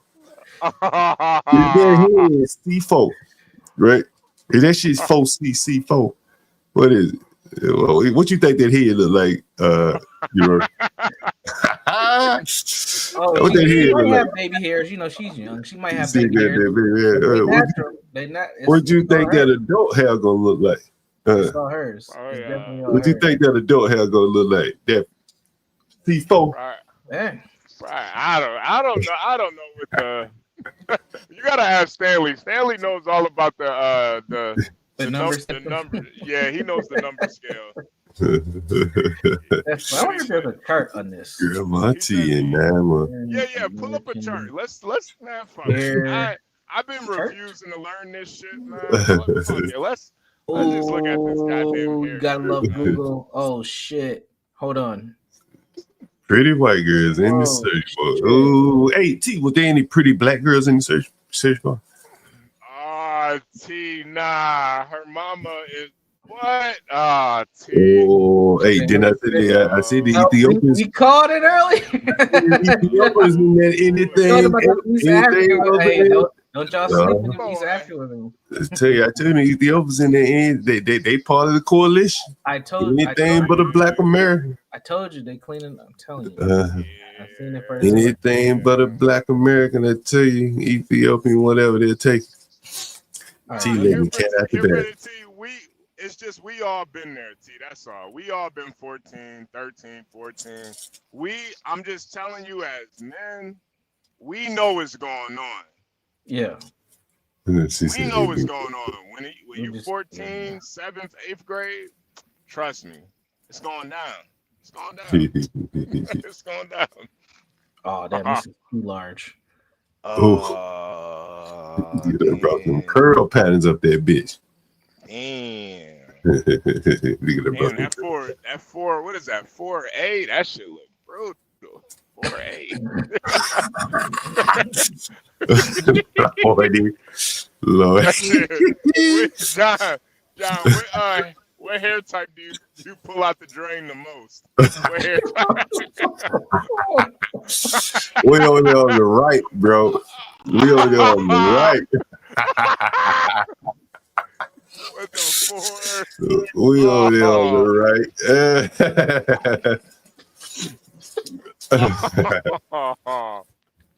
Damn.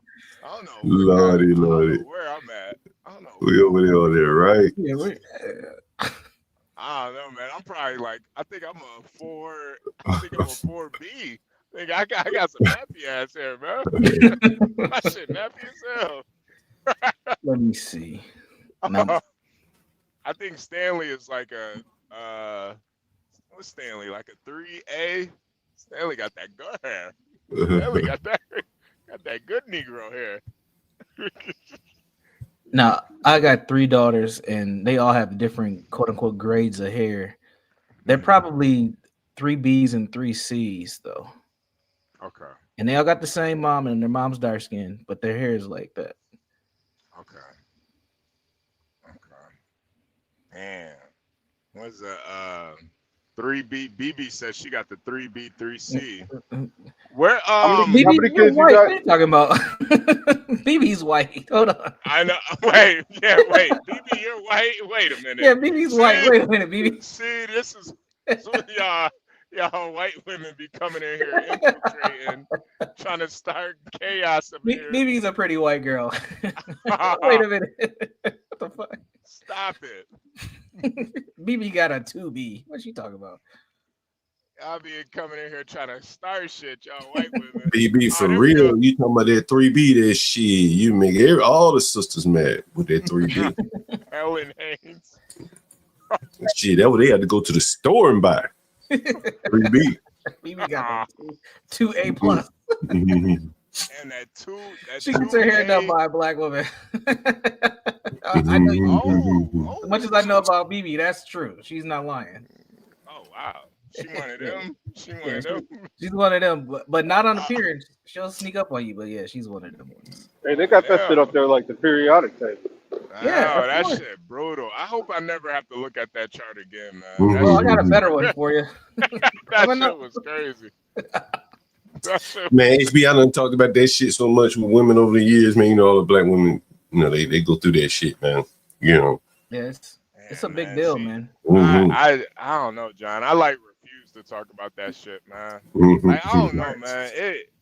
It's just too like convoluted for me, man. Like it's like, just do your hair. Like why you gotta yeah. so complicated? You know? Yeah, that's a good one there. It's a little grainy, but this is one of the best ones. So you can see when it's wet, flat iron, and different things and all that shit. So yeah, man. They didn't even go down the rest of they just stopped at the 4s and 3s. Yeah, this is just the black. So this is just for the black women right here. Ladies. Any black women in the chat, go ahead, write down your number. Yeah, in put the your chat code in. Yeah, we're doing Nigga, I like all this shit. Honestly, man, that shit thick like that. Nigga, I like all this shit. Yeah, I honestly don't I like that shit when they thin and all beating the hell with perms and shit. Yeah. That shit thick and healthy right there.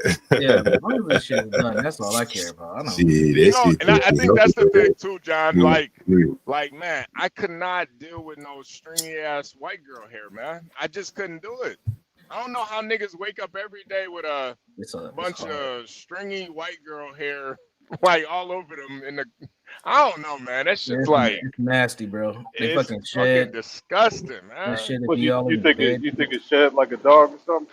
They do. It does. Listen, do. I clean up after the motherfuckers. I know it does. Yeah, they do. They shed. does. God damn, Yo, listen. bro. Some Yeah. of the white girls, they hair will literally get like inside your drawers and shit. Yeah.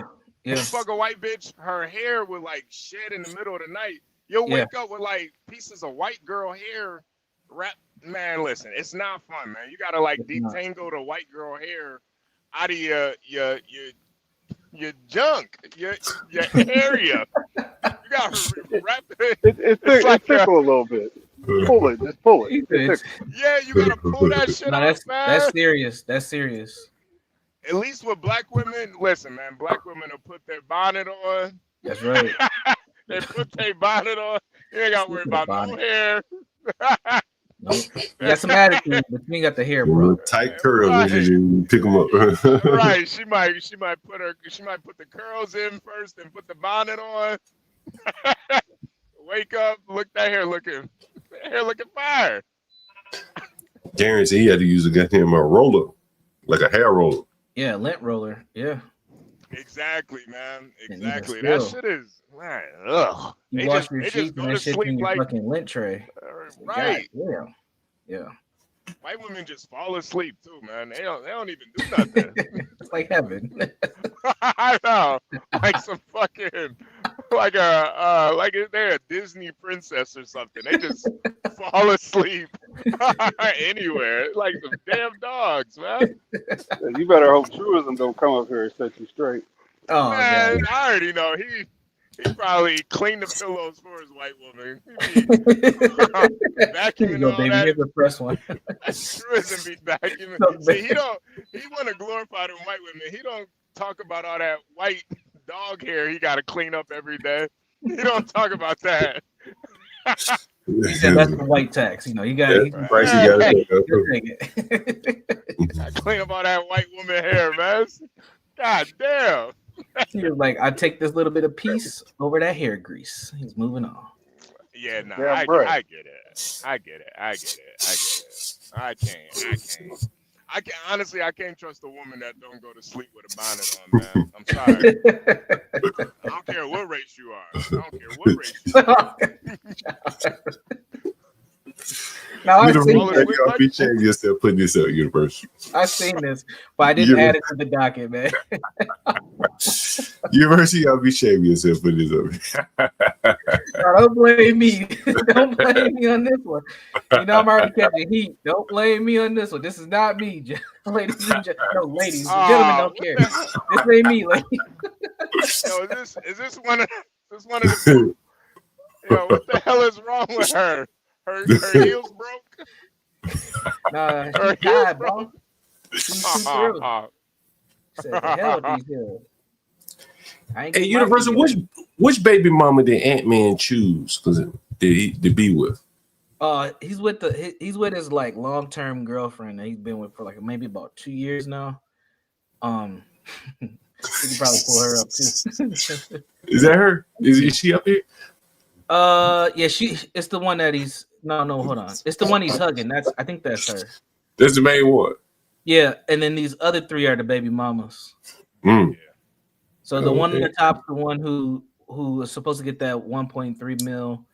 These other two, the one at the very bottom in the pink, she just came out because she was saying like he's doing this, but he ain't really taking care of my child. And then this one in the middle, I forgot who she. I forgot who she is, but she's somebody's baby mama. But yeah, man, this man is wilding, man. He's fucking up a bigger bag than what he already got, man. Doing this stuff. Yeah, he's really fucking it up. But again, I think that this is part of just this next generation because he's a Gen Zer. They just don't give a fuck, man. They don't care about a lot. Even with this talent opportunity, he's out here being reckless. Yep. And he's honestly, too, like the biggest hole in his game is he does not know what to do when a double team comes. Like Curry knows how to pass out of a double team. When they switch up on him, he knows who to pass to, who's gonna make the outlet pass. This nigga does not know what to do. Yeah. When that double team. So what ends up happening, he'll make a bad pass, it'll be a turnover. He'll pass it to the wrong guy that can't make the pass. It's a turnover. And I don't know, man. I feel like being able to predict a double team when you're the star player, there might be some deeper meaning to it. I don't know why. Like sometimes you got to be able to predict what type of bitch you fucking with. The double team. The double team. Yeah, you got to predict the double team, man. You got to know what you're going to do before it even happens sometimes. Now, being 24 years old, I don't know if that's 100% of an excuse. Like you gotta still carry yourself a certain way. And I think, again, me and John talked about this months ago about black athletes and non-black athletes. You see the difference in how they carry themselves, man. And that's what makes him not marketable. They want him to be the face of the league, and he has a wide open lane. Zion keeps getting hurt. Steph, LeBron, Durant are all old. John Morant keeps getting in trouble. He has a wide open lane to be that face. For some reason, they don't want Tatum to be the face. He could be the face, but he can't get his off the field shit or off the court shit together. It's fucking up. John, I seen that story too that you just. I swear we on the same algorithm or something because I seen this shit too. I was like, oh my god. But this, I mean, in Atlanta though, it is this bad down there. Like it is this bad.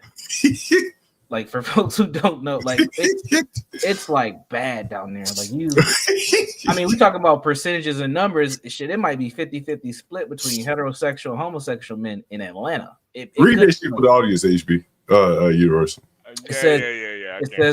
It says Atlanta's so gay, I just accepted it.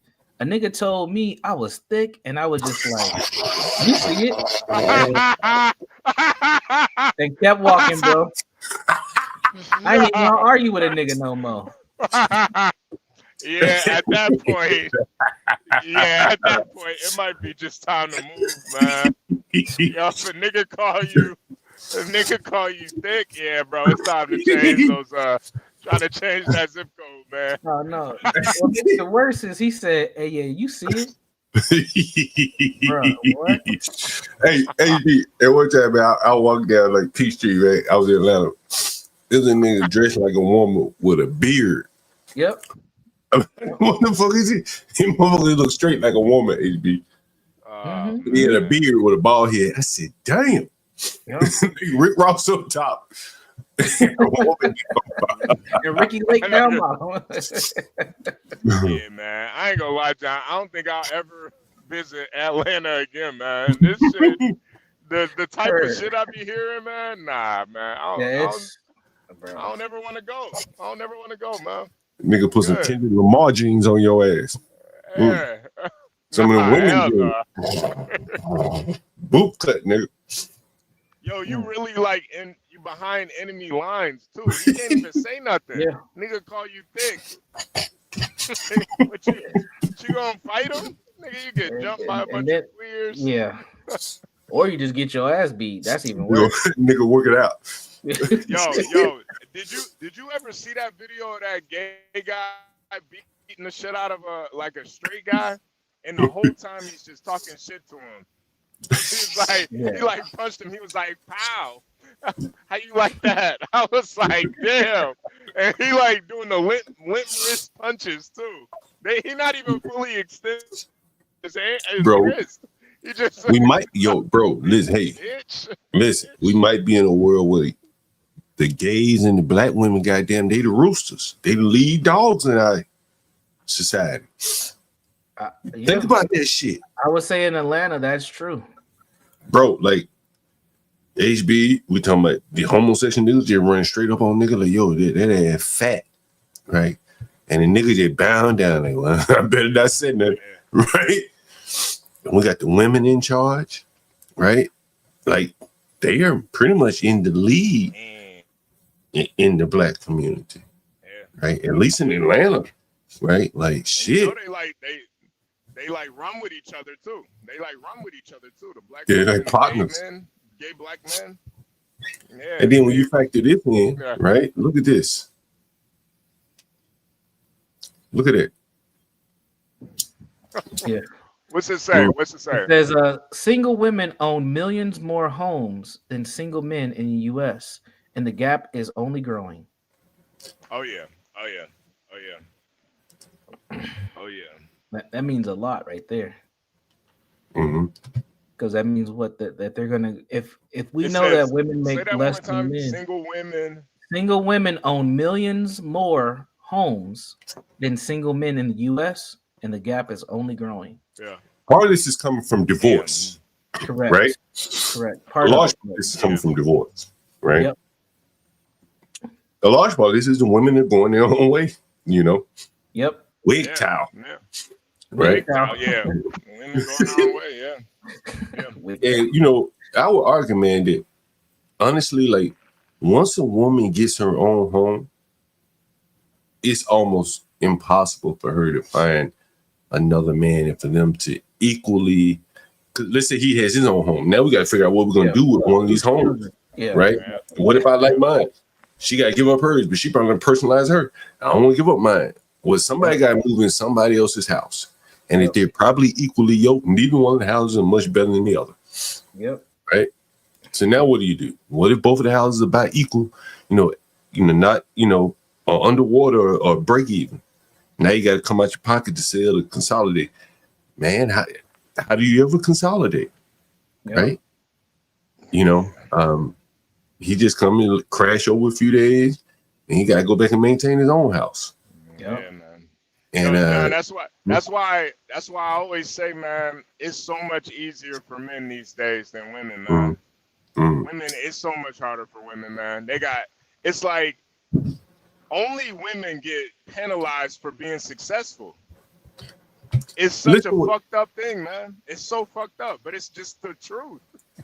Listen to what T is saying, and I think she's missing something here. Do you see what she's missing? Yeah. You see what she's missing? Buy She said, buy a home together if you're married. Okay, sorry, you can read it, HB. Go ahead. I didn't know you could see it. Buy a home together if you're getting married. Problem solved. What's she missing there? People ain't getting married. Well, what if they do get married? What if they do? What if they do get married? In this situation, where they both have a home, right? Okay. Or what? What do you? What are you saying? The scenario she's talking about is if they meet each other early enough where neither one of them have bought a home, then you buy a home together. Problem solved. Yeah. Right. But if they bought a home already, yeah. If they're 22 years old and meet each other, they buy their first house together, like the old white picket fence and shit. Okay, that suggestion works. But if you're telling them to go buy a home together when they already have a home separately, now this shit becomes a problem. You got to have some equity. Somebody got to give up something. Yeah. They may not want to give There's a up. sacrifice that needs to be made. Right. Because everyone that has a home, I would imagine if you've been there a couple of years, you probably added some feature that you like. Correct. That you don't want to give up, right? You move to that neighborhood, whatever reason, because you like living there. She may not live in your neighborhood. So on and so forth. So I think it becomes much difficult to combine once you already start building foundation for yourself somewhere else, separately. Yeah. Absolutely. I mean, we hear it in the dating market all the time, where especially when you start breaking down by race, I got a good job, I got a house, I got a car, I got all these things, and then it's like, well, where do I come in? Because I got those things too. How do we blend these two things together? And there is a sacrifice that has to be made there. Well, let me ask you this question. Go ahead, HB. I ain't mean to cut you guys off. No. I was just agreeing. Like I think it is so much. There's so much like nuance to it. Like it seems easy, but I feel like it's really not. I don't know. It's not. Go ahead, John. Now I was going to ask you. I figured I was going to ask you. Someone says she moves in yours and you make hers an investment property. If you got that kind of want to do what I do. How many people want to do what I do? What if you all went? I had a buddy get married to a woman, and he lived on one side of town and she lived on the other, right? So they tried to be the landlord game, and going all the way across town in Dallas for one property, bro. It just became too much, and they ended up selling the property for a loss. And that probably was the best thing because it allowed them to keep, at least focus on one foundation, the house that they were currently in. But it came at a loss, you know what I mean? And I'm sure that led to the divorce because she liked her house, right? Ooh. And she had to lose it. Had to lose, I didn't even think about that, John. Yeah. Imagine that being brought up. Like, y'all moved in together and she like, I gave up my shit for this? Like, that shit. That's why you don't do it. That's why you don't do it. Yeah. That's why people are hesitant to do it. And then they get into it and they want to do it and it ain't the right time. The house on sale or appraised. Man, that shit is tricky. Right? Yeah. They end up pulling 2 mortgages. You remember we talked about the other day, the PSYOP, where America's moved so far apart. And they got 10 light bills, 10 utility bills, 10 rents, 10 mortgages, so on and so forth, because your family is everywhere. And that is what's happening here. People are, progressing in their life before building a foundation with a partner. Right. And by the time they get the buildings, the foundations up, then it's kind of hard to merge 2 houses. Right. You already got 2 foundations. He built his, she built hers. You got to get rid of one of them, ultimately. Very interesting. Damn, it is very interesting. But I do think it is a very like I'm not gonna take anything away from the women that are doing this. You know, like I think it is a good. I don't know if that's a sign that there's a lot of good fathers out there or there's good mothers. I don't know what it is, but you know, millions that's a big number, man. Millions or more? Millions more? Yeah. Yeah, millions is crazy to me. And it's growing, right? So we didn't talk Yeah. about the growing part of it. Samuel Giroux says PSYOP is just a product of the e-culture of today. No, I think it's something that even when I was growing up, it was like move away from home. You know, you look at people back in home, you're like, hey, damn, you still back in your hometown? You know, it's kind of embedded into the psyche. Go out, young man, be a pioneer. You know, if you live in a small town or something like that.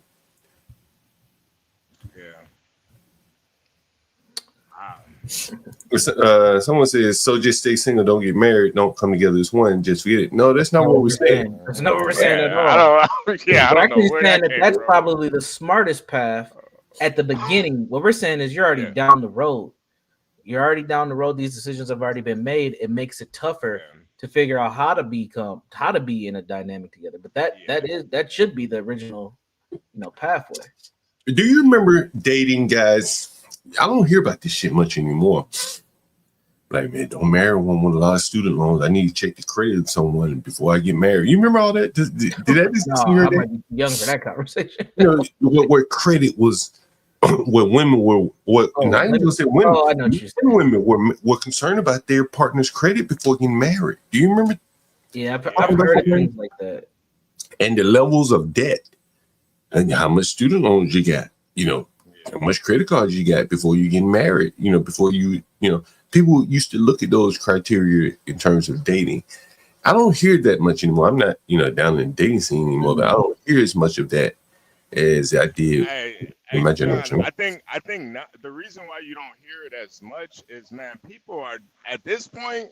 People are just looking for somebody that they can just get along with. Yeah, They'll figure all that other shit out down the line, bro. Yeah, like at this point, I take a bitch. If I can get along with her, if I can get along with her, I'll take a bitch with 3 kids and amputated arm. At this point, I don't give a fuck about.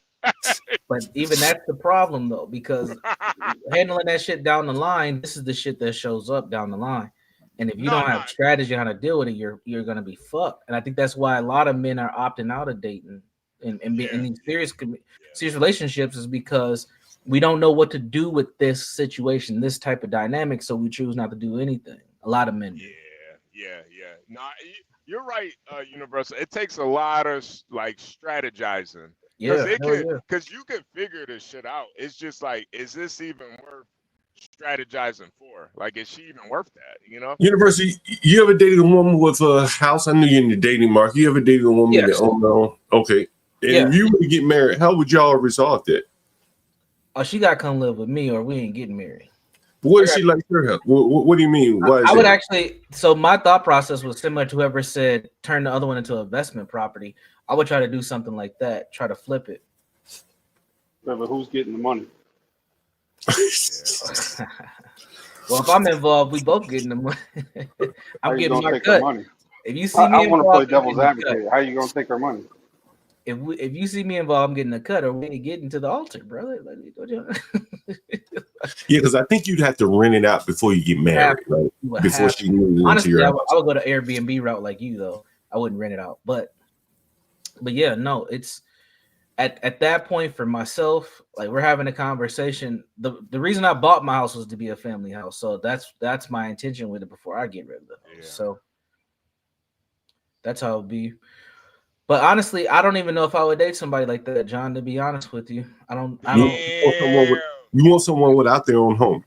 Yeah, it makes it easier to just bring them into what I already got. Really? That's interesting. I never heard anything that's it. John, I feel like there's a lot of men like that, and I think this is what Really? makes it so much harder for women than men dating. Because there are men out here that will hold your success against you. I'm not dealing with no successful ass bitch I that got didn't her say shit that. together. I didn't say Really? that. Fuck I would that. say so. For Fuck example, well, I see what you're saying, HB, and I agree with you, but that's not necessarily my angle. It's not that they're not successful. There's a lot of successful women. They're in apartment buildings. They got a dog and shit. Like they have a certain dynamic going on. Yeah. But for me to take that next step, if she already had her own place, and it was and we got to a point of getting to a space of getting married, and we had to decide where we're gonna be.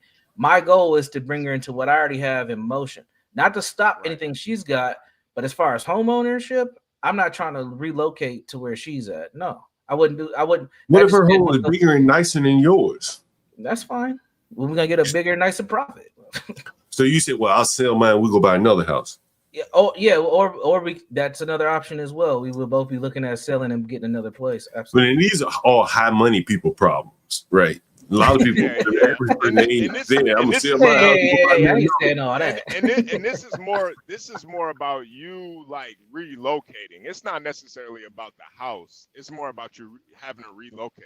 Right. There's some other dynamics too, like where if she has children, what school district are her kids in? My children, like I would still have to factor in some other pieces too. Hey John, you gotta have a woman. You gotta have a woman out there, man. But see, he's talking that misogyny stuff. No, I How am I don't being think so. I don't think misogynistic? so. I mean, he's saying he providing a house for a woman. I don't think that's misogynistic. It's not. I'm being facetious, but No, you I gotta know. have a woman to see how they That's gonna how it's react gonna be to it. heard. Yeah, no, they're gonna hear whatever they want to hear. But I course. definitely understand. Like it's just a lot more complicated at that Yeah, point. yeah. Things are complicated. Yeah. Like honestly, a good fit for me would be a woman in her late 20s, early 30s, no kids, who's on the upswing of her career. She'll be a perfect fit because I can bring her into what I have going on. She can still be a career woman. She doesn't have to necessarily be a stepmother, and if she wants to have a kid, she's at the right time and age to have her own child. There could be some synergies, kind of what you're saying, right? Exactly. You know, yeah, I see what you're saying. Yeah, that's very interesting. Yeah. Very interesting. And I can take my time too. Now look at here for the T says if her house is bigger moving than hers, especially if y'all, I think a man just so I don't know. man, look, I ain't moving no woman's house. Period. Yeah, I can't do it. Thank you, John. I didn't want to say it, but I can't do that shit, man. No. I'm doing this shit. I don't even like women to drive the car when I'm in the car with First time you get to arguing, she be like, "It's my house." Right? Or you bump into a wall or something, and be like, "Oh shit!" I just feel too self-conscious moving in somebody else's house. Is EAE still in here? EAE seen my crib. He knows what it looks like. That's just my thought. I had them problems. I don't know, man. And then too, like, you gotta think about the type of nigga that would be okay with moving into a girl's crib like that too, man. Like, what kind of man would really be cool with that? A lot of men are. There's a lot of, like you brought it up earlier. There's a lot of dudes who would welcome that, honestly.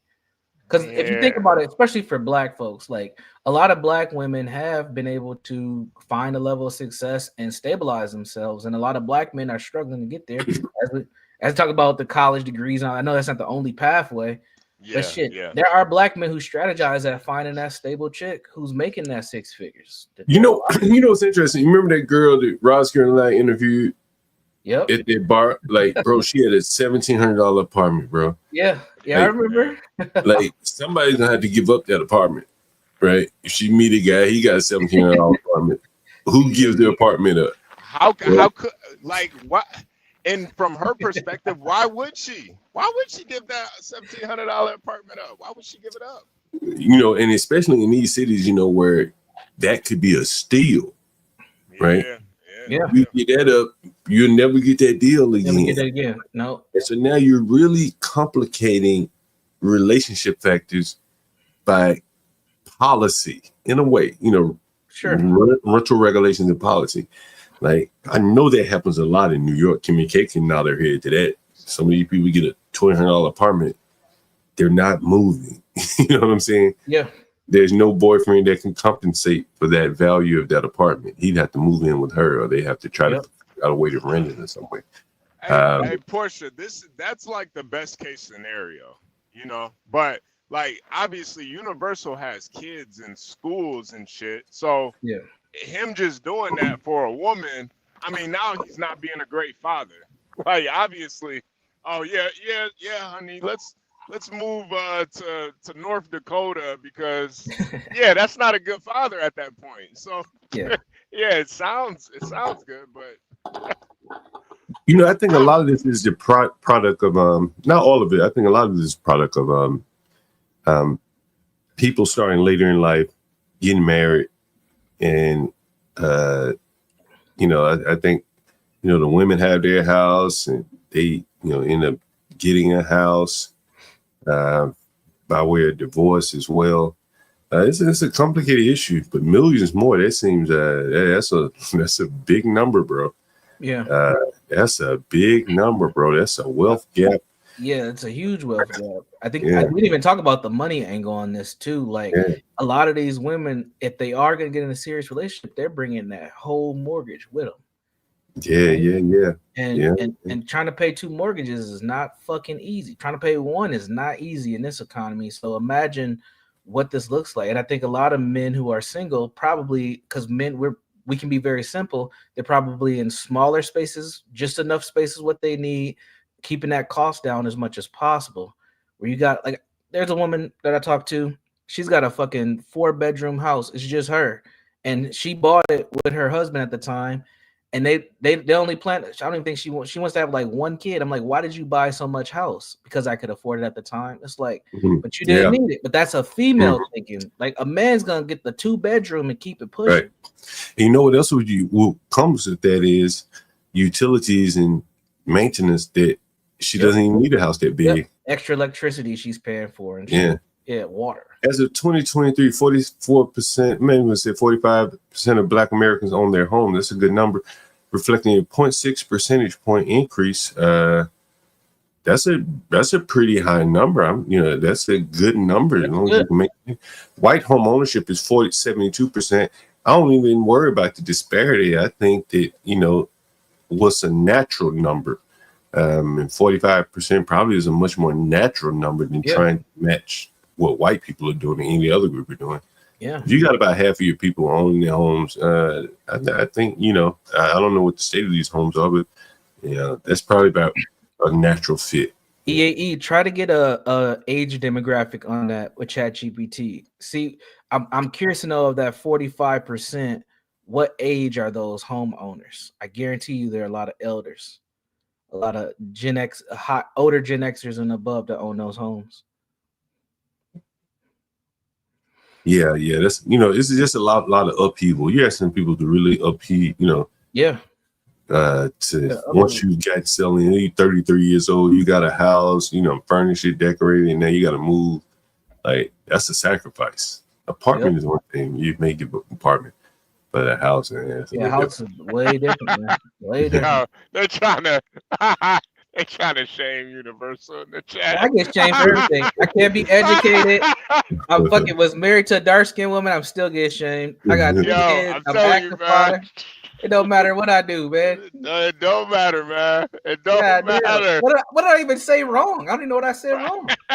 Because I'm a black man. Y'all should be happy. You're a single dad with kids. Yo, they make it seem like single dad with kids is like on the same level as single mom with kids.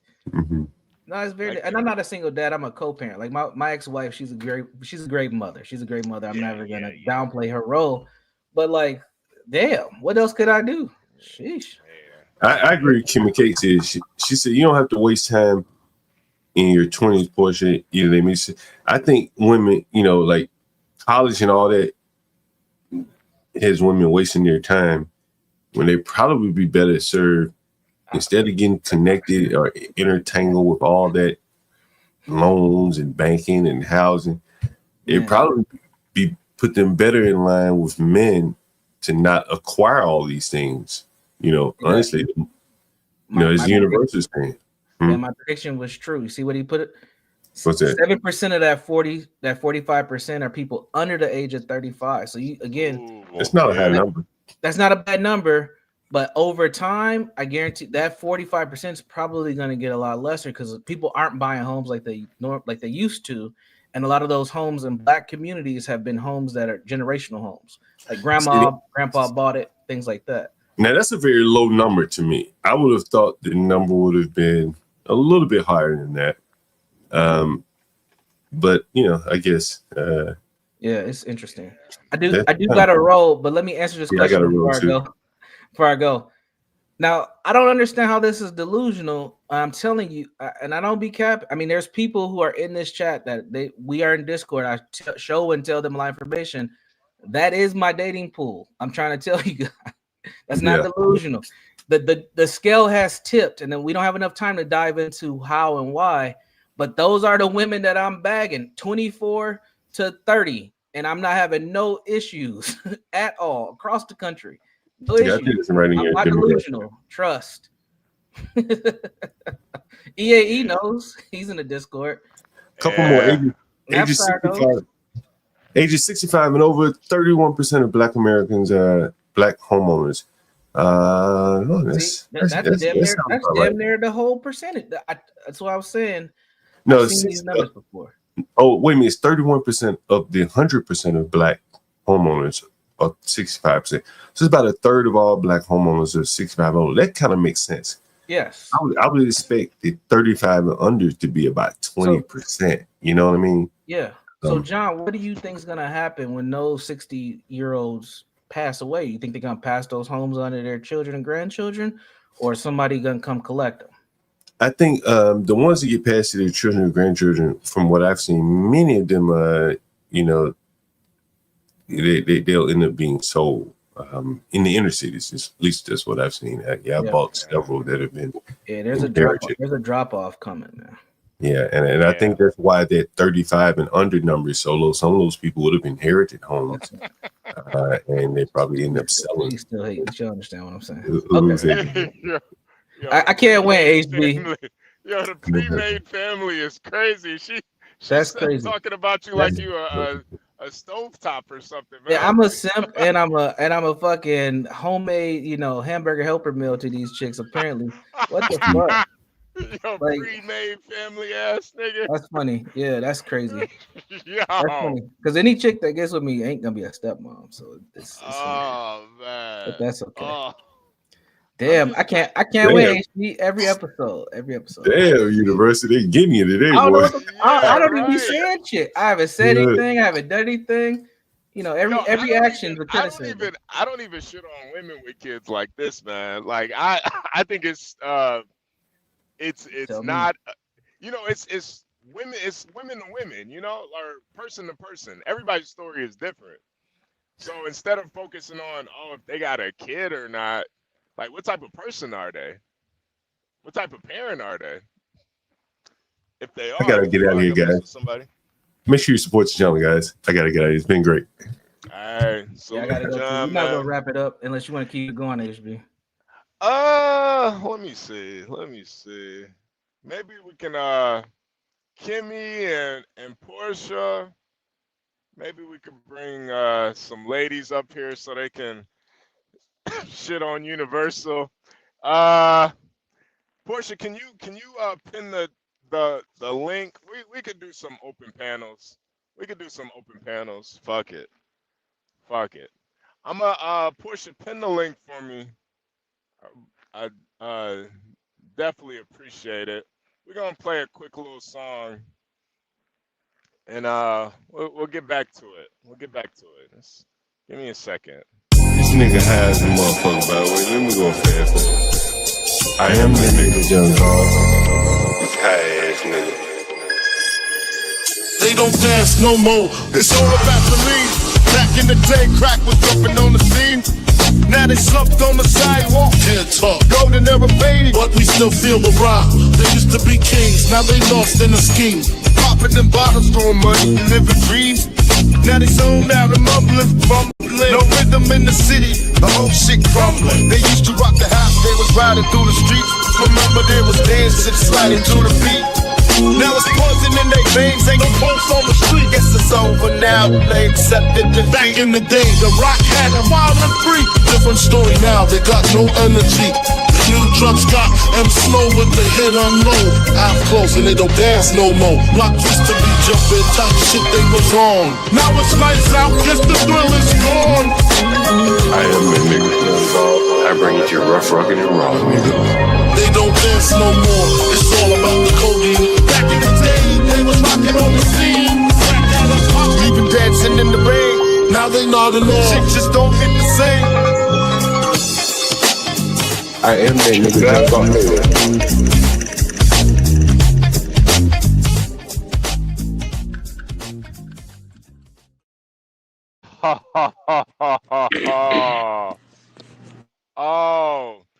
got Lindy Lou, Portia, she's under the channel name, the JGHB. JGHB. That's the channel account.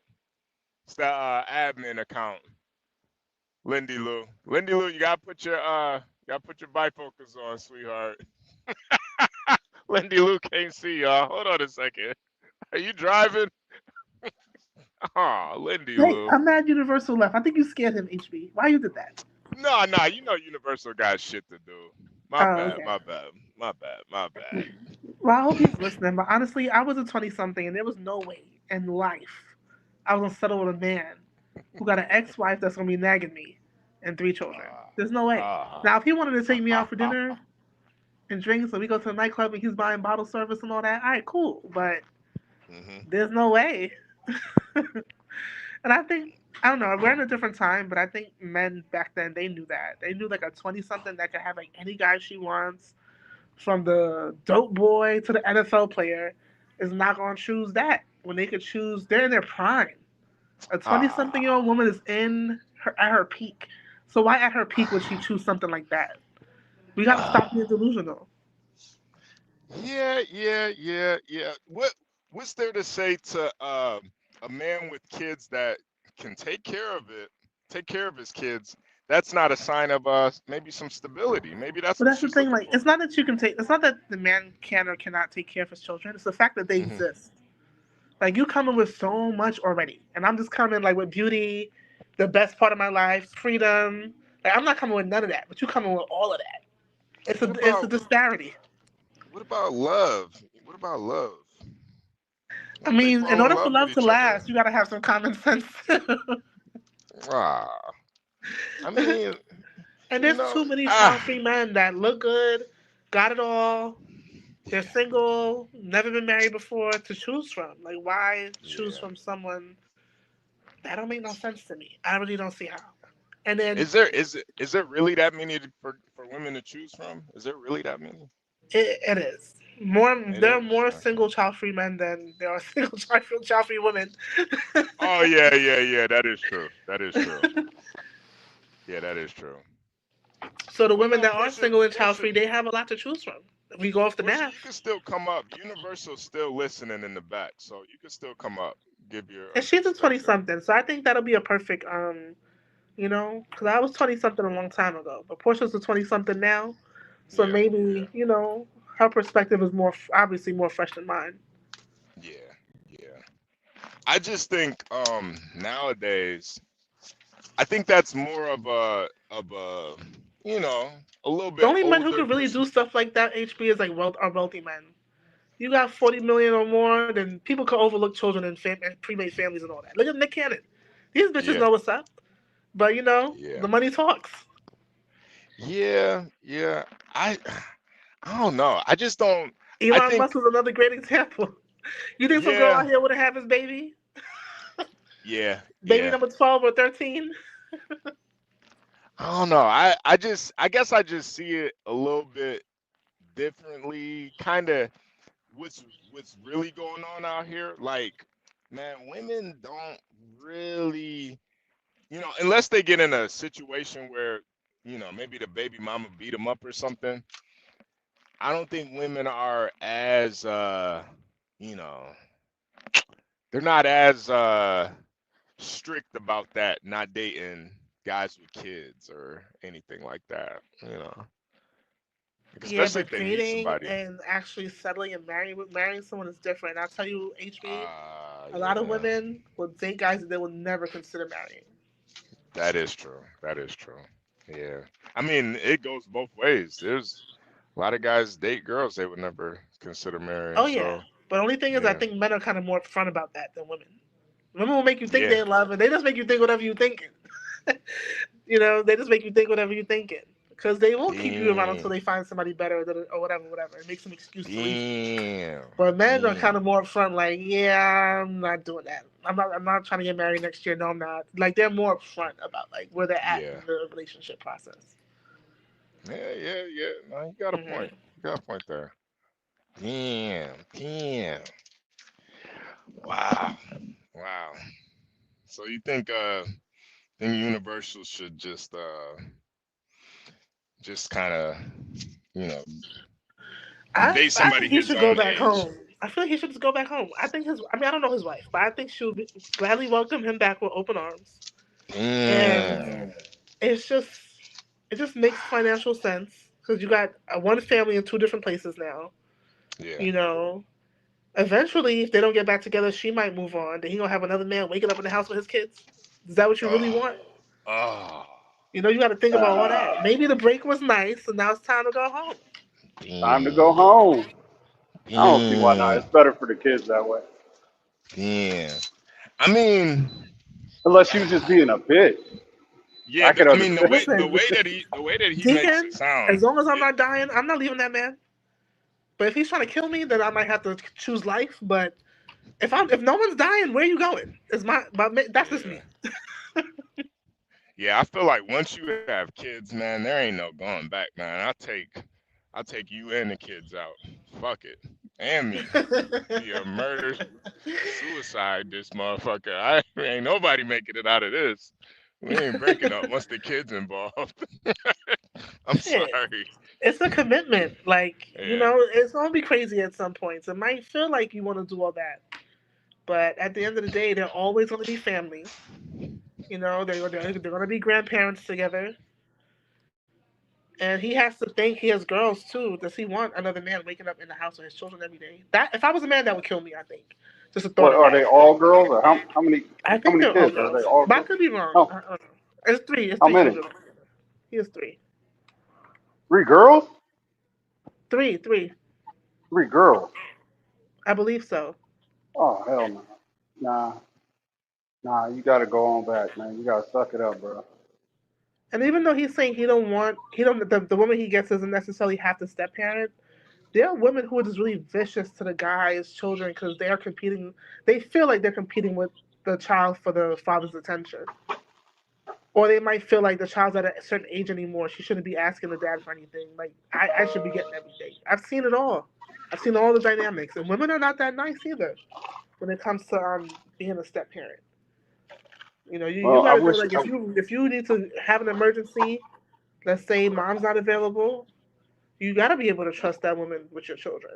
And like, you know, she gotta be able to, okay, something happened to you, I can make them dinner, I can make sure they get to school on time. Yeah, I wish he was here because I don't like talking about nobody, but you know, the 3 Well, we can girls, move man, on. that's rough. Ooh. Or we could put it in the context of someone else that's not him, because he's, you know, I'm sure there's a lot of people who have very similar situations. Or we could just move on. Either one's fine. Man, yeah, because that woman she's gonna eventually want to date, man. You know, the guys that come around, they ain't gonna give a damn about your kids, man. You know? Get Crack said that I'm old school. Asians think like that. They're just tough it out for the kids. I'm trying to tell you, if ain't nobody dying, we'll get over it. Right. Fuck it up, bro. Kimberly Ann says she has 5 girls. Lindy Lou. Damn. Eclectic says she has 5 girls. Yeah, Lindy Lou, pull up, Lindy Lou.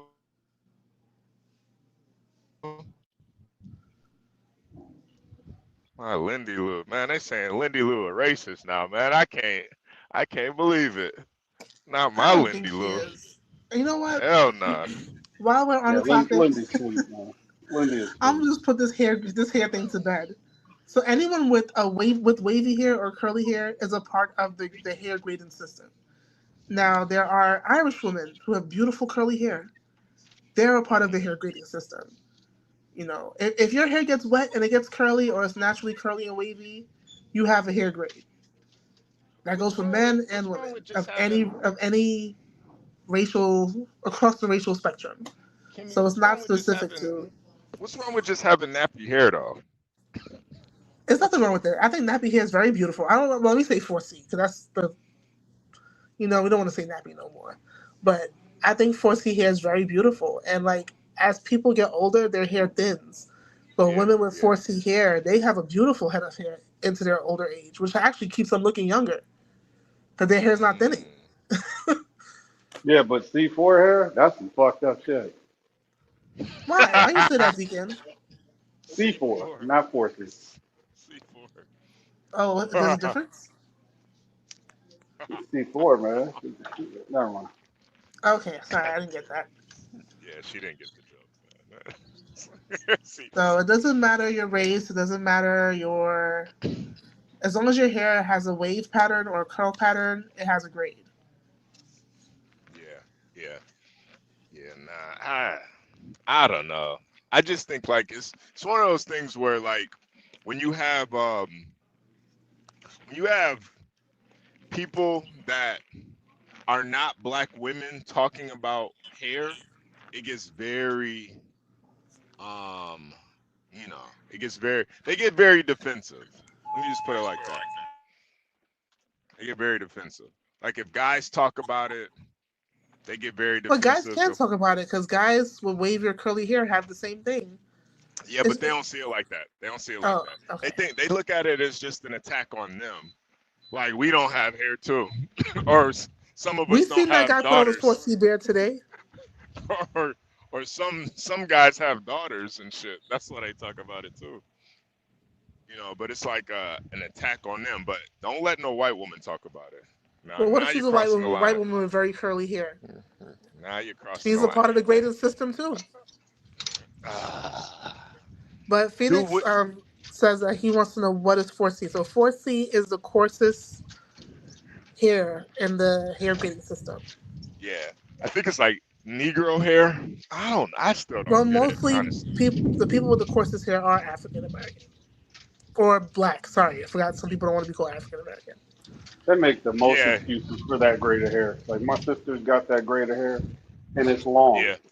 Yeah, their hair is very. It just shrinks and looks short, but when you press it out, it's really long. She keeps it pressed and it's long. It's like down her back. And then there's people who make excuses because they're too lazy to brush it or comb it, whatever you got to do with it. That is true. Yeah, that's the thing. It's so curly that it looks a lot shorter than what it really is. But like, you press it out, that shit long as shit.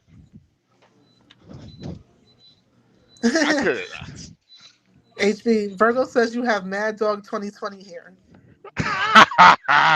Virgo, I'm gonna be real with you. If I press my shit out right now, Virgo, I could legit start pimping. Like legit. I could start pimping hoes if I really wanted to, Virgo. What you got, HB? You got your hair braided or you got locks? No, I got it braided. So I could legit press my shit out. And it's some pimp shit over here, you know? I had some put some hoes on the stroll, you know? Oh Lord. Oh, yeah. Pimpin' says.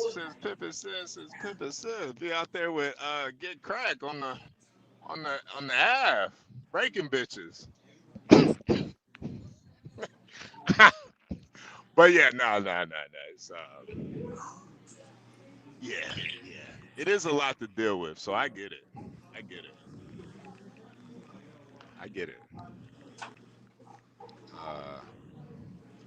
Damn, what Eclectic, which show did John get a shout out on? He said on a popular stream. Wow. I wonder which one it is. Wait, did John ever get that woman out? George Washington's I was about to ask that myself. What show was that? Who said that? Eclectic, yeah. And I had a question for you too, John. Stitching Adams. Who is that? Stitching Adams, you know who that is, John? Never heard of him. Mm-mm. Oh, okay. Wait, what was the shout out? While you write that in the chat, I'll ask John. So did the descendant of George Washington leave? Did she check out? Oh yeah. Stitch and Adams. Let me see. See who he is. Stitch and Adams, YouTube. Was that on YouTube? What did they say, by the way? Portia's here, y'all. Hey, Portia. Hey, Portia. Portia, good afternoon. How are you? Probably has some technical difficulties. Portia. I'm sorry. Hey, hello. Hi everyone. Hi Kimmy. Hi HB, John, and Deacon Dave. Hi, Portia. I didn't realize that I was up here. I'm sorry.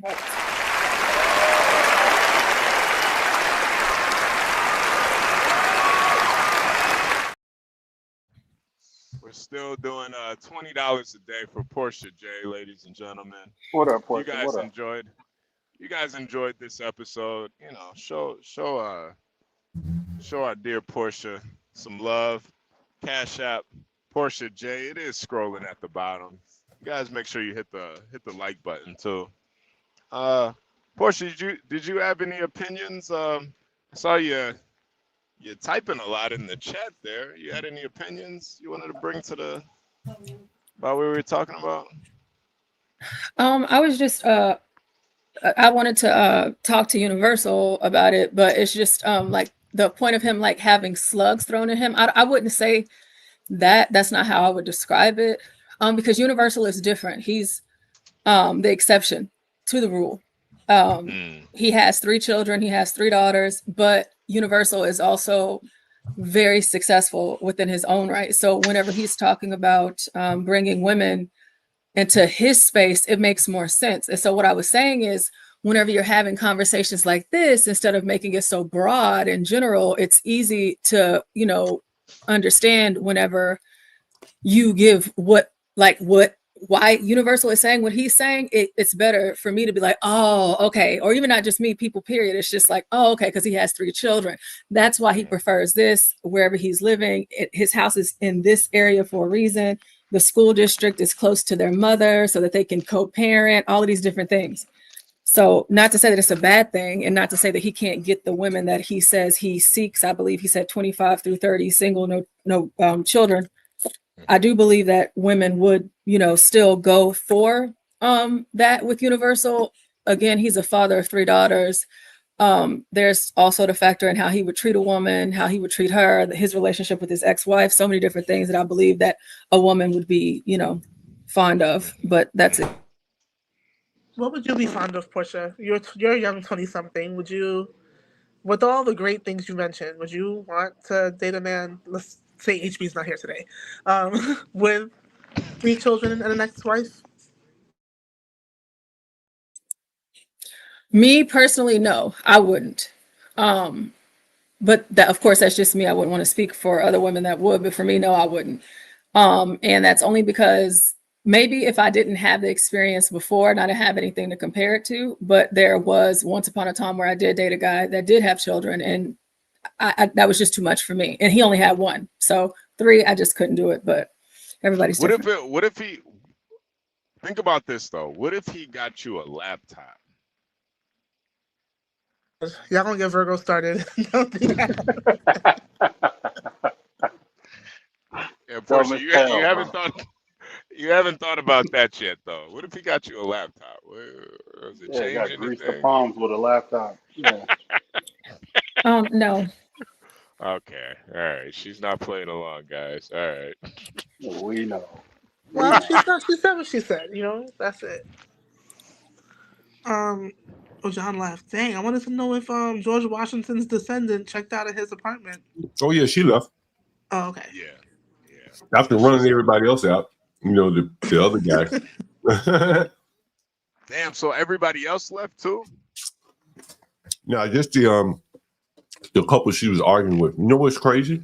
The Dipper couple. She chasing him off with a broom.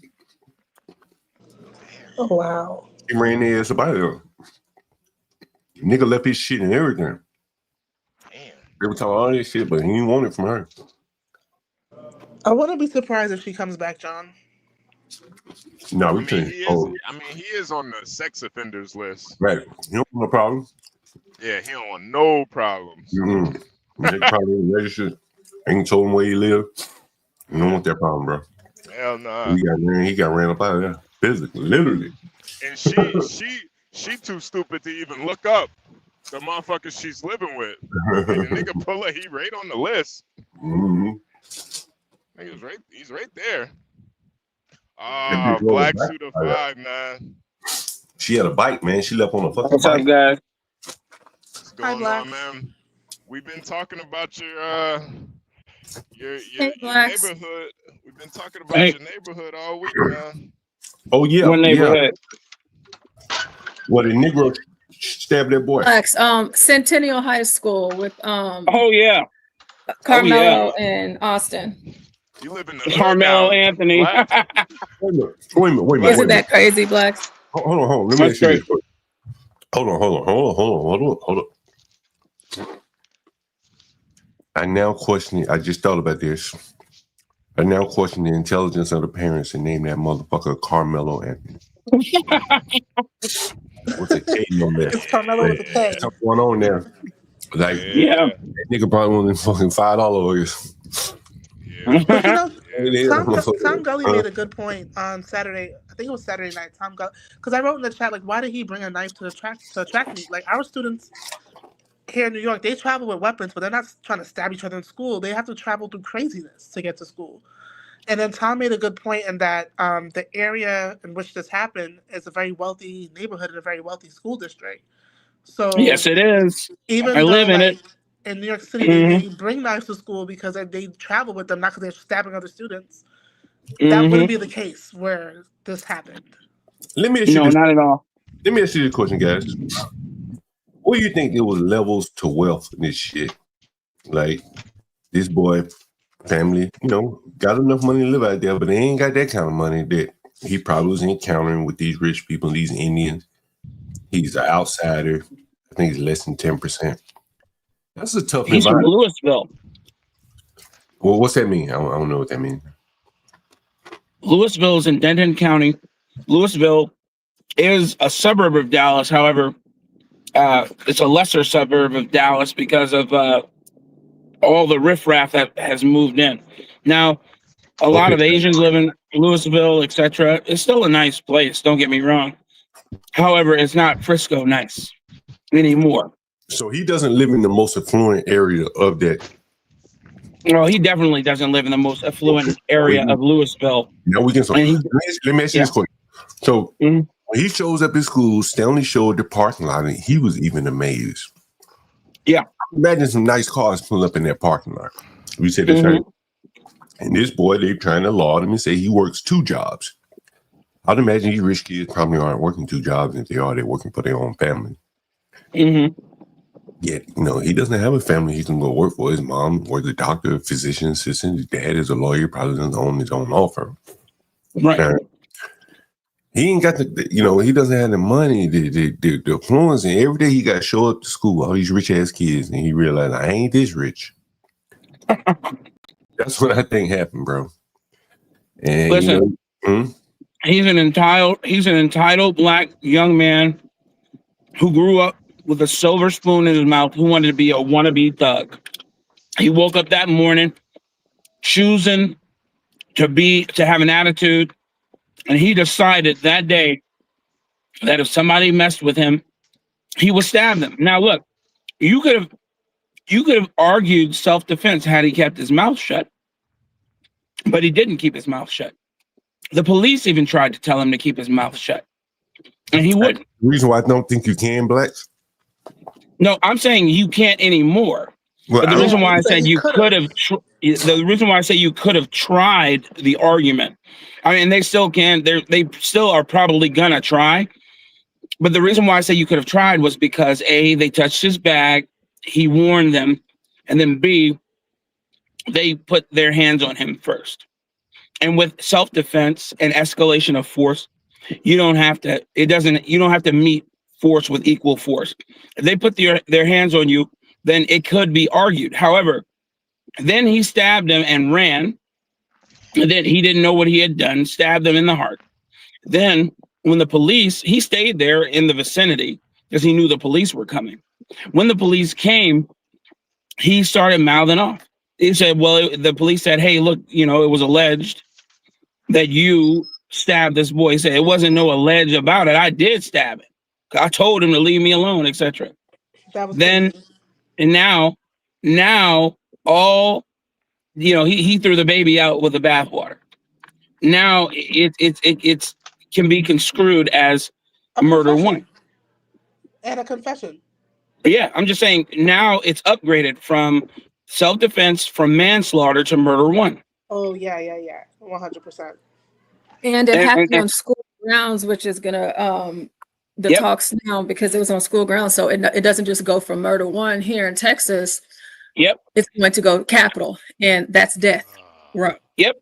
So There's this a is lot of where we're people going. saying that That's he where should be he's put to death, Portia. I mean, I'm That not the is judge where and he's jury going. here, but people on the internet are saying Yeah, that yeah. he should get that. Yeah, and of course, you know, they're saying a lot of horrible things, but what people have to understand about the law and the way it works here in Texas, so it doesn't matter how much money and all of the GoFundMe's he's raised over. I mean, I just checked it not too None long of that ago. He's matters. almost at 800,000. It doesn't matter because he's going on. It's capital. He's going capital. This is a state case now. Yep. Well, it was a state case whenever he did it, but it happened on state, you know, on a school grounds property. So. Yeah. What about naming the son Carmelo? Is that really? Does this play any role in this? Naming your son Carmelo? Well, I'll tell you this. That makes them super Negroes. I'll tell you that right now. But wait, Virgo in the comments said that she knows Haitian men her age with the name Carmelo. So it could be like Carmelo Anthony, most likely not, but yeah, but well, they've ghettofied it, man. Just like yeah, but okay, I mean, that's all I'm saying. If you say that, Virgo, look at Haiti though. Look at Haiti. That's a great example. Look at Haiti. I don't know. Like for instance, the name Jarius, right? What do you think when I say, "Hey, my name is Jarius"? Yeah, what would you think? it sounds a little Poindexter-like. It's a little nerdy to me. No, I think that nigga probably robbed No. somebody. Okay, Yeah. I'm saying if I say my name is Jarius, what would you think that my mother was on? What would you think my father was on? Mom probably smoked crack. Daddy probably was a pimp. What if I were to tell you that name is from the Bible? That name was the name of one of the head priests in the synagogue who vowed, who took a knee to Jesus and asked that he heal his family. My point is that they've ghettofied it. Is my point. But Jerry, you get what I'm saying? Yeah. But I feel you. Yeah, I'm wrong. No, this is kind of an obscure name in the Bible too. It is. It is. But I'm saying it used to be more common, and now it's not. And all I'm saying is that yes, Carmelo, while it could be a Haitian name, I'm sure. I'm just saying, you know, you tie that to the NBA, and the NBA is you know tied to urban and homosexuality now. What with? Yeah. Somebody was Haitian. Nah, bro. That's what Virgo tried. Yeah, you know Virgo's Haitian, so she tried to put, you know, Carmelo ain't a bad name. It's Haitian. You know, and HB, I don't think Virgo appreciated your comment.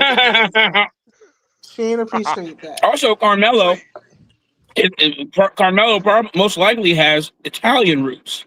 You know, or I can see that, or Spanish, or just like there's another name that we consider ghetto that has Italian roots. I can't think of it right now, but whatever.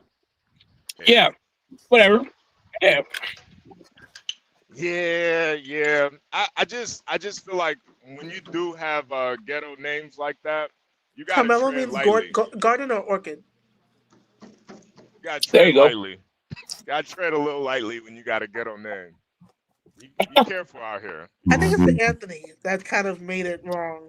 Like, not wrong, because you can't make a name wrong, but I think mimicking the NBA player's name, that's a bit much. Naming your son after an NBA player is crazy. I think in the K, like, you add the K to it, it's just like ridiculous, yeah. It's not what you would expect of a black attorney. How about that? Yeah, agreed.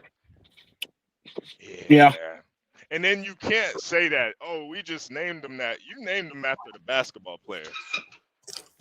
Like, I wouldn't be surprised if they didn't go to, didn't Carmelo go to, like, what school did he go to?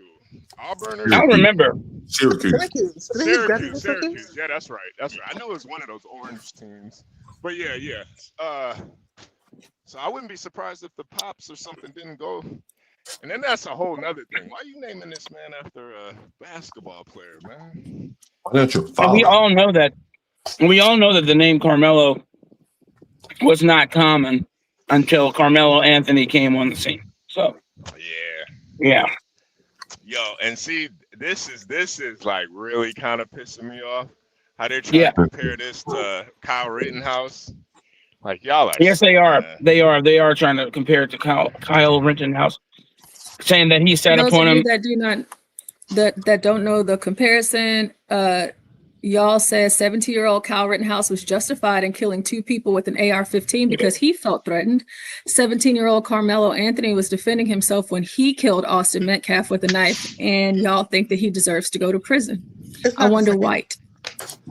It's not the same. Why isn't it the First same? of all, by BLM writers. No.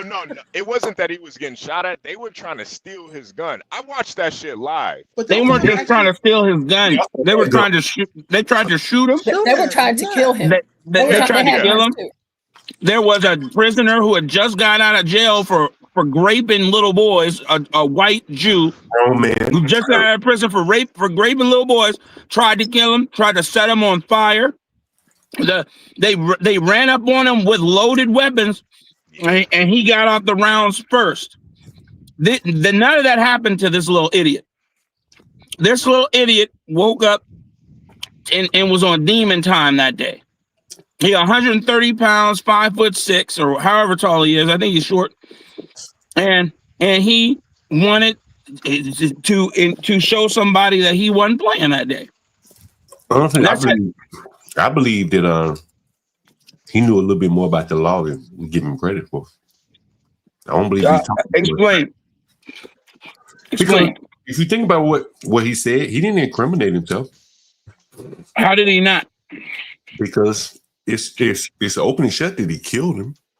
It's a matter of strictly self-defense. So what did he ask about? Self-defense. He did not kill him.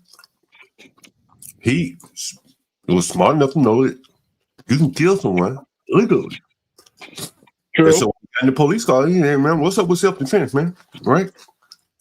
But I think that to know what self-defense is and to execute it properly are 2 different things. When you're in the heat of the moment, like I forget how they call it, but there's like in law, there's like a reset.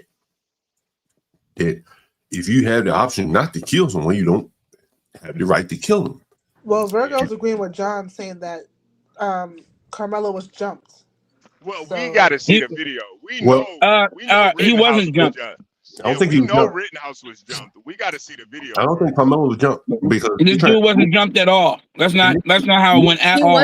It wasn't. He so wasn't let me tell you how I know. Another thing. The news in Texas is different from what y'all are saying.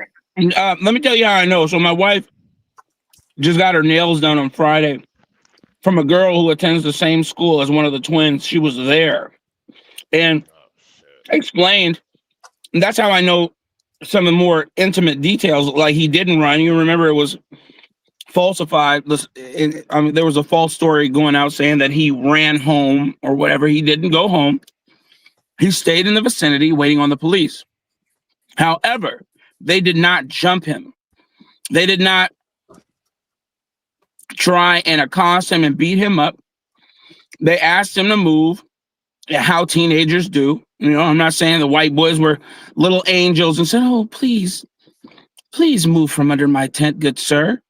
It would be very good of you if you could." You know, I'm not saying that they did any of that, but I'm saying if we're probably called him a monkey. Yeah, who knows, man? One of them touching. I think that's what I said. He put right. That's what I said. That's why I said you can argue self-defense. Look, man, I don't got no skin in this game. I'm not going to lie about anything. You can argue self-defense, if they put hands on you. But now the problem is he brought a weapon on to school property, and it was not supposed to be there. Hold on. Roll back a second. Whoever has said roll back a second right here on the screen. Roll back a second. To Kyle Rittenhouse? No, right here on the screen. It just like a second ago. Is this a video? What was this? Oh no, this is a picture of the okay, what came after that? Tent. Okay, what came after that? What came right after that?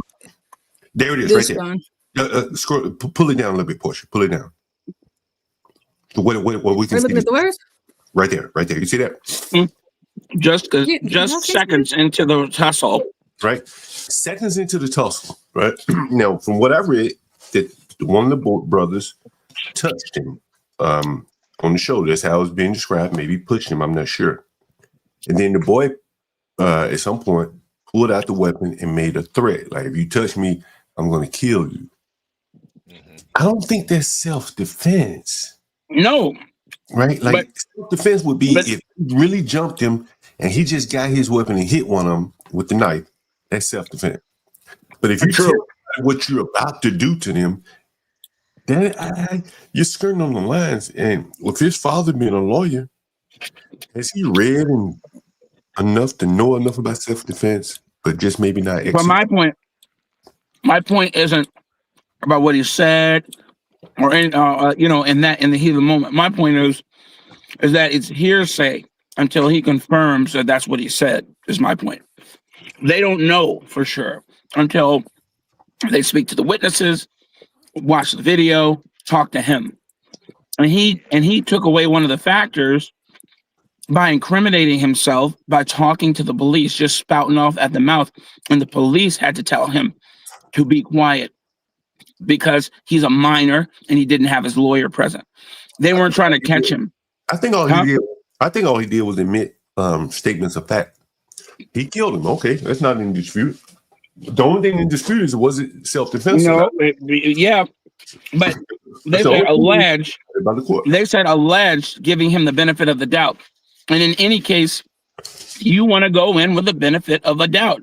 You don't want to. He's not the alleged killer. He did do it, right? Well, I'm saying they said alleged. They used the verbiage alleged, and then he erased. Right, and that's what I'm saying. For that boy to know that he's not the alleged killer, and he is the killer, and he knows what the basis of all this is going to boil down to is self-defense.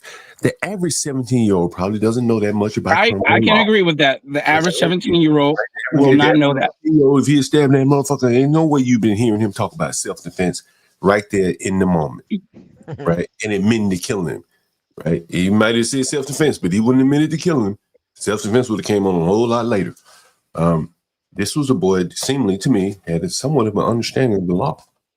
Yeah, he's not an idiot. He was a 4.0 student, a student athlete. So again, I heard that's cap too. I heard that's cap. I think it's 3.75.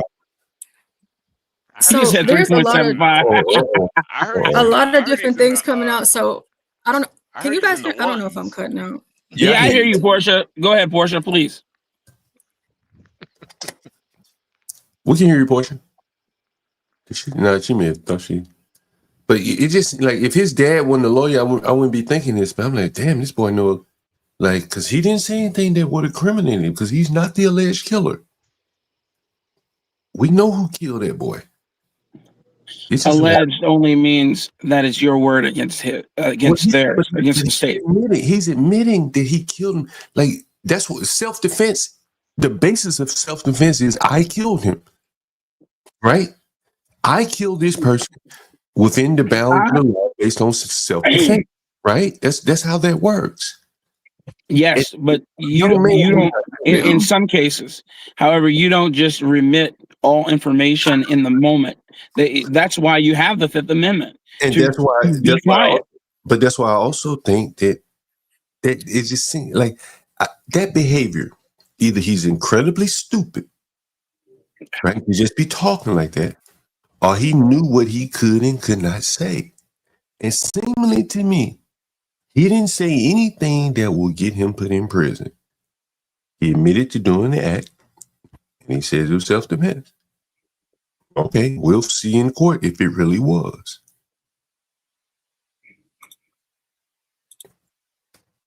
Portia, did you Well, wanna? just to give you guys, yeah, I just if you guys are interested, on more details that are coming out, about Austin or Carmelo. So you have CBS News Texas has learned from law enforcement sources involved in the investigation that 17-year-old Carmelo Anthony, the suspect in the murder of 17-year-old Austin Metcalf, had previously been suspended from school for bringing a knife to school. Law enforcement sources tell us that 17-year-old Carmelo Anthony should have been in class that day at Centennial High School, and he was skipping school yesterday when he allegedly stabbed Austin Metcalf following an altercation. And they have not received a response from the school. So the police are So coming he's a out. truant. CBS, he's not at school. He's already got in trouble for bringing a knife to school. Premeditated, Yeah, so that's John, it. I told you, man. Well, this is killer, man. I don't. It does seem to be like he. Well, Black said the same thing. It seems like he. That's exactly what I said. It seems to be based upon that he premeditated a self-defense case. Right. And I don't think he pulled it off effectively. You know what? He stabbed the boys too soon. Yeah. That's what he did. Let him beat on. What you mean too soon, John? What you mean by that? Because you have to let him beat on him first. Right. You gotta let him beat on you. George Zimmerman had a broken nose. His head was split open in the back before he shot Trayvon. He didn't shoot Trayvon just standing up. He took an ass whooping before he shot him. And that was the validation, some of the facts that came in the court. They're like, yo, man, he got his nose broke. This man was on top of him whipping his ass. Without that, you just stabbed the man mano, and you forewarned him, I'm about to stab you. But it's skirting the lines. I don't know if Stand Your Ground would give him that. It kind of reminds me of the guy that was killed in the parking lot of a gas station down in Florida, where a big old black guy knocked the guy down because he was talking to a black woman about parking in. I remember that. Yeah, he's in prison. He's in prison, and so the black guy knocked him down, and the white man was disabled. That's why he was talking to the black woman about the handicap spot. The black guy comes out store and knocks him down. The white man pulls his gun. The black guy didn't run, but he kind of bladed himself, like turned sideways, and he didn't back up, but he didn't move. I wouldn't say he moved forward either. And he stood there for a minute, and the white guy said, fuck, if you don't get up, I guess, if you don't move away from me, because the white man's on his back, to get up, he'd have to brace himself and put the gun, take the aim off the nigga. He ended up shooting the guy. The guy was fairly close to him, let's say 10 feet or something like that. And they convicted him. And a much larger man who had actually done physical damage to the man. Well, you know what era this was, and you know why they convicted him. Yeah, that's true. He was in Florida. I'd say what era? Era? Near the tree Black Lives Matter. Yeah. We were dealing with the Biden and Kamala era, and we were dealing with black men, black people can do no wrong, and we were dealing persons of color. It's ridiculous. I'm just adding something here. When you deal with people who call themselves persons of color, since when have Asians and South and or East and Mexicans ever been people of color? I've never in my life. If anything, they're all too quick to call you a nigger. Every single one of them. Yeah, whether privately or out loud. I've never in my life stood in solidarity with a damn Indian, with a Chinaman, with a Korean, with a Mexican, ever. Yeah, crack. Listen, crack, man. I understand what's going on here, man. This is the beginnings of the race war, crack. There is a race war brewing. And for this to really kick off, you're gonna have to have some niggas killing some honkies. That's just part of it. It's gonna have to happen. Now this boy, this boy, he started it off, but he didn't think it through all the way. I'm predicting something, man, and I'll take a wager on it. This boy going to jail, man. He's going to jail. Yo, I think once all the evidence is out there, man, they might. It's not a matter of if, it's a matter of when. They might. This boy going to jail. You know what? You know what else is interesting? Go ahead, HB. No, I was just gonna say, once all the evidence out there, I think they might give him the needle, man. I don't think they'll be able to prove like premeditated. But you know what I do think is interesting is that who put out that he was a 3.75 GPA student? Some Negro chat. Nah, his pappy put that out there. Pappy. And so I say that to say, His like, dad is the one who put that information out there. okay. And, you know, these people are putting out propaganda to school. I don't think the school could release his GPA just if the reporter came and asked for it. Could they? It's not public. It's not public information. I guess, since he's a minor, so they can't really look it up. What parent just knows their kid's GPA off the top of their hat like that? Like, come on. A very prudent lawyer. Actually, I know my kids. I know my kids. With their child getting accepted into, higher education universities for sports, which is what both of these boys were in school for. So those types of parents, they would know that. They would know what was going on. Very true, Portia. Very true. So for his father to come out, I don't think that there's anything wrong with it. But John, I don't know if you saw what I sent to you last night, but so the GoFundMe's, because y'all know I have a thing with GoFundMe's. I don't know why they fascinate me, but you have Alea Everett. So 2 different track stories, 2 different outcomes, but the same kind of premise with where I'm going. So you have Austin Metcalf. He's dead, but the other little girl, because I can't even remember her name, the girl who got hit upside the head with a concussion.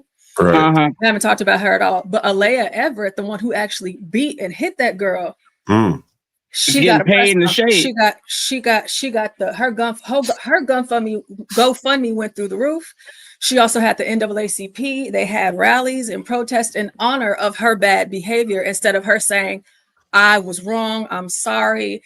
I tripped. I wasn't paid," whatever the case may have been. But then you also have this dynamic, same thing, track meet. Now, of course, somebody died, but now you have all of these blacks coming out all around. And this kid has almost raised $1 million for killing another kid. Instead of saying it's wrong.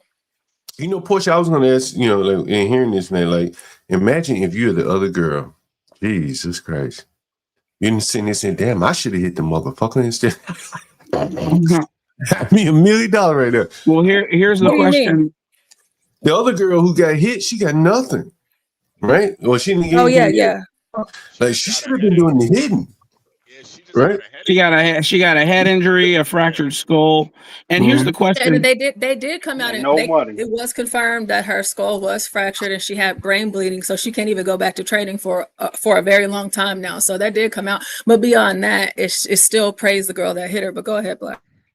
No, I was just saying, who here has run track and field before? Who has done a baton handoff? Who's had to run with a baton? No, I have. Those batons are not they're not like light at all. We used to have to practice with like plastic ones, because the brass ones, the motherfuckers shit hurts, man. On top of that, my point here is that I've never in my life seen where someone had to make a run to the middle of the track. I'm sorry, to the inside lane of the track. And the guy or a gal behind them raises their hand that high that it hits you right in the head. And I'm talking about, come on, Blacks. You get danger close. And my point here is that the cognitive dissonance is palpable. They keep telling you, "Oh, I just tripped. I didn't see her. I didn't see her trip on an imaginary rock, let alone a real one. I didn't see any of that, man. There's no way. There's no way that she could have risen to that level." But anyway, whatever. I think it's a good example of, there is it may not be 70%, but there is a percent, the people that are behind this woman, the NAACP, they are that bad. Hey, did you say, wait, time out. Did you use a what's his name? Be brave truism. I don't use the number, but there is a number, guys. Like 15%. 15, 20, whatever it is, but it's probably devastating in it, leaving devastating consequences in its wake. Portia, before you get out of here, before I get out of here, someone mentioned in the chat that we mentioned, where were we mentioned? Who said that? HB? It was eclectic, so don't take it to heart. Eclectic may have been seeing, she might have been hearing voices or something, so don't take that as law. But eclectic, if you can put the YouTube page where the channel was mentioned, we'd really appreciate that. But this could have been just a voice in her head, respectfully. Hey, John, I sent you something. I sent you a message on that. Is it in the back chat, Deacon Dave? It's for John though. It's for John. Okay. Yeah, John, check the back chat. I did want to show.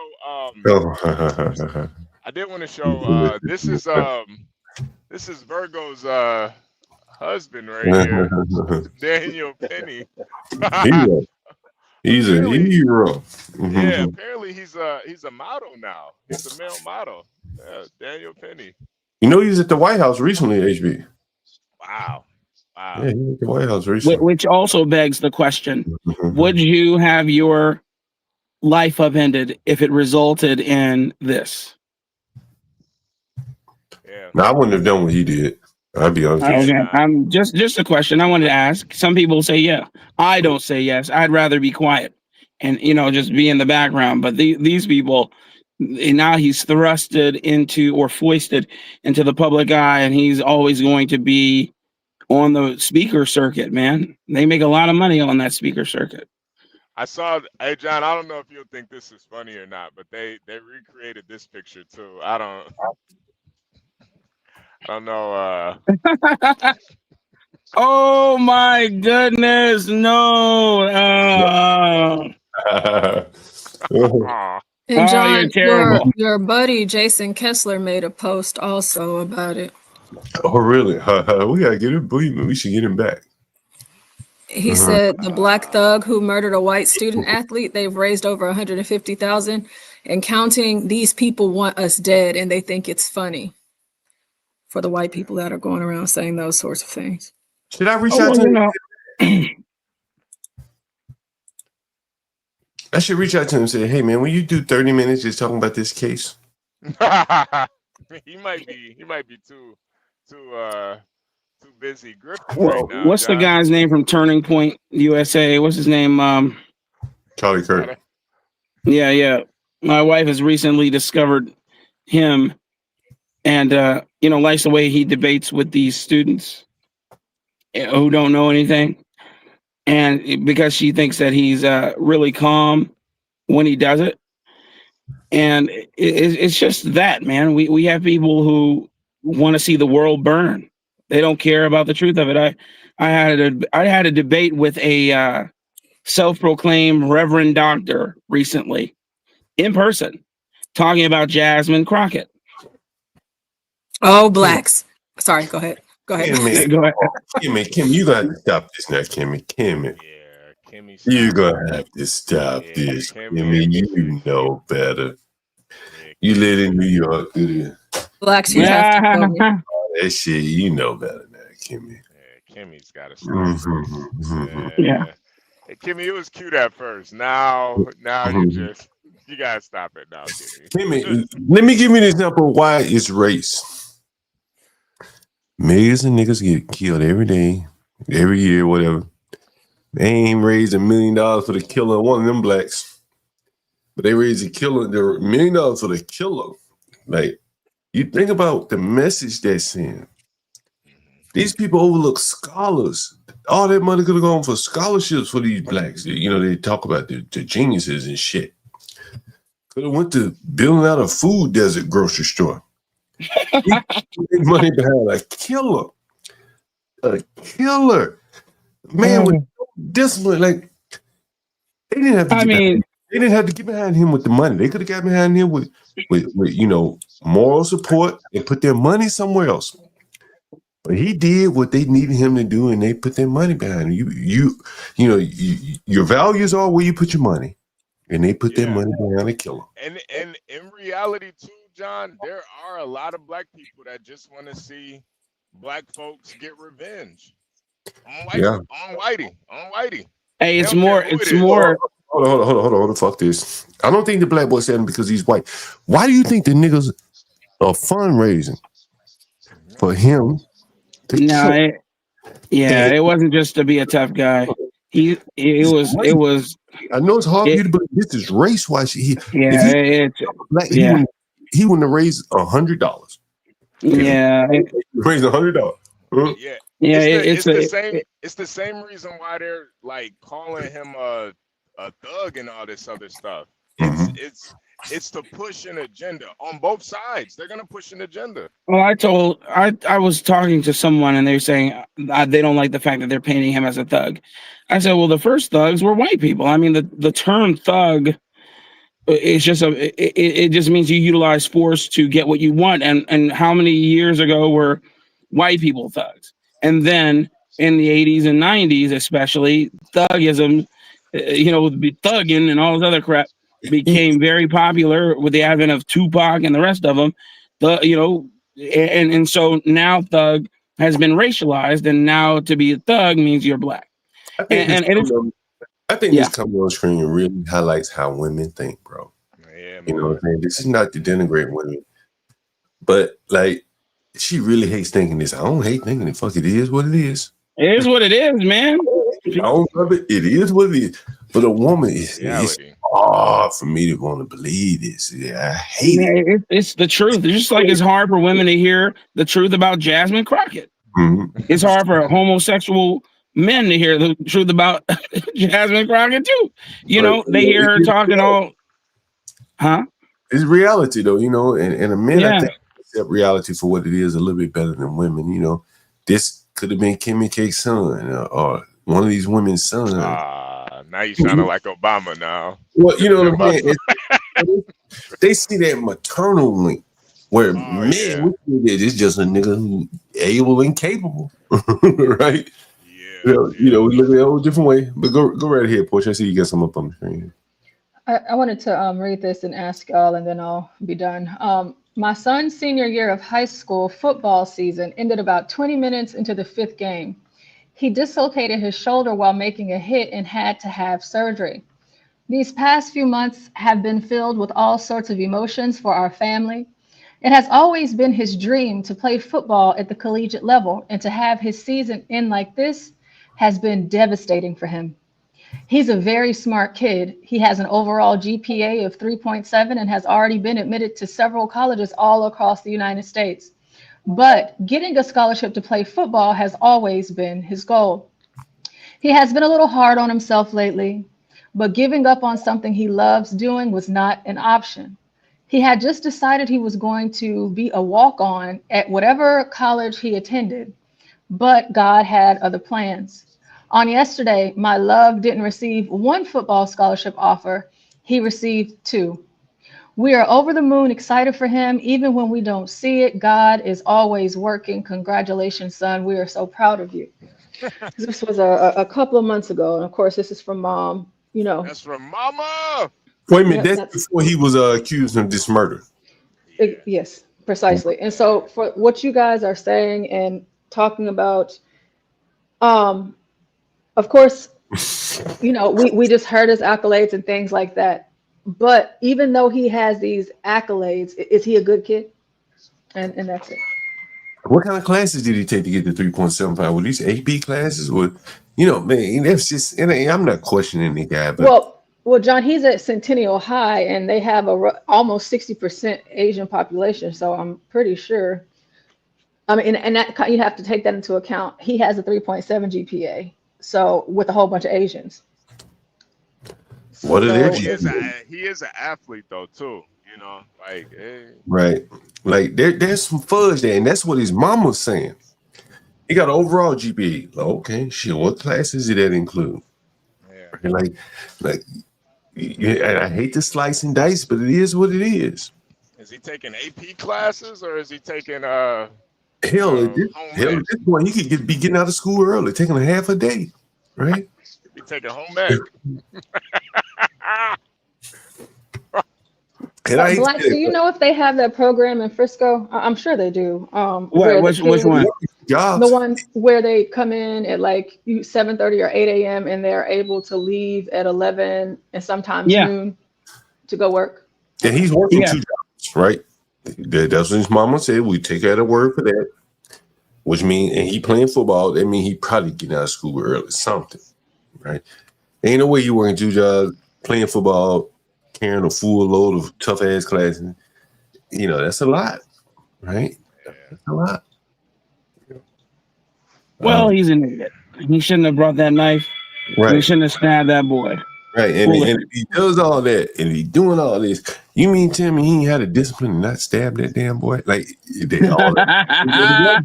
But John, that's the point, though. You know, you have all of these black people, because I know that y'all were mentioning it earlier, and I'm like, it's not just black women, it's black men too. And to see the way that a lot of these black men are just coming out, all of this white supremacy, and of course we expect this from the black women, of course. I don't expect it from black men, but for them to come out in which way? Yeah, y'all are mad. You know, me, it's just like, I don't expect it. However, the way that they've been coming out, and it's like, you guys are trying to say that he's a good kid. Good kids don't stab people.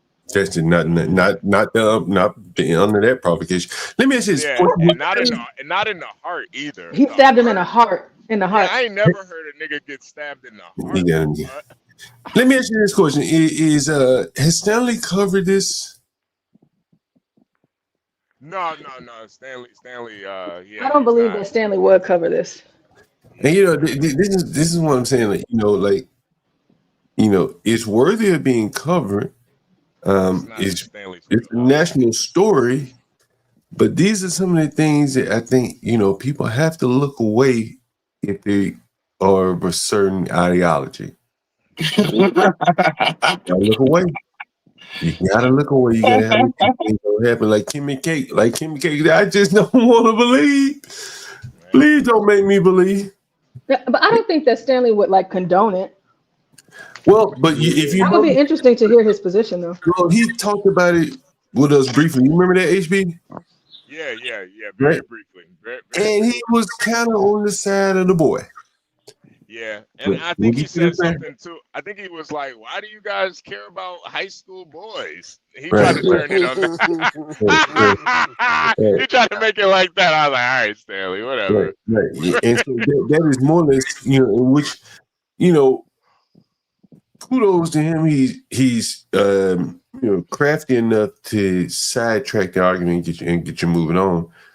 Most of the people who don't have the verbal judo that Stanley had would just have gotten angry or would have exploded with their true thoughts. Like the lady who got angry when the woman was hitting her with truth about Planned Parenthood, and she decided to punch her in the face twice. Right, and then you start to. Did you see that? Yeah. She bodied that little girl. Oh my gosh, she broke her nose and everything. And then you start to see them start to make examples or draw analogies that really don't fit. Well, what about Kyle Rittenhouse? Nigga, if you are equating these two, you really just want to let that boy off for doing that. You making excuses for him. That's what I believe. They want to play victim, John. Yeah, this is what I was talking about in the monologue. In the monologue, yeah, man, it's this victim mentality, man, and it's big business right now, man. Everybody got a story. Everybody a victim, man. Yeah. Man, I'm sorry, man. It went downhill, man, when they started giving checks and stuff out for lawsuits, man. Hey, Portia, go ahead, Portia. No, you go ahead, John. Sorry. I was going to ask you, did you hear our suggestion for Be Brave and Stanley show? Be Brave and Stanley have a show? Instead of a debate portion, we figured we can have let's just say 3 topics, give them a minute to talk or 2 minutes to talk about a topic. So we say, this killing in Texas. Give us your thoughts or whatever. Stanley go, Brave go. You move on to the next topic. Give us your thought on, blah, blah, blah. Stanley go, Brave go. And then they can give a kind of a summary at the end, a closing thought. That way they won't be feeling the need to talk over each other in a debate. They won't nitpick each other on the points in a debate. They just make their statement. Well, How many minutes they're gonna debate on each topic? We can figure that out, but HB can manage it. You know, he can, direct the circus there. What is HB? What do you think? Yeah. We're gonna do this first. We're gonna do this first rollout and see how it works. But I do think if this works out well, this can be a recurring like show title. And I do think, depending how this really goes, one of them's gonna want their lick back. Somebody's gonna feel like the other one got over on them. Somebody's gonna feel away. So Yep, we're until the probably next gonna need a one. round two. Yeah, I we're probably gonna need a round two. I think he's gonna go so off the track. Brave ain't gonna do it again. This is crazy. That's what I think. You're right. Because if it just come down to calling names, like Stanley is the problem to do, Brave not gonna do that. He's gonna be like, "Look, I won." All he can do is call names. Then have a set of rules, man. And then once it just let them talk unfettered, with a debate, Stanley's gonna say, "I need proof of the 70%." Well, how do you prove that? Well, no debate, right? But if you say, "Well, give us your thoughts on these 3 topics or 2 topics," you're going to see such a disparity in the response to it. It will probably be shocking. Like, just imagine we showed that video of the woman saying, "I recycle because I'm white." What do you think Brady would have said to that? I wonder what He said Heil Hitler. what Stanley would have said. That's Brady real. would have told that girl. I mean, he would just destroyed her, right? Yeah. Stanley would have been like, "Well, whatever, but like that would be interesting, right? 2 different points of view on the same thing that they're saying. We're not asking you to debate or try to challenge each other, change you about anybody. I just want to know, what are your thoughts when you see this? Go, right? That's funny. What, you think I'm off of that? What do you guys think? Well, I think We just gotta see it happen first, and then we can come up with more ideas. I mean, it's inevitably going to devolve into a shouting match. It just is. You have 2 very high-tempered, really loud personalities on together, so they will definitely, high energy. So they're definitely, and they're old, so they're definitely gonna have words. I think what is Brave 20 years his senior, 18 years his senior. He's 10, gonna 10. Brave 70, Stanley 60. Oh, my bad. I thought Brave. I thought would do a civilized debate. I think Brave would love to do a civilized debate. I don't think it's gonna happen though. And I think I don't think it's Stanley's not gonna be quiet enough to allow him to get off, or at least to Brave's liking. And then Brave's gonna be like, "If you don't let me speak, I'm gonna leave and I'm never coming back." Right, and that's what I'm saying. Like, the only way to keep Stanley quiet is to give him his point, and then give Brave his point. Brave's not gonna do it. They gotta be a mute. They gotta be a mute guy. But I'm saying, like, if you tell them, if you are gonna have a debate and Stanley's technical, he's gonna say, "Well, if there's a debate, I need to have the source of your numbers." Okay, well, you'll never get those numbers. If you say, "Hey, we want to have a discussion," that's a different thing. The format of the discussion will be, you get a minute, you get a minute, you get a minute, you get a minute. Closing It'll statement. never go that way. Because 70%, man, it is one of those things where, I mean, honestly, if you could use just the election to formulate that 70%. You can't. There's no way. But then, however, but Stanley's not gonna let you get away with it. So yeah, there's no source to his numbers. It's just a gut feeling he has. The source of his numbers are anecdotal. Brave says as much. So I agree. It's a gut feeling. We need anecdotal. We need to show some anecdotal evidence, and let's see the gut feelings of the 2, and see how they form their 70% or not 70%. Let me ask you: what is Grok? Who uses Grok? I've never used Grok. Bro, we're gonna talk about that one day. With Elon Musk and Grok, it's very interesting what he's done and very slick, very very slick. Okay, just wondering. Yeah, he's XAI. He's basically folding all of his Twitter data into AI. Oh yeah. Oh, okay. That's what he called it. That's what he called it. He called it Grok. I haven't been paying attention to that. I remember he was creating something or another, and I remember them saying they were going to utilize Twitter to do so. That's why when people, and I'm just gonna, let you go on, but that's why when people said, "Oh, he's losing money with Twitter," I'm like, idiots, fools. I'm like, don't you understand that this is not what it is on its face? I'm like, there's a reason he purchased this company. Well, I think he was willing to lose money. I think that No, I'm saying that's not my point. My point is that everybody's saying, "Ha ha ha, you're gonna go bankrupt." Ha ha. I'm like, dude, don't you understand? I'm like, this dude has more money than all the billionaires combined right now. But actually, I think he pulled a rabbit out of the hat, man. To be honest with you, I don't think he pulled any rabbit out of the hat. I believe that this was planned. I know that it was planned. You don't just make arbitrary purchases. Especially not at that level. We all know this. Well, remember, he also tried to get out of it, and then he was forced. He didn't try and get out of anything. Yes, what they did, no, he didn't. What he said was, he played chess. He said, "No, I'm not buying it at that number." Well, if you're going to force my hand, I guess I'll do it. It was, you know about buying businesses. You never say, "Oh, this is the greatest business in the world." No, you play it down. I don't want it anymore. Oh, you're gonna take me to court and force my hand? Well, I guess I have no choice. But he didn't get a lower price after doing all that. It doesn't matter. It didn't matter if he got a lower price.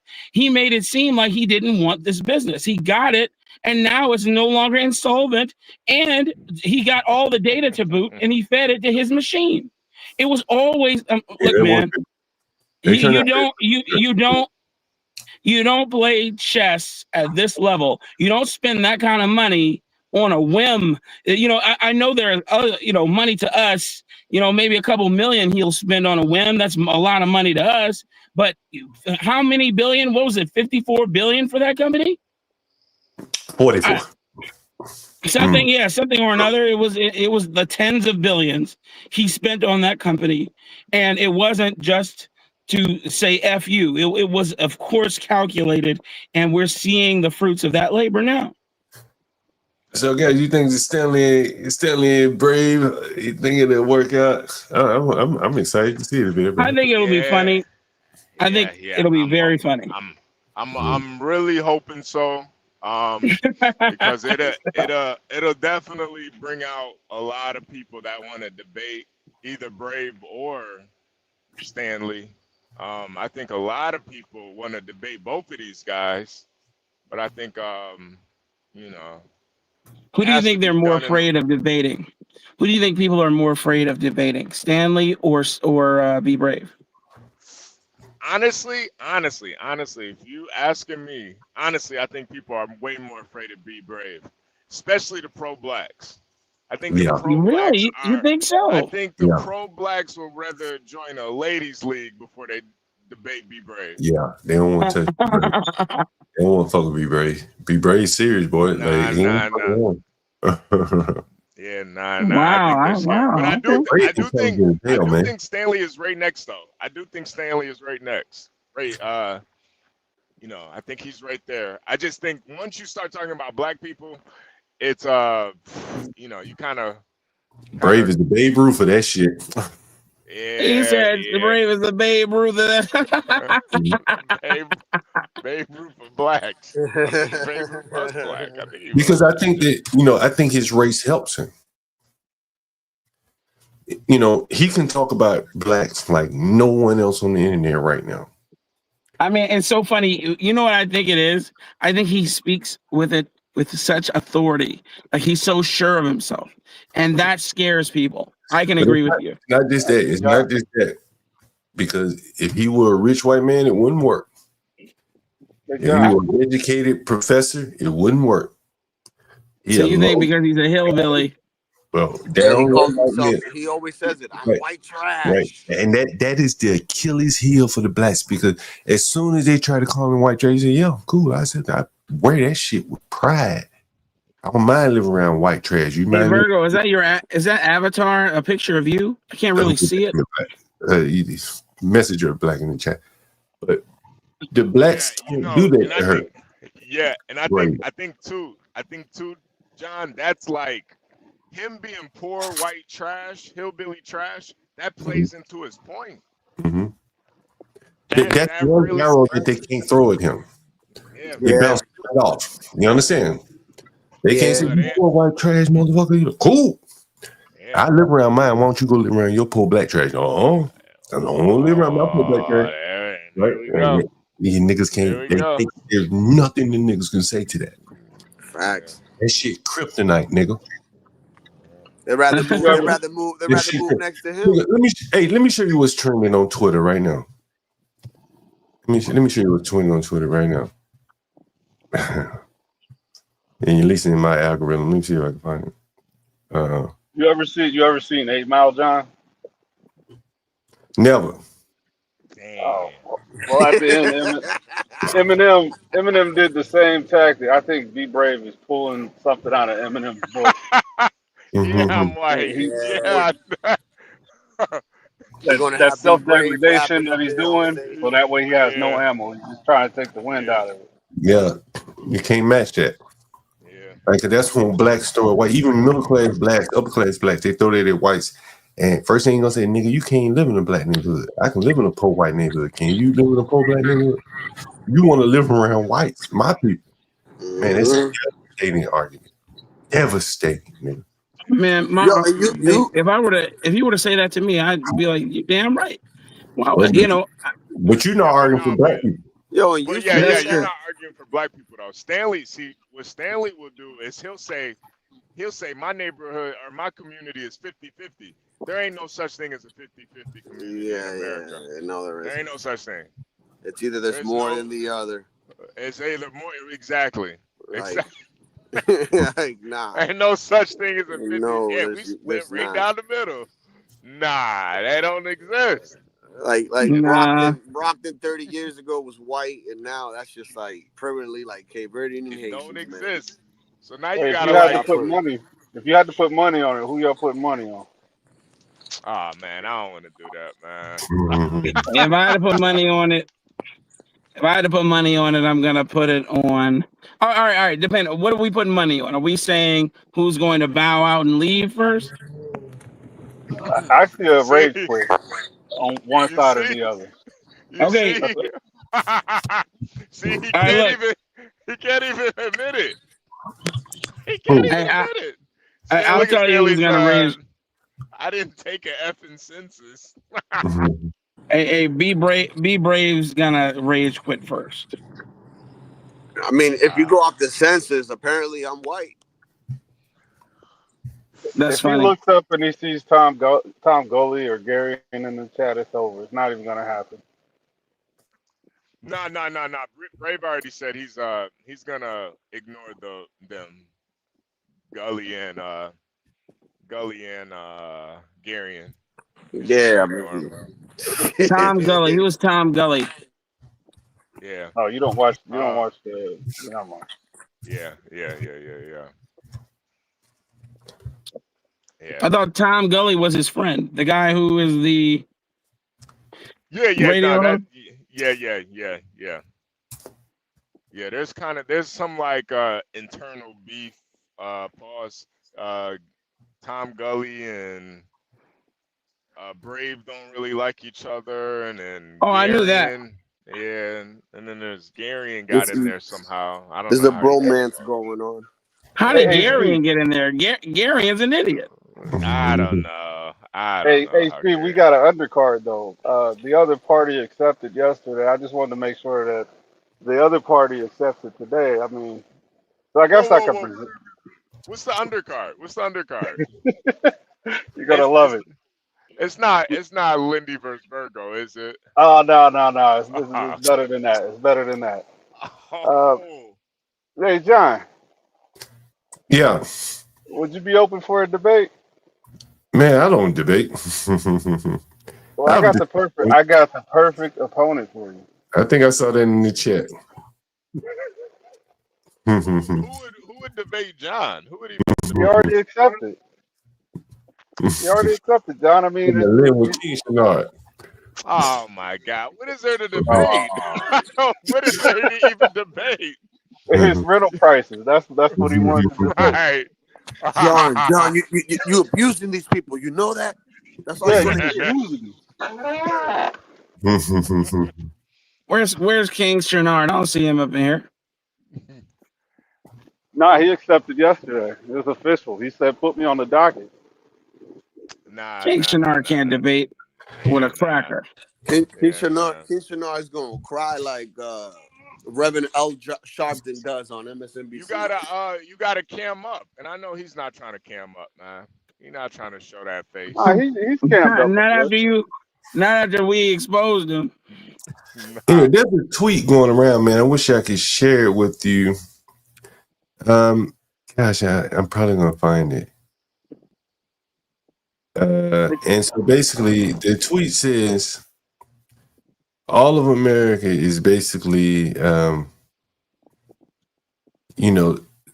spending their life trying to stay away from black people, right? Like, oh my God, it's so true.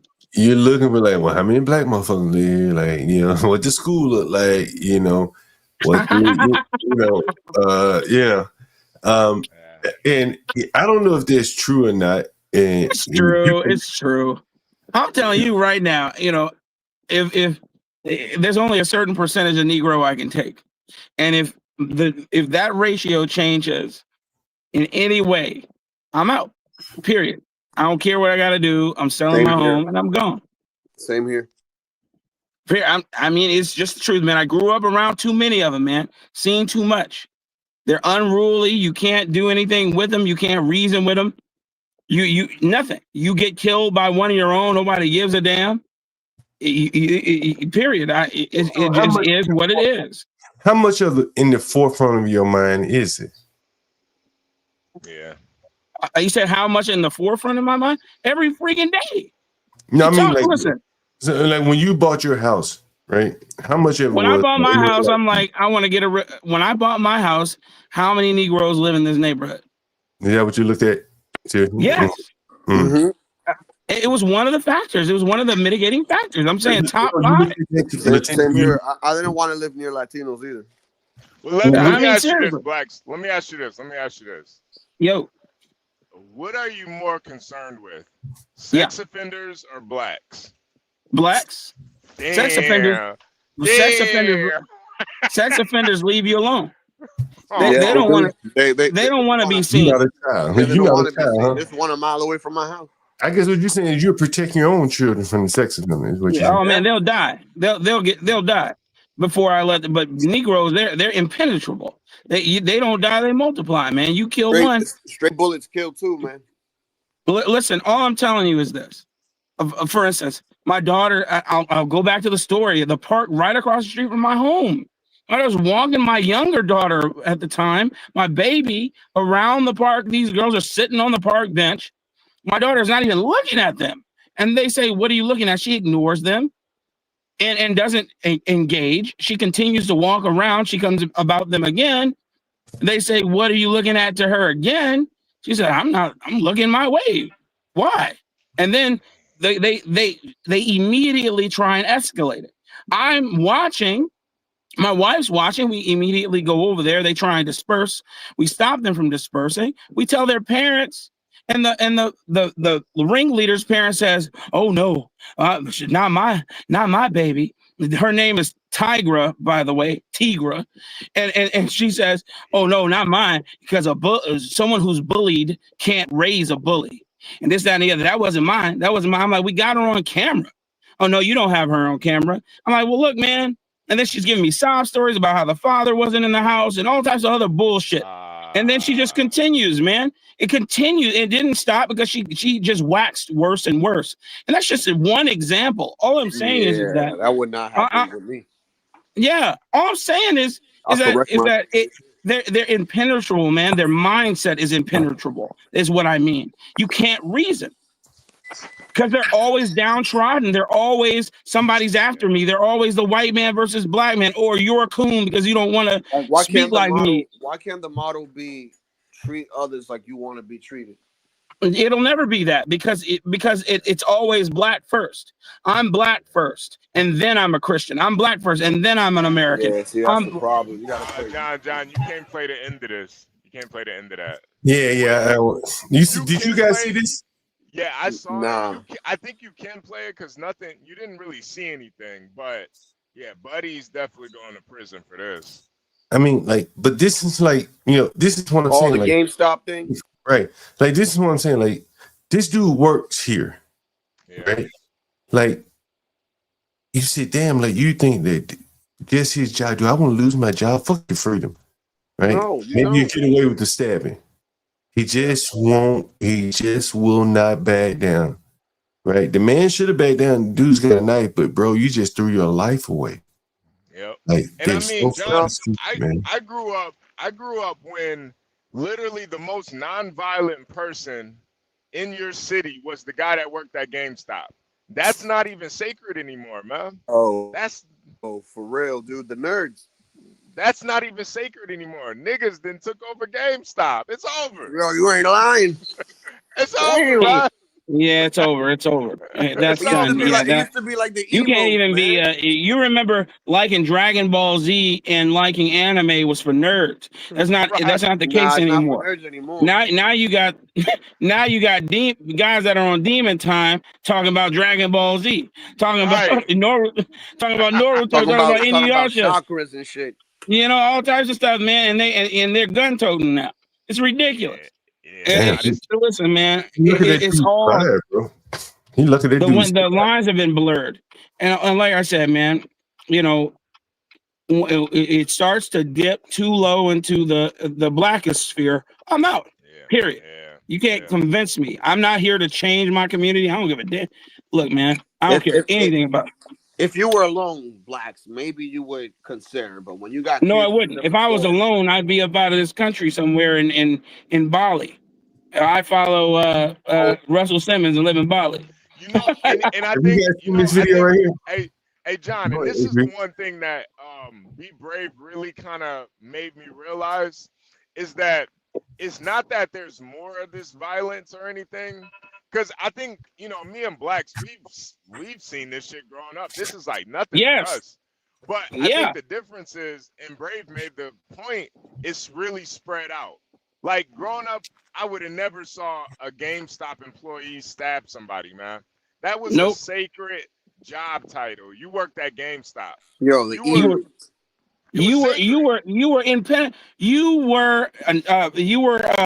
what's the word I'm looking? Not persona non grata. You were protected. It was a no-go zone. Right. And I mean, even the type of people that they hired, you'd have to be like a very nerdy guy. Not just any nerdy guy, but like, goth, the best of the best nerds. Like I had back in 2005. I remember I went to the GameStop in the hood. There was one on 87th and like Yates. It was around 87th and Yates. Yeah, I know. You laughing because No, I'm laughing at this Herman comment because I promise you, he's so fucking right, man. He said even the young niggas respect the GameStops because that's where they had to get their 2K from. And I'm telling you, bro, you're not lying. I'm right off of Stony Island, man. On 87th and Stony Island, there was a GameStop. I used to go all the time. And there was a black dude there, man. He was so nerdy, man. This guy used to burn video games from PlayStation and on Xbox so that you could play them in disc form on your PlayStation. And then he was black. He was just a nerd. And nobody bothered him, man. He could walk to the bus stop and not get robbed. And this is on 87th and Stony Island. Now, man, would you tell them the significance of 87th and Stony Island? Man, It's a HB, lot of packs being smoked over there, man. A lot of I'm niggas. it's nigga central, man. Yeah. You And look at can't, this Dunkin' Donuts in Chicago. huh? Yeah. Look at these Dunkin' Donuts in Chicago here, bro. Hey, where is that? Where in Chicago is that? Do you know? Hey, let's see if Oh. it says. Straight bulletproof glass through the whole thing, man. I mean, you Damn, that's can't crazy. even breathe on these people. Look how sealed this is. This is a professional seal. Like, you can't even talk to these people, Barry. That's crazy. Appreciate you, man. Getting up every day and seeing something like this, bro, that do something to your mental up here. It tell you, But Brandon like, this how Johnson you said feed animals that in a Trump zoo, is jealous. gang. Like, that's pretty much what it's telling your mentality. Like, I did say I don't trust you. You feel what I'm saying? At what point do we be like, we tired of getting treated like animals, tired of getting treated like this? But Like, didn't bro, Brandon Johnson say you telling Trump me was I jealous? can't even hand you my money, gang? Like, bro, like. And see, John, that's where this is a part of the 70% mentality. Nigga, you act like animals, you get treated like them. Man, they're like uncaged Wolverines, man. These guys don't care, and you, like I said, man, you shoot one, the whole gang crawls up from under the doggone refrigerator. I was talking to my wife. I said, man, there's a reason I don't go back to Chicago where I used to stay, man. I used to know everything. I used to know a lot of the people, so I knew where to stay away from, man. But the lines have been redrawn. I don't know anything about that area anymore, man. I think what Brave would consider him the 70% is he too damn stupid to understand why they put that shit up. Yeah. And And he's playing the fucking victim. Like, we gotta stop being treated like this. The white man treat us poorly. Man, shut your dumb ass up, man. You know why they got all that bulletproof up there, man. Stop it, man. They trying to conduct a business, man. Stop it. You know why? Either he know or he don't know. Either he don't. But that either way it goes, he not willing to say. So that puts him in what Brave would consider the 70%. The niggas just can't be honest. Nigga, be honest. You know why they got that shit up there, right? I don't know. And I got into an argument with that crime intervention. What's it? Not Crime Stoppers. Intervention, whatever his name. Crime intervention, violence intervention guys. T.O. Hardeman, the guy who created it, man. Guy's a fool, believing that these people are redeemable. They're not whatsoever. They're done. It's over. What I mean by redeemable, they're not going to change easily. And I'm not the one who's going to do it, man. Just keep me away. I don't want to have anything to do with it. And think about like if your kids worked at this Dunkin' Donuts, wouldn't you be happy knowing that they got 10-inch? That's crazy. Maria wants to do is work and make donuts, man. You said what? Would you be like? I said, would you? Let's say one of your kids worked at this Dunkin' Donuts. Wouldn't you feel a lot better knowing that there's 10-inch bulletproof glass? Of course. Yeah, I'd be way more secure. Of course. Way more secure. You would feel happy about that. That's what this dumbass nigga ain't even realizing. Think about it if that's your mama working there, stupid nigga. Or that's your daughter or your auntie. But he knows, man. That guy knows. If he grew up anywhere in Chicago, I remember he talked about. I remember this guy talked about the 9. There's only one 9, 79. I remember when he said there's only one Trey, 63rd. I remember, I know this guy. Bro, this nigga could be stupid enough to not know why they need that bulletproof. It's possible. No, he's not. Because he knows. Because he said with perfect clarity. He said with perfect clarity what happens on the 9 and what happens on the Trey and what happens on the 1. Everybody knows if he can. He probably buys rollies and stuff, and he goes through the store and he sees the same shit. Yeah, he knows. He knows. Everybody knows he was right. I can't say that he was lying. Everybody knows what's on the 7th. That's 87. Everybody knows the 9. Everybody knows the Trey, and everybody knows the 1. Yo, Black, if you're on the 9, you need that 9, right? I know. He said what? I said if you're on the 9, you need that 9 on you. You know? You ain't lying. You ain't lying, man. Yo, hey, John, growing up in the grew up, man. I didn't know that it glass until we started traveling and shit. I thought this was normal, honestly. Yeah. So I didn't think I was being treated like an animal. Yo, I how just did I know thought, you was you gonna know, say that, bro? I didn't think they were treated like. I thought they were just protecting themselves. Niggas be shooting, huh? You know. But to be fair, guys, and jokes aside, for me, right? I used to believe this shit when I was younger. That's what they told me, that black men were being profiled for no reason. I used to believe that, bro. Yeah, it's not, and that's a I lie from the. don't know if I ever believed it, bro. Yeah, I'm I trying to never think. believe that I bullshit. I never believed that ever in life, ever.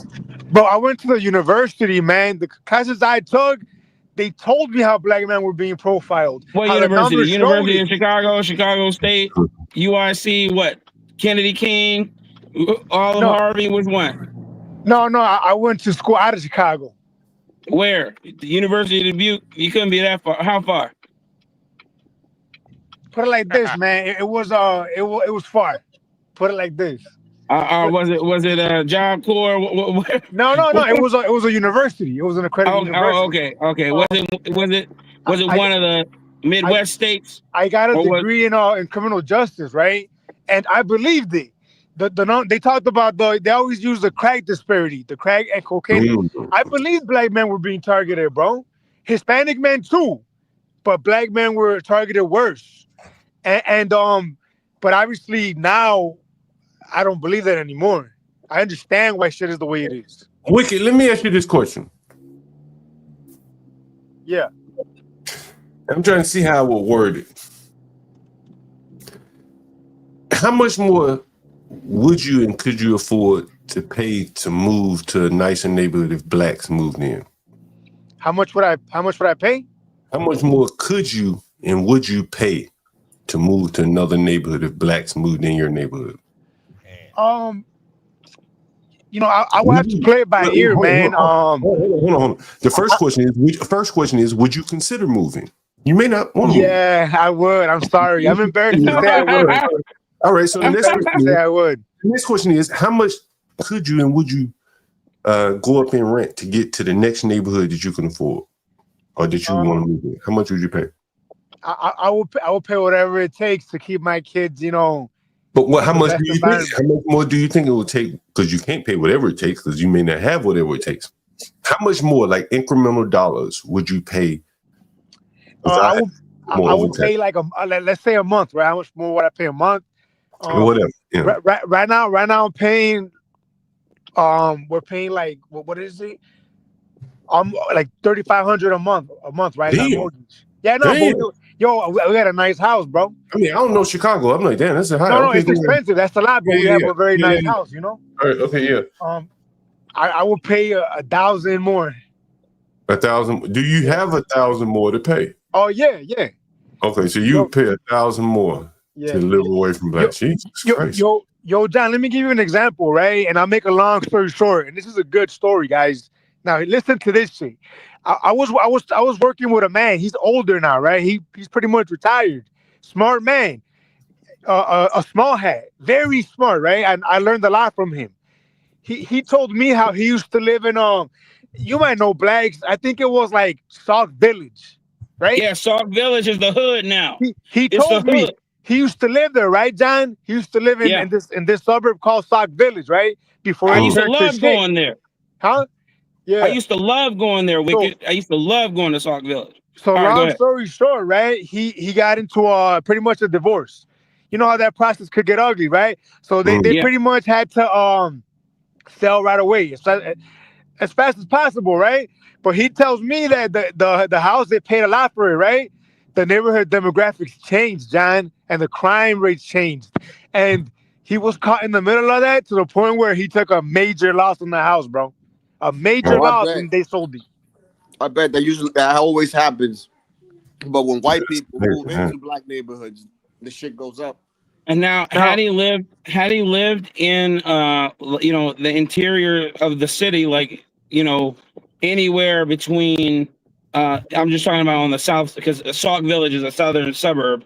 Yeah. Had he lived somewhere in like from 110th or 100 11th on down to like the 40th, he could have paid. They could have paid him a premium for that real estate because they're trying to snap it all up and build high rises and luxury homes for all the yuppies that are moving. Like my grandmother owned a house right there on 75th, right in Chatham, and then when she died, she gave it to my aunt, and then she lost it, and now it's not in the family anymore. I said, I wish you would have told me. I'd have bought it, and then I'd have maintained it because it's over 100 years old and it's on prime real estate. I mean, anyway. But this guy, right? He was telling me this story, right, guys? It was me, him, and a black female. She's my friend. She's a good person, but she's a black female. She's pretty liberal, pretty woke, right? As he was telling me the story, right? He wasn't going into too much detail, he was, but he didn't have to. He didn't have to, it was understood, don't need to be explained, Yeah. How much did he lose? I can't remember how much, but put it like this, it was a lot. Well, I'll put it like this. A guy I grew up with lives in Sauk Village right now, and this man still asks me for $250, $300 here and there, like, every so often, and that guy can afford to live there in a new home. So, okay, that lets you know just how terrible it is. Property values have dropped there, so, but it's, and look, I truly am embarrassed to say that I would consider moving, man. It's embarrassing for me to say that. It makes me feel like a bad person. It don't make you feel. It's humiliating, though, to be honest with you. To have to pack up and move, you know what I'm saying? That's really the thing. I don't even think about race when it comes to that, because it affects everybody, even black people. The ones that can move typically do. You know what I'm saying? So, well, let me ask you, John. What group of people move to a neighborhood and destroy it, other than black people? Well, man, here's the thing, bro. I mean, really, I just want to know, because you're a landlord as well, and I get everything you're saying, and here's what I say to that. On my block, right, or where I live, and I know it's just one block. It's primarily black. There are one or two. There's a mixed lesbian couple, a mixed Colombian-looking white couple. By and large, mostly black. But it's a decent enough core where, the streets stay pretty clean, blah, blah, blah, blah, blah, no crime and violence on the street. But just imagine if there were one or two more people like me. And I think, and people going to say, well, I think the violence is somewhat overblown. The school shit is real. You understand? Yeah, 100%. That shit is real. Now, wait, what do you mean the violence is overblown? Explain. Yeah, because even in a city like Chicago, you got 600 people getting shot, killed, maybe another 1,000 getting shot. In a city of millions of people, the chance of you getting shot is probably pretty low. Okay, so I see what you're doing. You're doing law of averages, right? But here's the crux. You grow up in a place called Terror Town, okay, on the southeast side of Chicago. It's like huh? That's the nickname of the town. Yes, it's called Terror Town. It's really South Shore. It used to be an all Jew neighborhood, okay, and now it's all black. But it's being gentrified, and the blacks are being moved on out of there because they don't own nothing. It's owned by still the small hats and still the whites, and they're about to build a huge golf course over there because it's beachfront property. So here, I grew up there, went to high school there. It's called Terror Town. Even if the numbers are minuscule for it to have over 4 million people who live in that city, the fact it's force multiplier.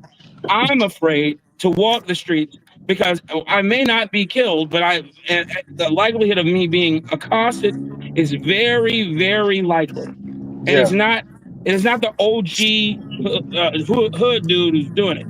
It's his hood booger children who are doing it.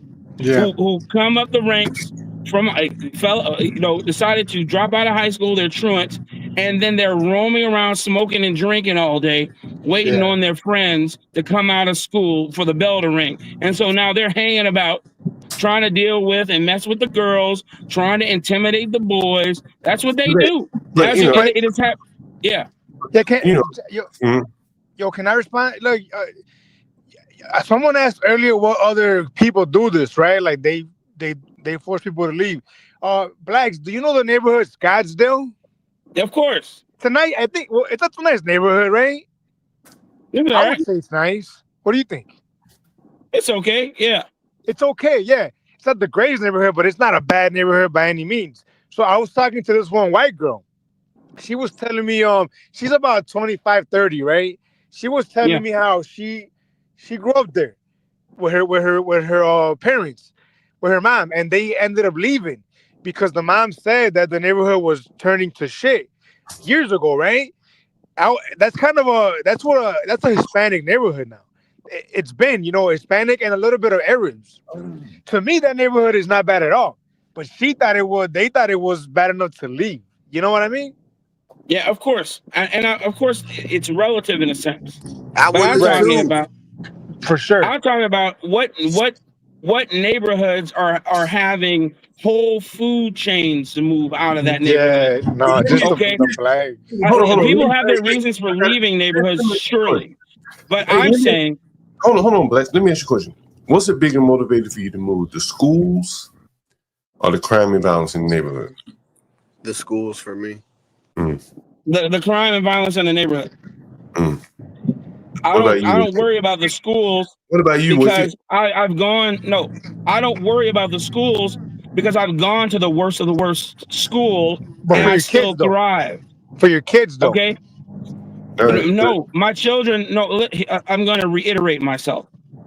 I don't worry about the schools because I've gone myself to the worst schools. Me too. And I don't care because I'm still going to thrive because that was my mindset. I don't. We're dealing with people who don't care. Well, wait a minute. Okay, all right, hold on. So, Latino said schools. What did you say? You said schools too? Man, they're both important, John. The crime and schools, man. I mean, I looked at both when I first moved, but if I had to pick one, I would be schools. See, I think, if you live in a real inner city like New York, right? New York City, right? I would probably say, the schools and the neighborhood come hand in hand. But you probably can tolerate your neighborhood if you can get your child into a nice school, but then that requires money, private schools. Or if you can get into a gifted school. I guess I won't disagree totally with you. Yeah. I'm just saying that when you live in a neighborhood like that, and you have to deal with the wiles of those people, of whoever they are, it takes a toll. Go ahead. Yo, Blacks, look, man, I know exactly where you're coming from, man. We miss you, by the way, bro. But bro, when I used to come home from school every day, right, from high school, right, when I would hit my own block, bro, I used to always, every day for a long time, bro, run into the SDs, right? Yeah. And I was a kid, mind you, right? But the SD, and every day they will come up to me face to face and tell me, yo, what's up, nigga? You ready? You ready to turn D, nigga? Come on, man. You ready, dude? Every day I had to survive that, Blacks. Well, in that case, I guess I want my kids to be safe, bro. You have to survive it. And let me ask you something, Wicked. Did you go to school? You don't have to tell me what school you went to, but did you go to school on the north side or northwest side? Where did you go to school? Southwest side. Oh, southwest. Oh yeah, Mexican territory for sure. How old are you? Yeah. So so I used to hate the D's, right? So that kind of forced me, bro. To I grew up hanging out with the Latin Kings because of that. But I never joined though. I never turned king. But what I'm getting at is this, Blacks, and you understand me when I say this. Yeah. And I was surprised by my growth and your answer right now. I used to think, man, I'll put my kids in a rough school. I did it, right? Now as a man, and now that I have my two babies, I could never ever put them in a fucked up Yeah, school, I don't bro. think I don't think I'll put my children in a rough school. The things they can be exposed to, much worse than just being in a neighborhood. The neighborhood, you can shield them a little bit.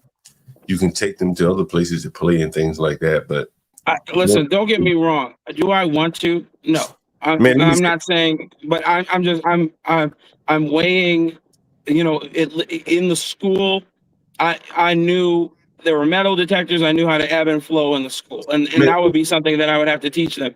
However, in the neighborhood, you have no such balances. You don't have those checks and balances whatsoever. And the police, are. Go ahead. In my neighborhood, man, you know, and Kimmy Case knows where I send my kids to daycare. And they were having like a little end of school, you know, little birthday party or whatever, you know. Yeah. And at this time I realized like daycare shit, that shit is kind of like a scam now, kind of like the school. Of course it is. And that the small hats who own the daycare, they would hire a bunch of Black and Latino women. They would get subsidies from the government because of the poor women who could send their children. They have basically like a Section 8 voucher for daycare. You understand? And so they had all these ghetto Black women and Hispanic women. The Hispanic women, I will say, were a little bit better. One of them ended up daycare, you know, doing like some after care for us. But anyway, at the party for the kids, they had Hit 'Em Up playing by Tupac. I said, what? Yeah. I mean, these kids were like 3, 4 years old. They had Hit 'Em Up playing by Tupac, bro. Blasted. Of course. And this is why I say the school's probably more important for me. But I'm saying the schools, I understand. I understand what you're saying, and I don't dismiss it. I'm just saying the product doesn't begin in the school. It begins where we dwell. And I don't want to live there, period. And hence, by me not living there, most likely I'm not going to have to suffer those schools. Yeah, the schools in the neighborhood kind of come along together in that sometimes we can separate them. And I also wanted to say, the gangs, so, you know, you hear about, I don't know, I've never in my life been afraid of Crips and Bloods, you know, even watching the movies, you know, not do the right thing. What's the name of that movie? Juice and the rest of them, whatever, those movies. As much as I was afraid of Vice Lords, GDs, BDs, and Blackstones. Okay, violent. I've never, you know, I've been around the country, lived in different places, and I've never seen the sort of violence that I had to witness in Chicago that, you know, exists on that level in other places. I'm not saying that violence doesn't happen. We know it happens, but I'm saying those gangs are a different sort of violence. And most people, when they move to Chicago, then they will admit, they're like, yeah, these guys are for real, and they don't, you know, I don't know, man. The gang. Chicago has always been a gang city. Before it was black gangs, it was the white gangs, and then it was the black gangs and Latino gangs, and here we are. Kimmy Case said you can live in Brownsville. I mean, that's not necessarily true, Kimmy Case. I don't know why Kimmy Case does this. What? Kimmy Case, for the most part, you are confined to your neighborhood. Now, if you test into another school, you may go to Stuyvesant and go to Manhattan, Brooklyn Tech, or whatever. But more or less, you're going to the school in your neighborhood, Kimmy Case. Let's be honest here. We got a Bronzeville in Chicago, man. Right. So that's the hood. I mean, I don't know why she said that. You know, I could be very wrong, but for the most part, you go to school in your neighborhood. Now, maybe at high school, you may go to a different school. Yeah, and you usually got to test into those schools or have a. But wait a minute, hold on, Kim K. Why would someone send their child to school in Manhattan? You can't just. I just refuse to believe that you can just say, "Hey, I want my child to go to school in Manhattan, and you live in the Bronx." You can't just do that. Like, you can't. I don't. Correct me if I'm wrong. You can't, because I know it wasn't the case for my children. We couldn't just say, "Hey, I want them to go to this school." We wanted to put our kid in one of them schools, PS9, PS11, and we didn't live in the neighborhood. You couldn't do it, right? We couldn't just say, "You were gonna sign up. We want to go to that school." No, you can't do that. Like I said, it was like a magnet high school, or again, there is extenuating circumstance is the only way you can go out into a school that's outside of the district. Blacks. There's a neighborhood in New York, and I'm sure there are neighborhoods in Chicago just the same, that are very affluent. And people that live outside those neighborhoods want to send their children to those schools. In New York, it's Park Slope, and that other neighborhood, give me that B, I can't remember the name of them. Not Best Gap, whatever. People want to get into those schools from outside those neighborhoods. So if you live in where Kimmy Gates lives, you can't just send your child to that school. I know because I tried to. They made us go to a fundraiser. You got to buy shit. You got to damn near buy your way in, and then hope you still get in. It's just not the case, Kimmy Gates. You may have students coming in from Jersey, whatever. They may got connections. There may be something else going on. But a student coming from Jersey taking the place of a tax-paying New York City resident, that just does not make sense. Surely you understand that. And if I'm paying taxes in New York City, and then you're going to allow someone from Jersey to come here and take his spot, New York City is not going to allow that. Similarly, if I live in Park Slope and someone lives in the Bronx, and I want to send my child to the school in Park Slope, they're not going to put him out to let a child from the Bronx get in. I paid to live there. Park Slope is very expensive. I deserve the right to send my children to one of those good neighborhoods in Park Slope over a child in the Bronx. The fact that they do it all the time must be waivers. My children can do. I wanted my children to go to that school right there in Brooklyn, right by the Barclays. It didn't happen. I couldn't get them in there. I couldn't pay my way in to a public school. So if it happens all the time, maybe because those are the people that are politically connected, they get their kids in those schools. I'm telling you, I've experienced it. Anyway, go right ahead, guys. Anyway, I think a lot of people are looking, when they look in neighborhoods, they're really concerned about, the behavior in the schools, and that's a big motivator in terms of driving their property values up and where people live. Here, John, here, as a result of the schools, right? And because they go by zip codes here, by the neighborhood schools, white people are people, but in particular white people, right? They're forced to put their kids in Catholic school. Yeah. Yeah. And it's expensive. It's expensive. Like the one that what's that Catholic high school right there off Stony Island? Is it the Leo one? No, not Leo, right? Not Leo. Leo's off of Halsted, right. The one off Stony Island, the one that the old Eagles quarterback used to go to.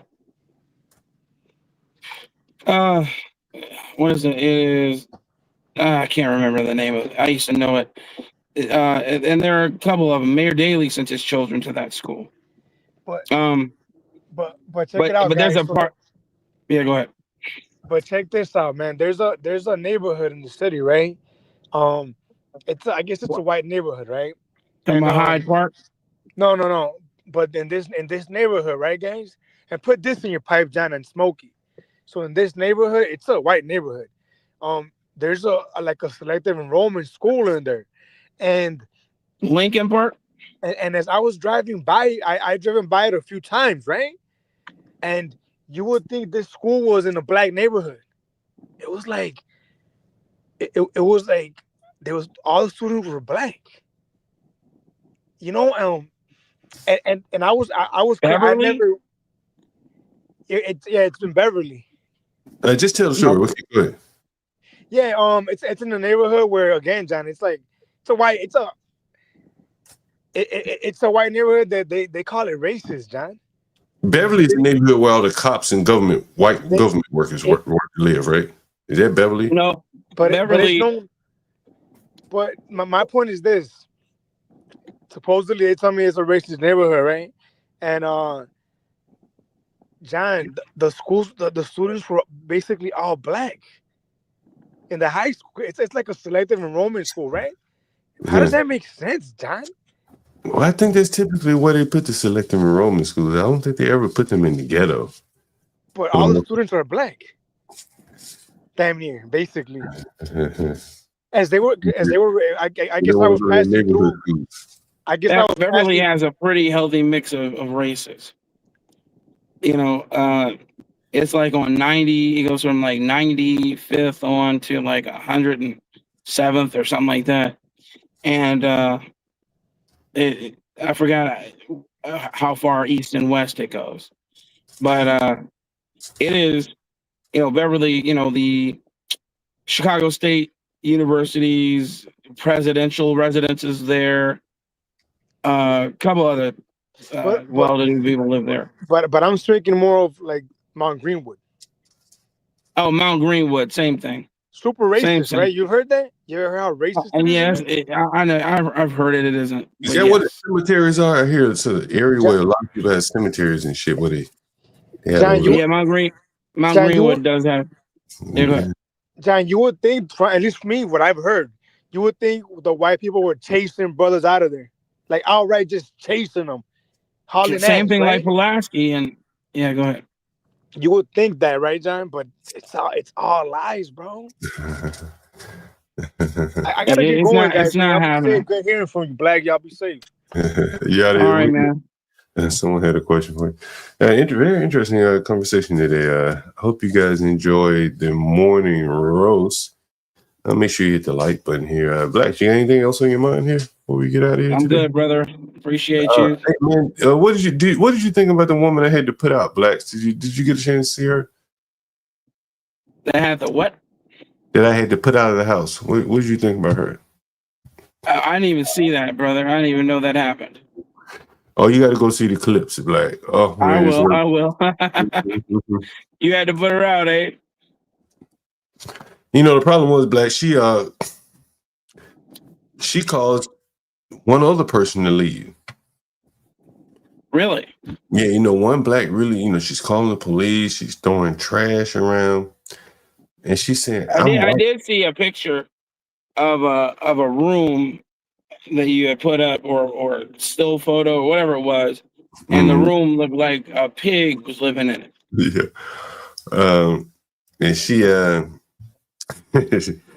I mean, just a very deluded Black woman. She thought, you know, she just raised so much hell in the house that one couple moved out. They were like, "Yo, I can't deal with this shit." You know, and it just really shows you kind of how one bad Black person can ruin it for 5 other people in the house, 5 other, you know, tenants in the house. It's true, right?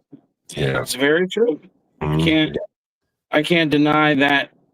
You know, one idiot spoils it for all the other ones. You know, it's very bad, man. And I refuse. You know, unless I had no other choice, which oftentimes you do have another choice. I'm not going to deal with that. So, all right, man. Have a good day.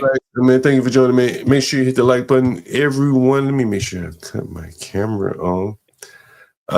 What's I about to say here? Guys, I hope you enjoyed the morning roast. A couple things to get it out of the way here. It's going to rhyme here. Make sure you $20 a day for Porsche J. That's our campaign here. And me, I'm John Galt. You can always hit the Cash App me, John Galt. Universal, you see that at the bottom here. HB2N, Get Cracked. Of course, the cantankerous, as I like to call them, Stanley Cross. You can make sure you support your favorite host here and make sure you support our editor. $1 a day for Porsche J. We have 33 people in the audience right now as we speak. That's less than $1 a person. Less than a cup of coffee there. Once again, thank you for joining. And if you have some topics you'd like to suggest for the next stream, I'm not sure what's on the calendar here, but I'm sure we'll be doing it at some point in the very near future here. You make sure that you can send any of us online there, and we'll make sure we try to cover those. Well, I interviewed my stripper tenant. Someone wants to know that. You know, I should. See if she's up for it first, and then maybe I'll do that. Any other comments? Let's see. Who else has comments? No more racism. Kimmy Case, what racism did we have? What racism did we have? Although I think, these differences in people, a lot of times these incidents that come up, there is an undertone of racism to it. Like the killing in Texas. Was that racism? Was there an element of race to it? Maybe not the killing, but the response to it had an element of race to it. You can't deny that. And so I think, we can't not cover it because those things do happen. And as you can hear, everything,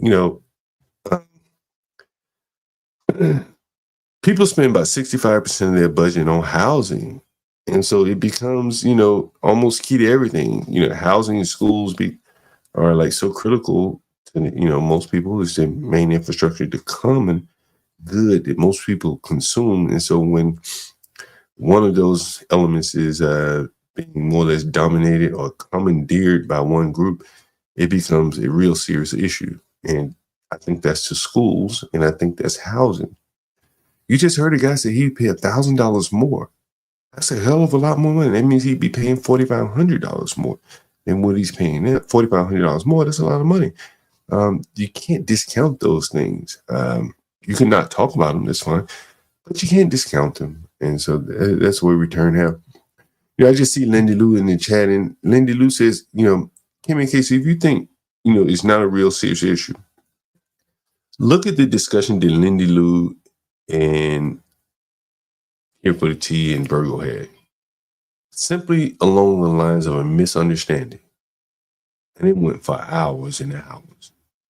And we all know Lindy Lou here. She doesn't mean any harm. She didn't mean any harm.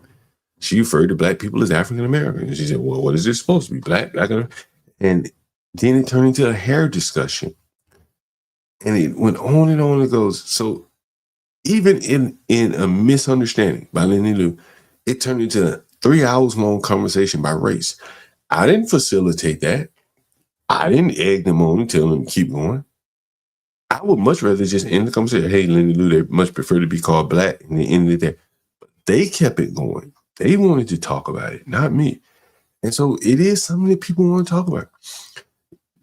No one left the chat when they got because I left. When they got up here and started talking, Kim and Case, you can't deny that the people stayed here for a long time, listened to them go back and forth, right? Even you saw some of it. I left. But it is interesting. But some people do. Some people, Lindy Lou, she doesn't care. She's not black. But the people that took issue with her saying African American versus black, they really wanted to discuss that. And there are clearly people on both sides who wanted to hear. And then it didn't just stay here. Apparently it went over to Here for the Tea's channel. And so Lindy Lou said she was upset by being called a racist. And there it is again. Like so many people being casted, they were casting aspersions on people who were calling them racist. And in the real world, they don't get a chance to combat that, but here they do. And I think that's probably why it's more acutely talked about here than in the real world there. So there you go. And I think we'll see quite a bit of a difference if Be Brave and Stanley ever have that discussion. You're going to see two different approaches to some of the things that both of them are saying. And they're going to have two very different takes on it. I bet you, I guarantee you that. Yeah.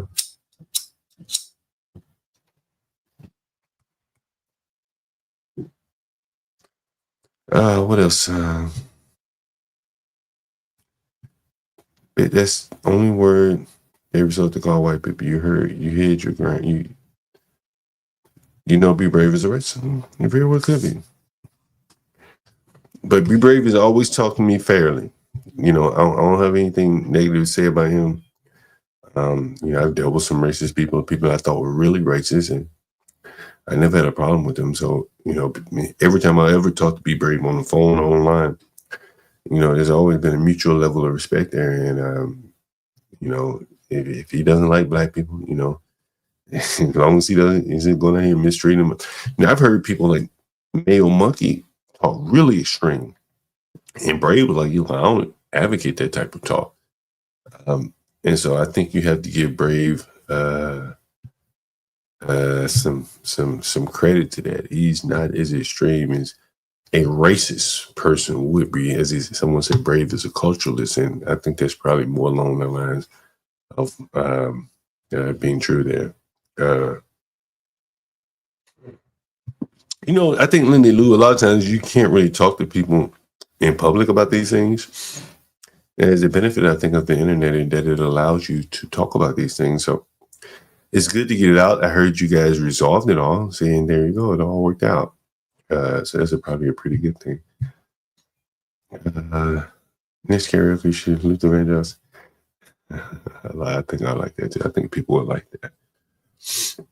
But yeah, if you have any suggestions for the stream, we would be more than happy to hear any of your suggestions here. We did. Oh yeah, that's what I heard. Yeah, you worked it out. Do All My Love by Luther Stanley. What do you think about that? I love Luther Vandross. Lou says,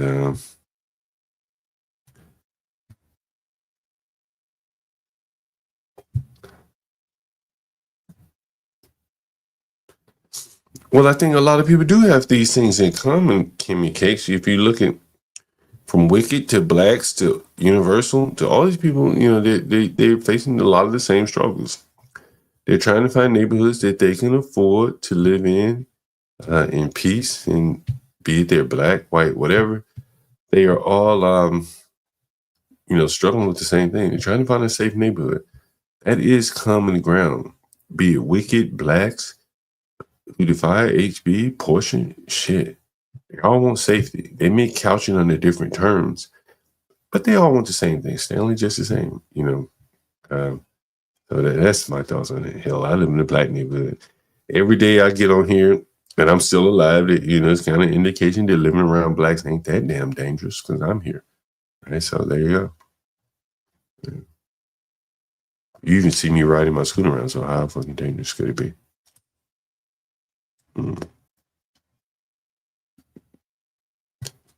Well put, John. Yeah, I think so.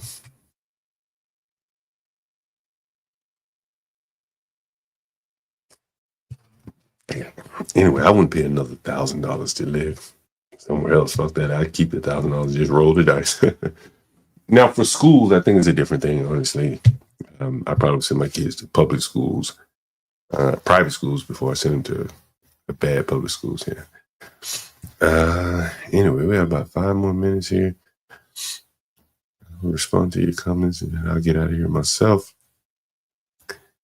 Anything else? Roller Skater Girl, is that not Roller Skater Girl, but Eclectic? Is that true that we mentioned on another channel? And if so, can you tell us what they said about us? I'm sure that's Roller Skater Girl. Or Kimberly Ann Carter, whatever. If we were mentioned on another channel, tell us what they said about us. Okay. I was hoping you'd tell us here. Why they moved to the land of milking? Yeah, well, but you keep moving, everybody keeps stepping. I ain't died to the floor. I just got out of the way of this back door right here. In case the bullets came through the back door. What else? Well, I live, hey, I can't, I don't do that. 24-hour format was buyer. Anyone want to volunteer to hold down some hours in a 24-hour format? We have some hours available. Someone entertaining could definitely do it. Anyone's interested?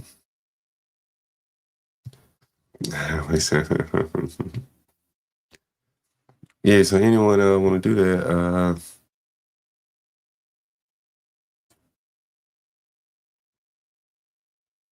We can definitely do the 24 hours.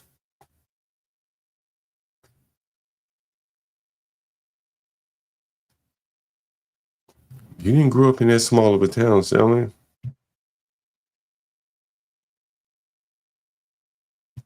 I grew up in a small town. My town was like 30,000 people. Probably less than that, like 25,000. That's small. Man, it's a nice sized little city. Oh, they sent my name. What show was that last night? Oh yeah, yeah. You live in a small town there, yeah.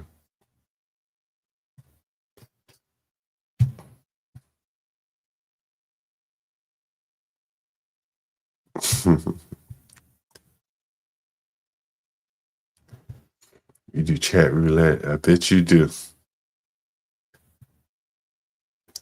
This town is small now.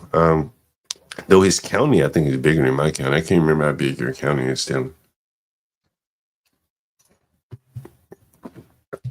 My county was about 130,000 people. My county was a county seat there. I lived on the black side of that county.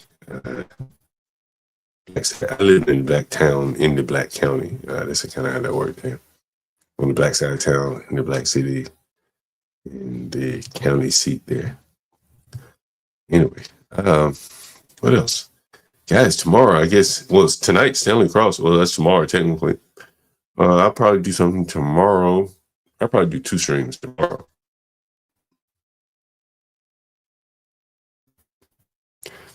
The first thing I think I'll do is, I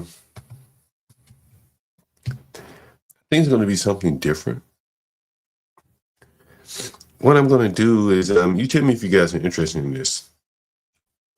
I'm going to go to a property, this room that I'm about to renovate. I'll do a quick live stream from there.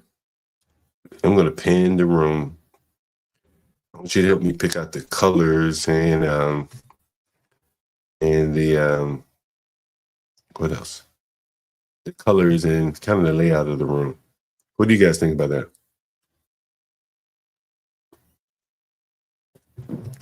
Probably be a quick stream.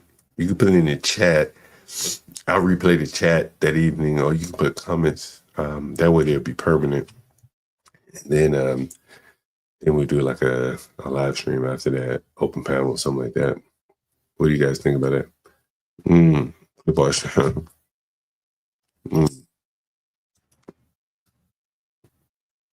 The only prerequisite is we do dark trim and lighter walls. So that'll give you that there. And that'll be interesting. So, you like that, Stanley Cross? Are you an interior designer?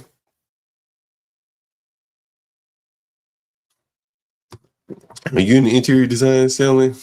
Roller skater girl, who's into interior design here? Who wants to be the winning designer of this room? Who wants to come up and who will be willing to come up and contribute their design ideas? Will anyone be willing to contribute their design? I give you $50 if I choose your idea. Or you can come close to your idea. If you come up with something, I'm like, yeah, I like that, I'll do that. I give you $50. Anyone want to come up and critique this room? We'll put some pictures up. We'll review the live stream. And then anyone that's come up with an interesting design, we'll pay $50 to that person. What do you guys think about that? Yeah, pink, purple, I like that.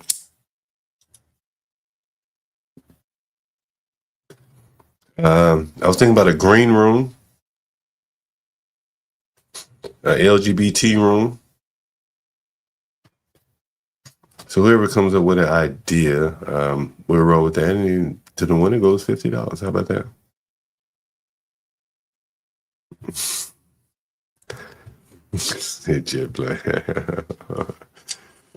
I want to do a pink room. I was thinking about it, like different shades of pink appeal to women. That's, as you can see, I didn't turn that idea off. And the same for purple, like multiple shades of purple, like a dark purple trim, a light purple on the wall. That might be kind of cool. Might be kind of cool there. I think I like it. See, you got some good ideas here. Not paint, yeah.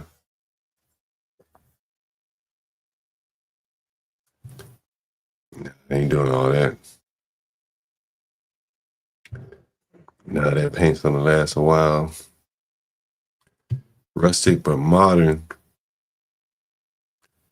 We got some matte black. We have some gold fixture bathrooms. We have some stainless steel.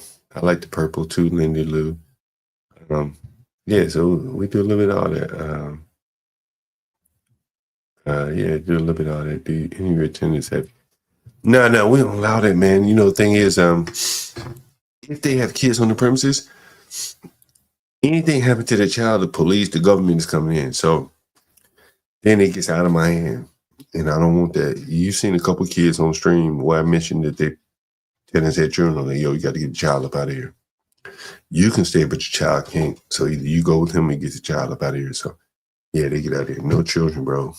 Their liability is too high. You know.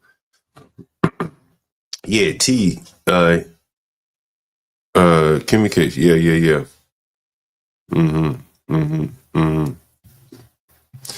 Remember, Lindy Lou, the trim has to be dark. So we flip-flop it.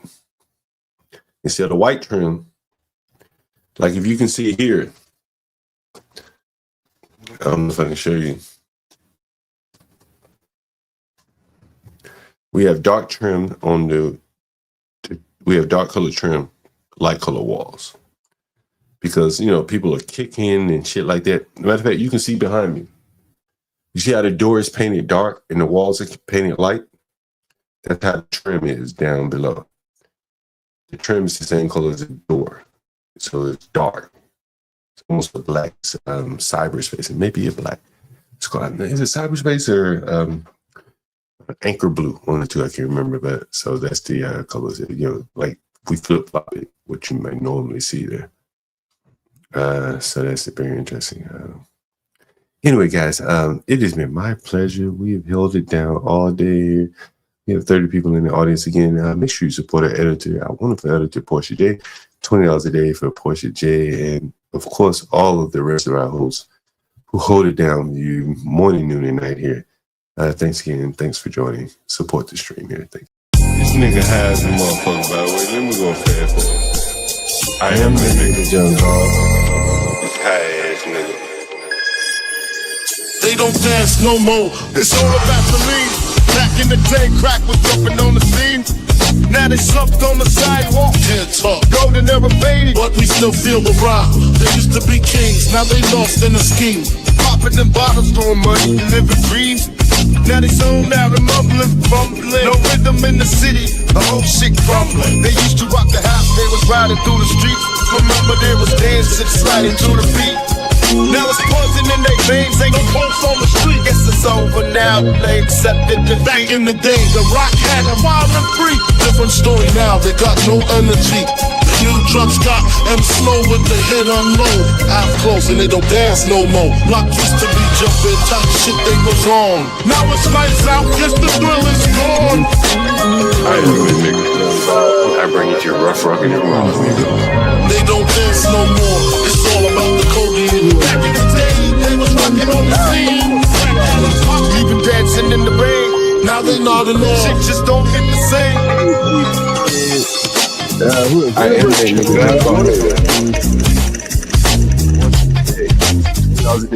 Hey, guys, thank you very much for joining.